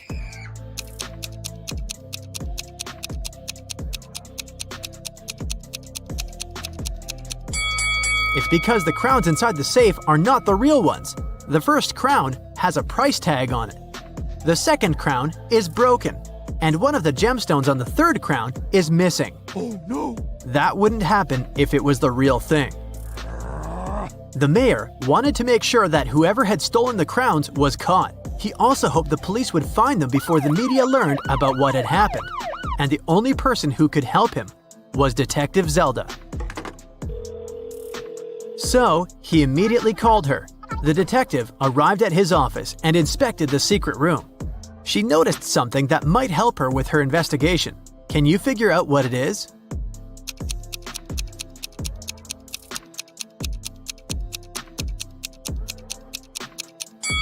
There's a piece of paper under one of the fake crowns. The thief left a note. Detective Zelda read it. Dear Maya, I'm very disappointed in you.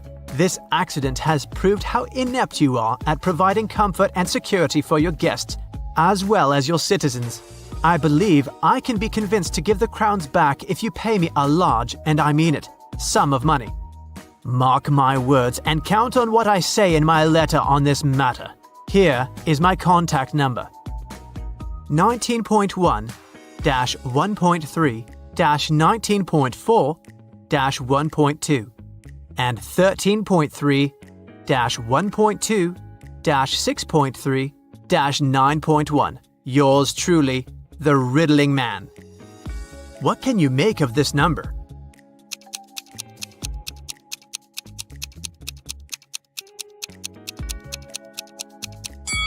Well, the mayor thought it was a phone number. He immediately took his phone and dialed the number.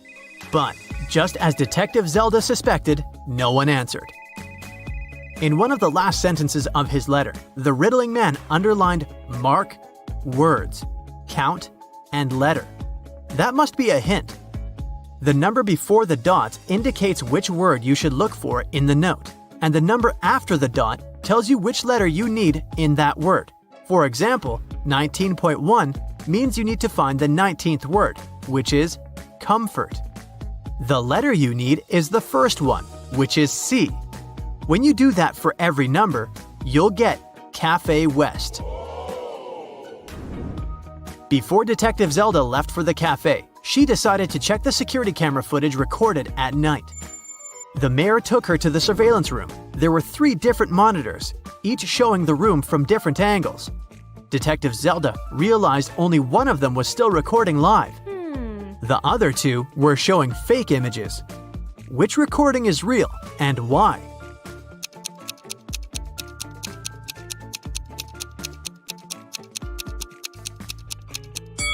Do you remember what the room looked like when Detective Zelda was inspecting it? The clock certainly wasn't on this wall. It was on the opposite one, so the footage on the first monitor is fake. The footage on the second monitor isn't real also. If you look closer, you'll see a moth flying around the room, but it repeats the same movement over and over again. That's badly edited fake footage, so it makes the footage from the third monitor the real one. Oh, yes. Detective Zelda rewound the footage and found the moment when the Riddling Man had broken into the room. He was covering his face, so it was impossible to tell what he looked like. Still, Detective Zelda managed to notice something that could help her find the criminal. Can you tell what it is?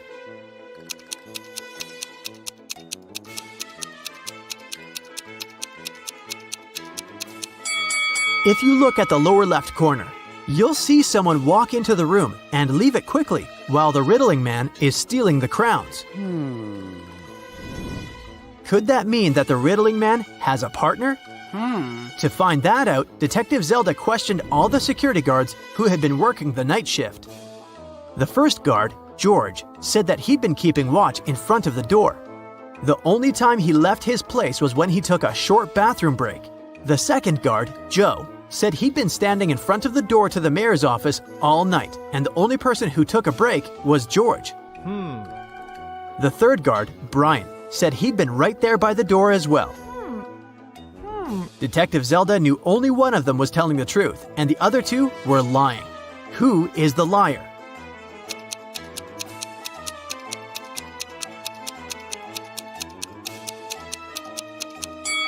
Do you remember what the shoes of the man who entered the room looked like? White sneakers, and that's what Brian is wearing. So he's lying. And since Joe didn't mention that Brian had left his place, he's a liar too. George is the only one who's telling the truth. Ciao. Brian and Joe immediately started begging Zelda. We can't end up in jail. We promised we didn't steal anything. You have to believe us, Detective Zelda asked. Then why did you lie? They said that they had heard some noise coming from the room while George was away. They decided that Brian would check the room and Joe would keep watch. When Brian saw someone in the room, he got scared and ran out of there. He told Joe that he would rather lose his job than have something bad happen to him. As for Joe, he lied because Brian was his best friend and he didn't want him to get fired. And since they never saw anyone enter or exit the room, they thought they were imagining things. After all, they were very tired. What do you think Zelda can do to check if the guards are telling the truth?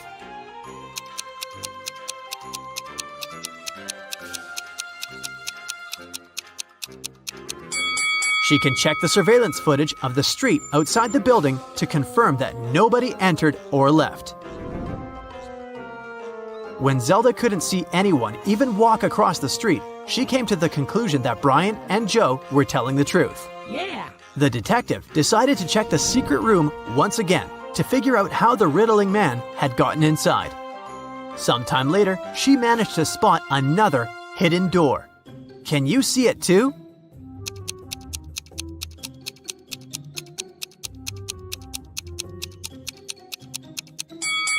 The bookcase is actually a door. Oh my god. She examined the door to figure out how to open it.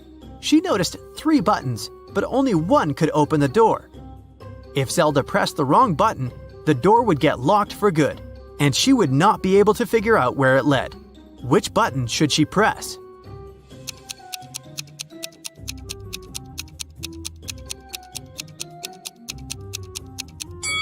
Take a look at the books next to the buttons.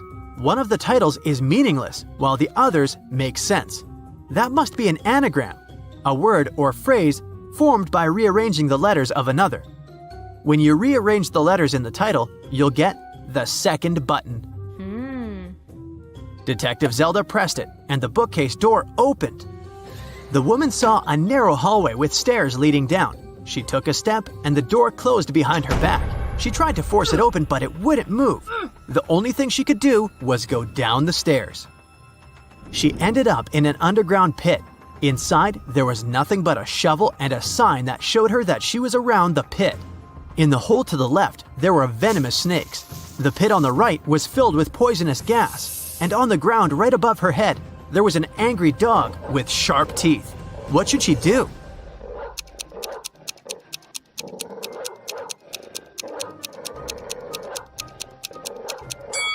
She should dig upwards. She needs to listen to the sounds the dog makes and wait for the animal to fall asleep.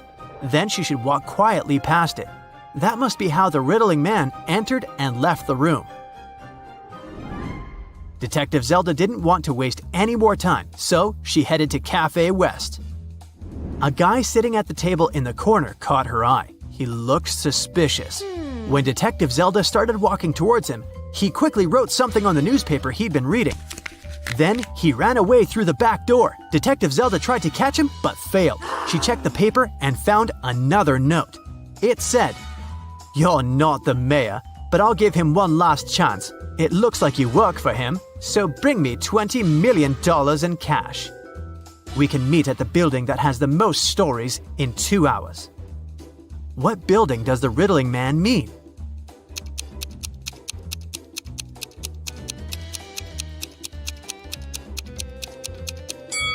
The library. Of course, Detective Zelda was not going to give him any money. She took an empty bag to trick him into believing she had the cash so that he wouldn't run away.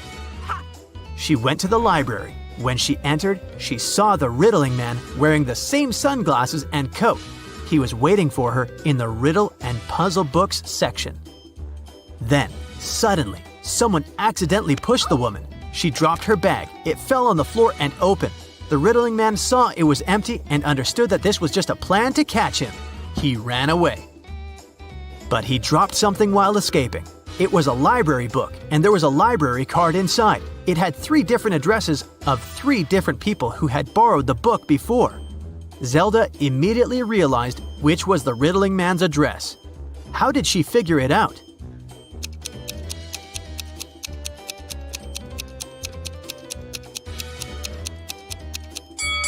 Remember the note the riddling man wrote to her at the cafe?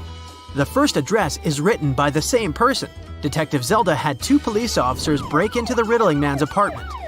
They found the crowns, but the criminal was gone. For some reason, Detective Zelda felt that she would see the riddling man again.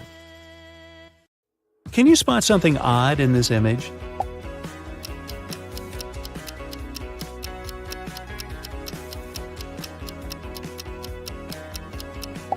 Yep, this little guy is just a wannabe. Will you be able to find the fork that's different from the rest?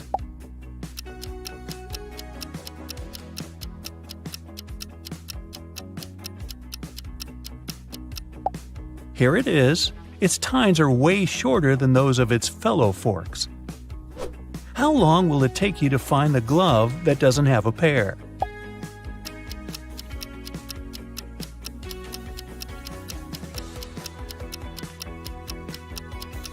But of course, here it is. Wow, that was fast. Now let's make it trickier. Which snowflake is lonely?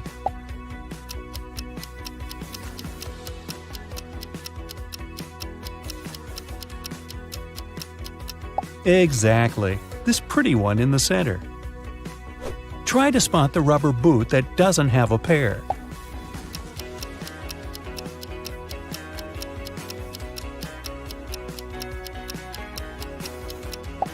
Here it is. You must have an eagle eye. Is there an imposter among all these X's?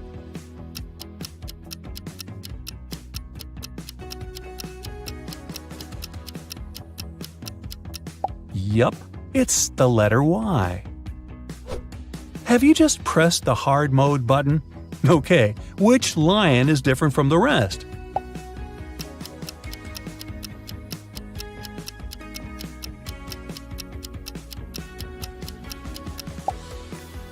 Right, this king of the jungle is missing one ear. Can you spot a sunflower among all these buzzing bees?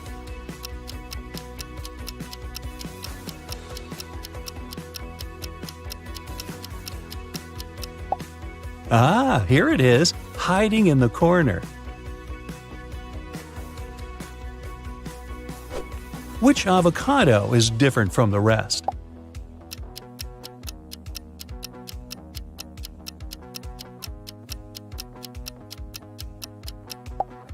This one.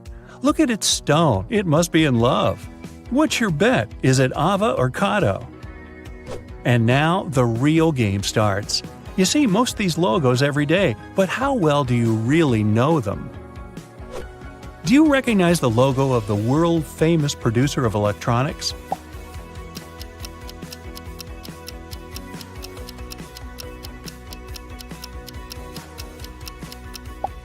The left one looks much more natural, and no wonder, it's the correct logo. How often do you order stuff from Amazon? Let's see.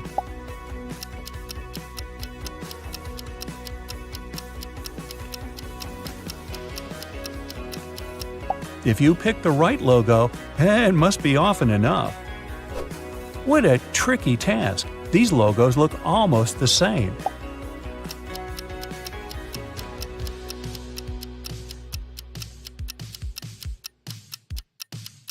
And still, the correct one is the Netflix logo on the right. Think hard and tell me, where could you get a yummy sandwich?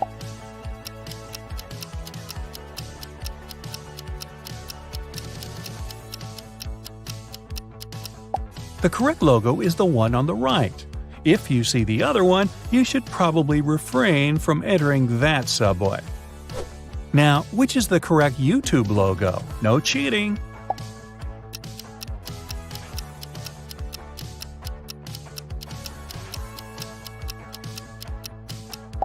The left one, of course.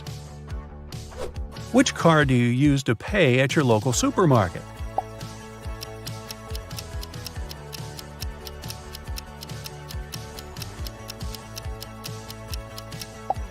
The one on the right, of course. I'm sure this logo is familiar not only to avid coffee fans.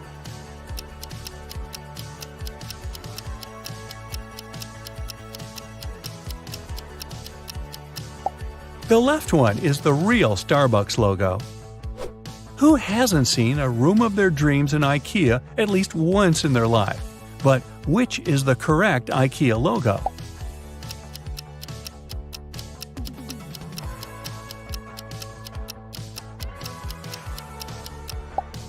It's the right one. Now tell me, how many hours do you spend watching TikTok videos?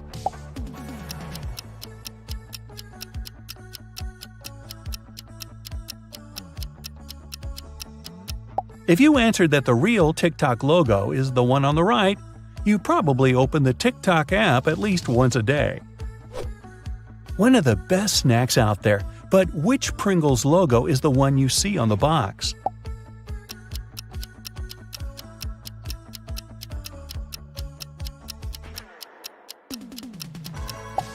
The mustache guy doesn't have that much hair. The logo on the left is correct. Level up! Which of these guys do you see when you buy your Pringles?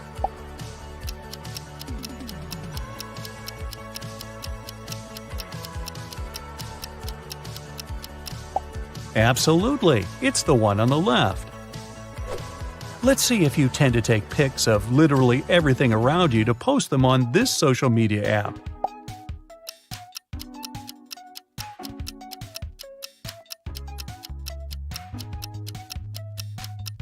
The real Instagram logo is the right one.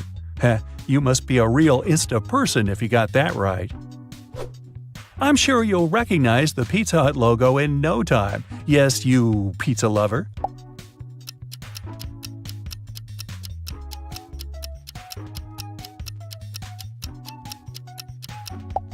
And of course, it's the one on the left.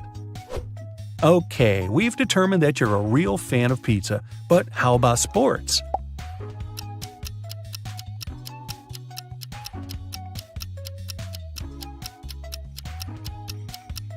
The correct Adidas logo is on the left. And how extreme is your sweet tooth? Will you recognize the real Chupa Chups logo?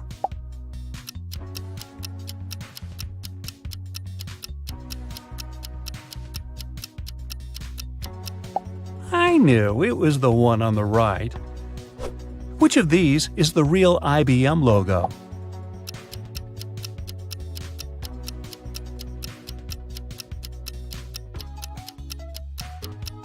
That was a tricky question. I chose the logo on the right, and it was the right choice. How about this seemingly endless source of knowledge and wisdom? What's the real Wikipedia logo?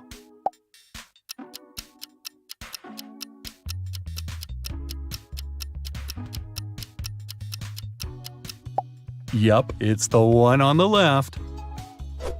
If you watch MTV often enough, it won't take you long to find its real logo.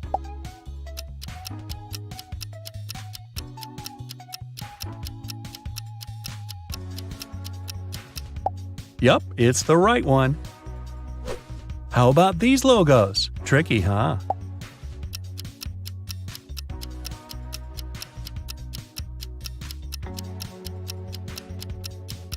The real Costa Coffee logo is the one on the right. Now, this question is the trickiest of them all. Which is the correct Brightside logo? Huh?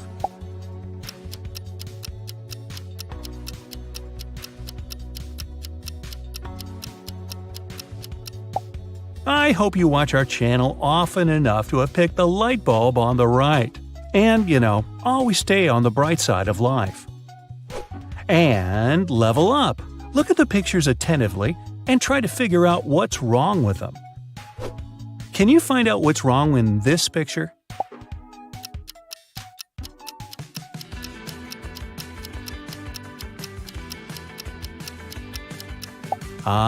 It's not about the numbers. It's the word mistake that's written incorrectly. Can you spot something really strange in this image?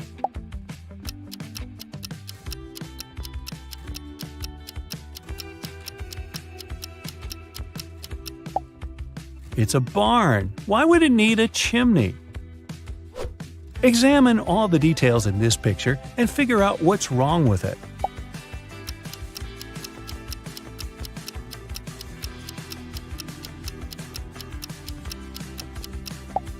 Oh, I see. The car doesn't have any license plate. Something is off in this picture, but what exactly? This one seems tough.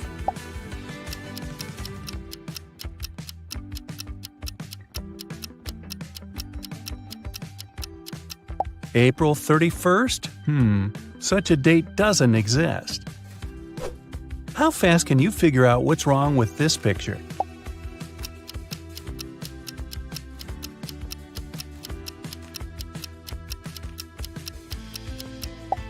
The guy must have been dressing in a hurry. He's wearing one regular skate and one roller skate. Which picture is the odd one here?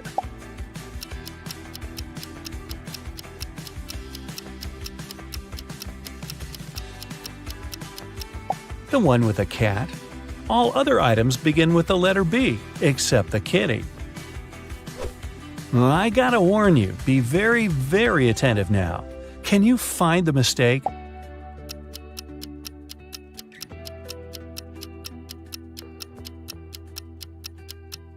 Look at this symbol. It's not a 0, it's an O.